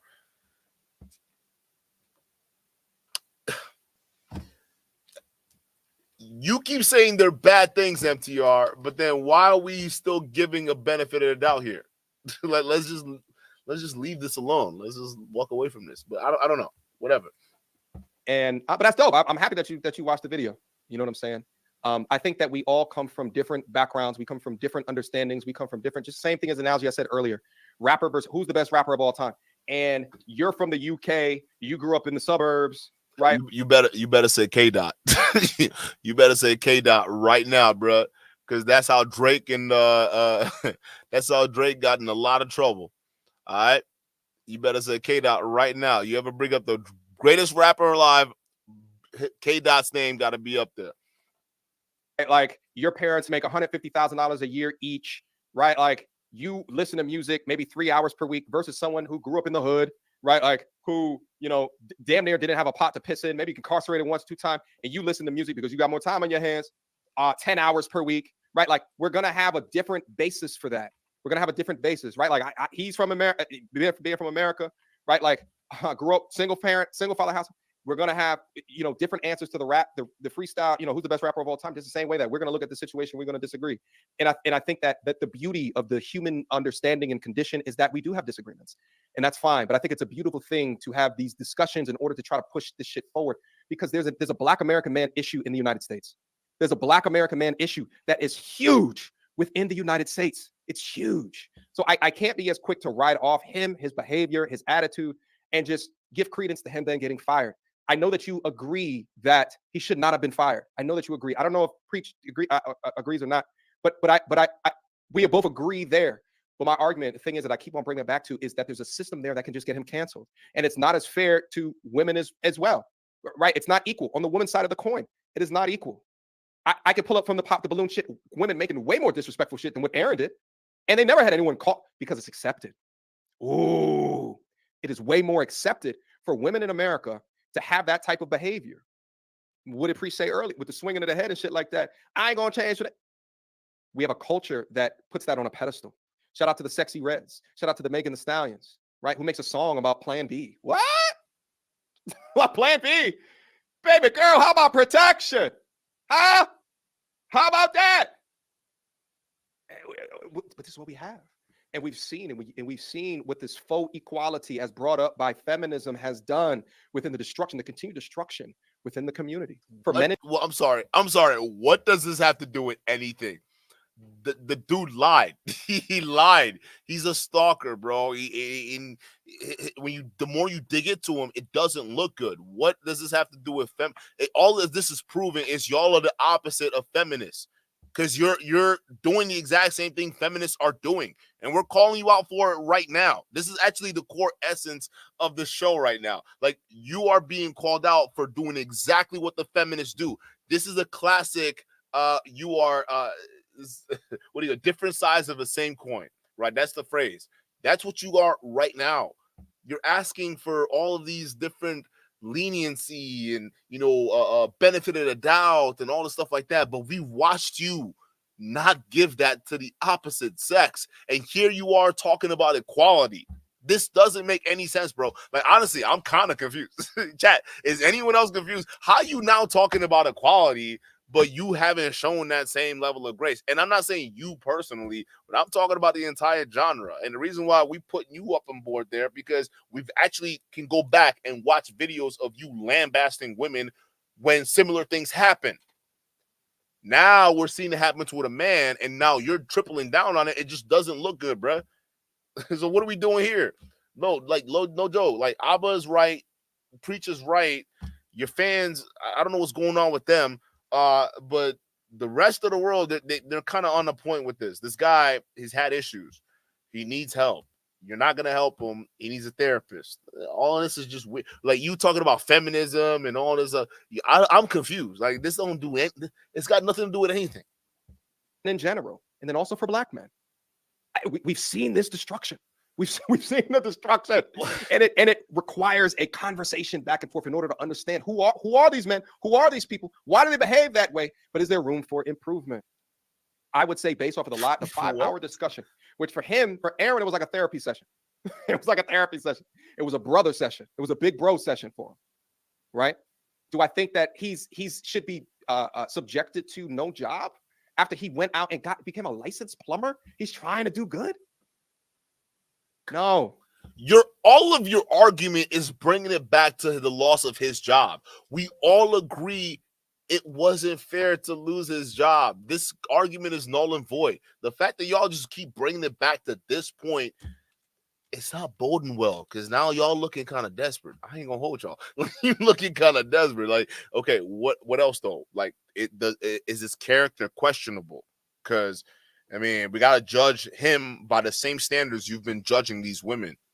We got to be honest. That's all they're saying. That's all Abba and Preacher saying. If you're going to judge these women, if you're going to spend however long you spent, I don't know. Will y'all remember when MTR switched up his content? Y'all remember when he started doing that? I don't know. If you can start out from that date when MTR switched up the content till now, okay, the way y'all were judging these women, all right, why does it got to be different for these guys now? Why has it got to be flipped for these guys now? Why can't we hold them to the same standards you've been judging these women? And that's all we're asking you to do. And y'all niggas are fumbling. How you fumbling this hard? Like, this is great. You keep bringing it back to, he doesn't deserve to get fired. We know. We agree. Everybody in my chat agrees. We all agree. Put a 1 if you agree. He didn't deserve to get fired. I don't agree with that. They don't agree with that. Why you keep bringing it back to this? Can we move on to another topic? Like, what is it? This is looking desperate. I don't like this. Do I think that he needs help with how to conduct himself around women? Yes. Yes. Absolutely. Shit, he'll tell you himself. Yeah, I was sipping.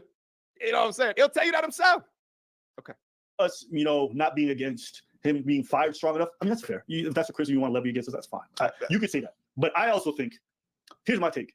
If you have a professional job, you probably shouldn't be clout chasing online. Fair. And I don't even think what I'm saying is odd. Almost everyone I know who has a professional job don't want to be involved in videos like these because it's going to affect them at their job potentially. They don't want to get fired. They don't want their workplaces to find them. Fair. Me saying that I don't think is a hot take. No, it's Does not he deserve to get fired? No, but it doesn't matter what he deserves. We live in the world of business. Everyone's about their bottom line. If you're a bad PR story, they will fire you. This is where I disagree. This is where I disagree. And I know I've been saying a lot of it. Let me get this poll off of the screen real quick. Hold on. Let me get this poll off. No. We come because here's the thing. It's about the image. This is the color purpling of the black man within America. We complain about how police officers respond to black men in certain situations. There is that exists. But what I've said is what I've been trying to do from a media perspective is try to re-engineer what our image is. Shit, I just listened to a fucking live stream where Sneeko is saying that most black men in America are lazy. What? Most? It's not that a people is lazy. It's not. Hey, time out. Didn't this nigga literally come on your stream and admit to not paying this woman any rent for the length of time he stayed at her place? Huh? What he paid for gas and food for the kids, right? And then admitted to later future faking her and to say, oh, we're going to get married, baby. I'm going to get you a ring. Didn't pay for nothing. So now while we... You see the double standard, bro. This is crazy. There was a scientific study that did a sampling of different races of men, and then he's bringing up examples, and he's talking about what a Nigerian men in America, without the intelligence to understand, but perhaps the Nigerian men in America make that much money, or is that within their communities because they were able to escape where the other ones exist, where the mediocre ones exist. And the mediocre ones are fucking scamming in Africa, sending you Nigerian prince emails trying to get your money without even an understanding of that. Shit, but we have stereotypes that exist even with the Asian community. There is this understanding that Asian people are better in math. The thing is that they come from their home country to study at universities within America. And more often than not, these are their best and brightest, or those that come from a high socio-economic background. So they come over here, they kill it, they try to get the H1V1, and then the stereotype persists because more often than not, you're seeing these high degrees of education. Meanwhile, you go over there and do you know how visa lotteries work? They don't favor high net worth people. High net worth people can literally just buy visas, or get alone. The easiest way is you come to the country and go to school. There's a visa for that too, right? I don't get it, bro. Do you know how your country's immigration? Like, there's so many avenues for visas. It's not even funny, bro.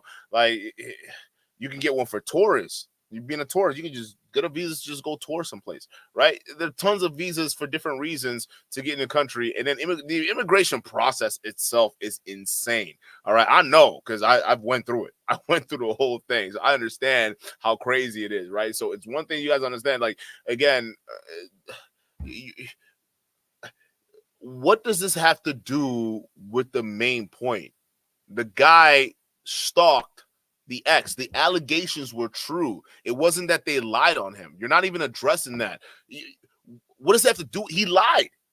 She was telling the truth. He did some crazy shit. Can we hold him accountable now or what? Like, that stuff was crazy. And there's bad math Asian students over there like a motherfucker. But we're seeing a biased sampling or a biased result within the states because of that. There's not an understanding of that at all. There's just surface level understanding without peeling back the dirty onion of how to critically think through these points. Sneeko made a bonehead ass statement, which is just so ridiculous that he can say things like that and expect to be unchallenged in the way that he says it. It's ridiculous. He was challenged by Tariq Nasheed. It was brutal. That's why we laughed at him. It was hilarious. I had a ball. I had an absolute ball. Okay, Sneeko got called out. What's happened to Sneeko is no different than what's happened to Aaron right now. All right, he's getting called out. So he said some wild things. His behavior basically gave people a reason to look into him, and now all these things are being uncovered. I don't see a difference between him and Sneeko, to be honest with you. They both getting exposed. I mean, what's the point of what you're making here, MTR? That he could say things like that. But I think it's also ridiculous that with this color purpling of America, where they legitimately have women, shout out to Kevin Samuels, thinking that black women, more often than not, are walking around with their eyes hanging out their sockets in the 20s. Meanwhile, that's when they had the highest marriage rate. It's crazy. It's crazy. The color purpling of America to black men has done irreparable damage. And now you have those in the irreparable what? The only irreparable damage that was done was by him on your show. He admitted to all that stuff. Honestly, if we just kept it at what the girl said on TikTok and he kept quiet, it would have been okay, she's saying these things, but no one can really verify it type shit. But the fact that he went on your show and verified a lot of things that you called out, what are we talking about? This is just media that continue to perpetuate, not me, not college educated, right? Worked at top 10 corporations, right? Went off and got my MBA, studied my fucking ass off. Not that there's me's in the world. It show me's, but show the Pookie, show the Ray Rays, show the things up on the news. Utilize that to continue this victimhood narrative with the United States. And all of these men fall hook, line, and sinker to this victimhood shit.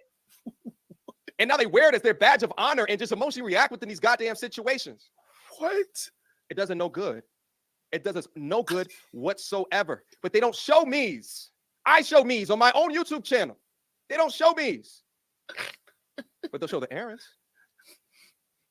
They will show the errands. And not only that they will show the errands, they will monetize the errands. Oh, we're done.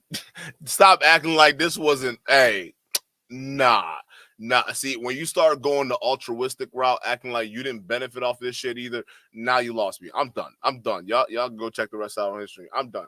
This is ridiculous, bro. You first started out your stream saying, oh, well, he was wrong on certain things, and, I called him on certain things, but then you proceeded to go ahead and gloss this nigga through the entire stream. Like, bro, what are we doing? He was wrong, and he lied. Bro, forget the fact that he embarrassed himself, the way he embarrassed himself on your show, right? He lied to your fans on your show.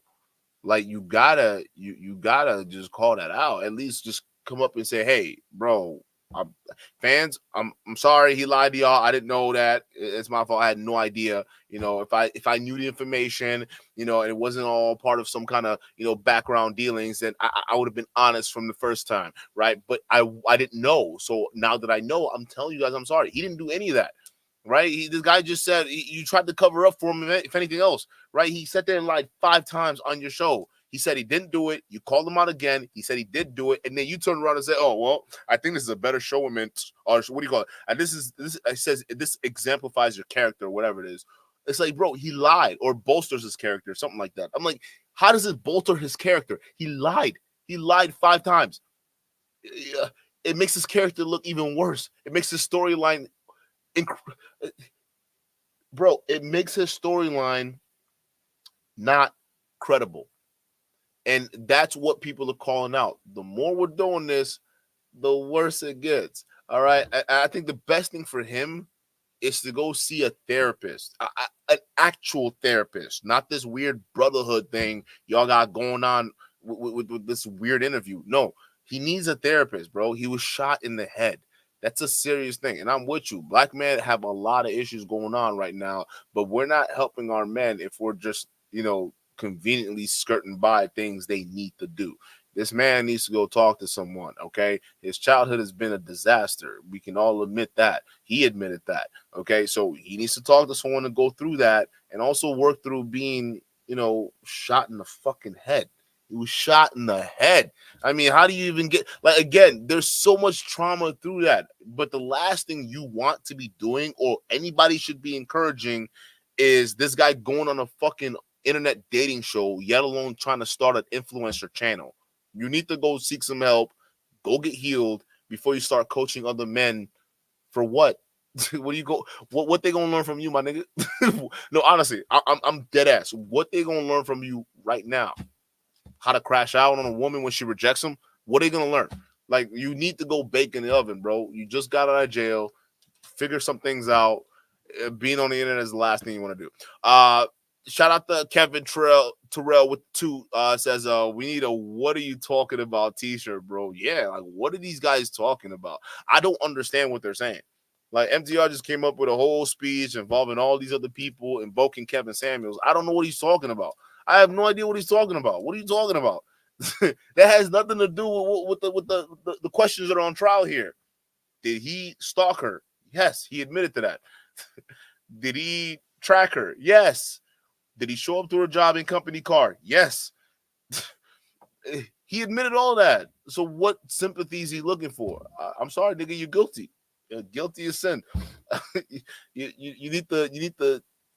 Because the thing is, chat, we're laughing about this now. Let me just get serious. This is the last thing I'm gonna say. This is the last thing I'm gonna say, right? Because we're laughing about this now. But this guy, it's not stopping him from getting another relationship. And there could be another woman involved. And the same cycle might repeat themselves. And before you know it, this woman might not be so lucky. We're not saying nothing. We're not saying anything else. We're just saying some things you just gotta check. Okay. If every other normal man, and these are just men saying something's up with that guy, his emotions not 100%.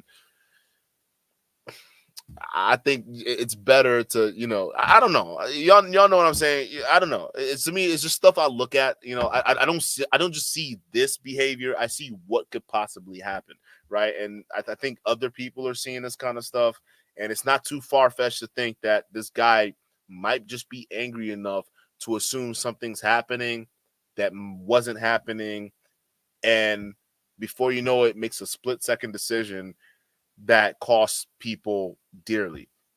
It could happen. It could very well happen. That's a serious thing, and we got to consider that. So although we like to laugh at these guys here, there's some things you seriously got to consider, because it does happen in this world. People who are emotional got to fix themselves before they get in a relationship. But that's all I got for you guys, chat. Let me know what you think about this weird ass saga. What do you think about MTR's take on this? What do you think about Abba Preacher's take on it? Where you guys fall on the ladder? Let me know in the comment section. Let me know in the chat below. I appreciate y'all being here. I personally think this is a wild situation, and just the way it unfolded is crazy. Now, do you guys think there's going to be a beef between Abba and Preach versus MTR? I personally don't think so. It's weird to beef over a man. Why are we beefing over a dude? He's a weird dude, bro. Let's leave him alone. It sounds even weirder starting a beef over a dude. A random dude out of prison. How does that work? I don't think it's gonna get to that far. I think this is just the extent of it's gonna go. Maybe you're gonna get the views and everybody's gonna be happy for it, but it's gonna die off. But shout out to you guys. I appreciate you being here, and I'm gonna catch you guys on the next one. Peace. But ass.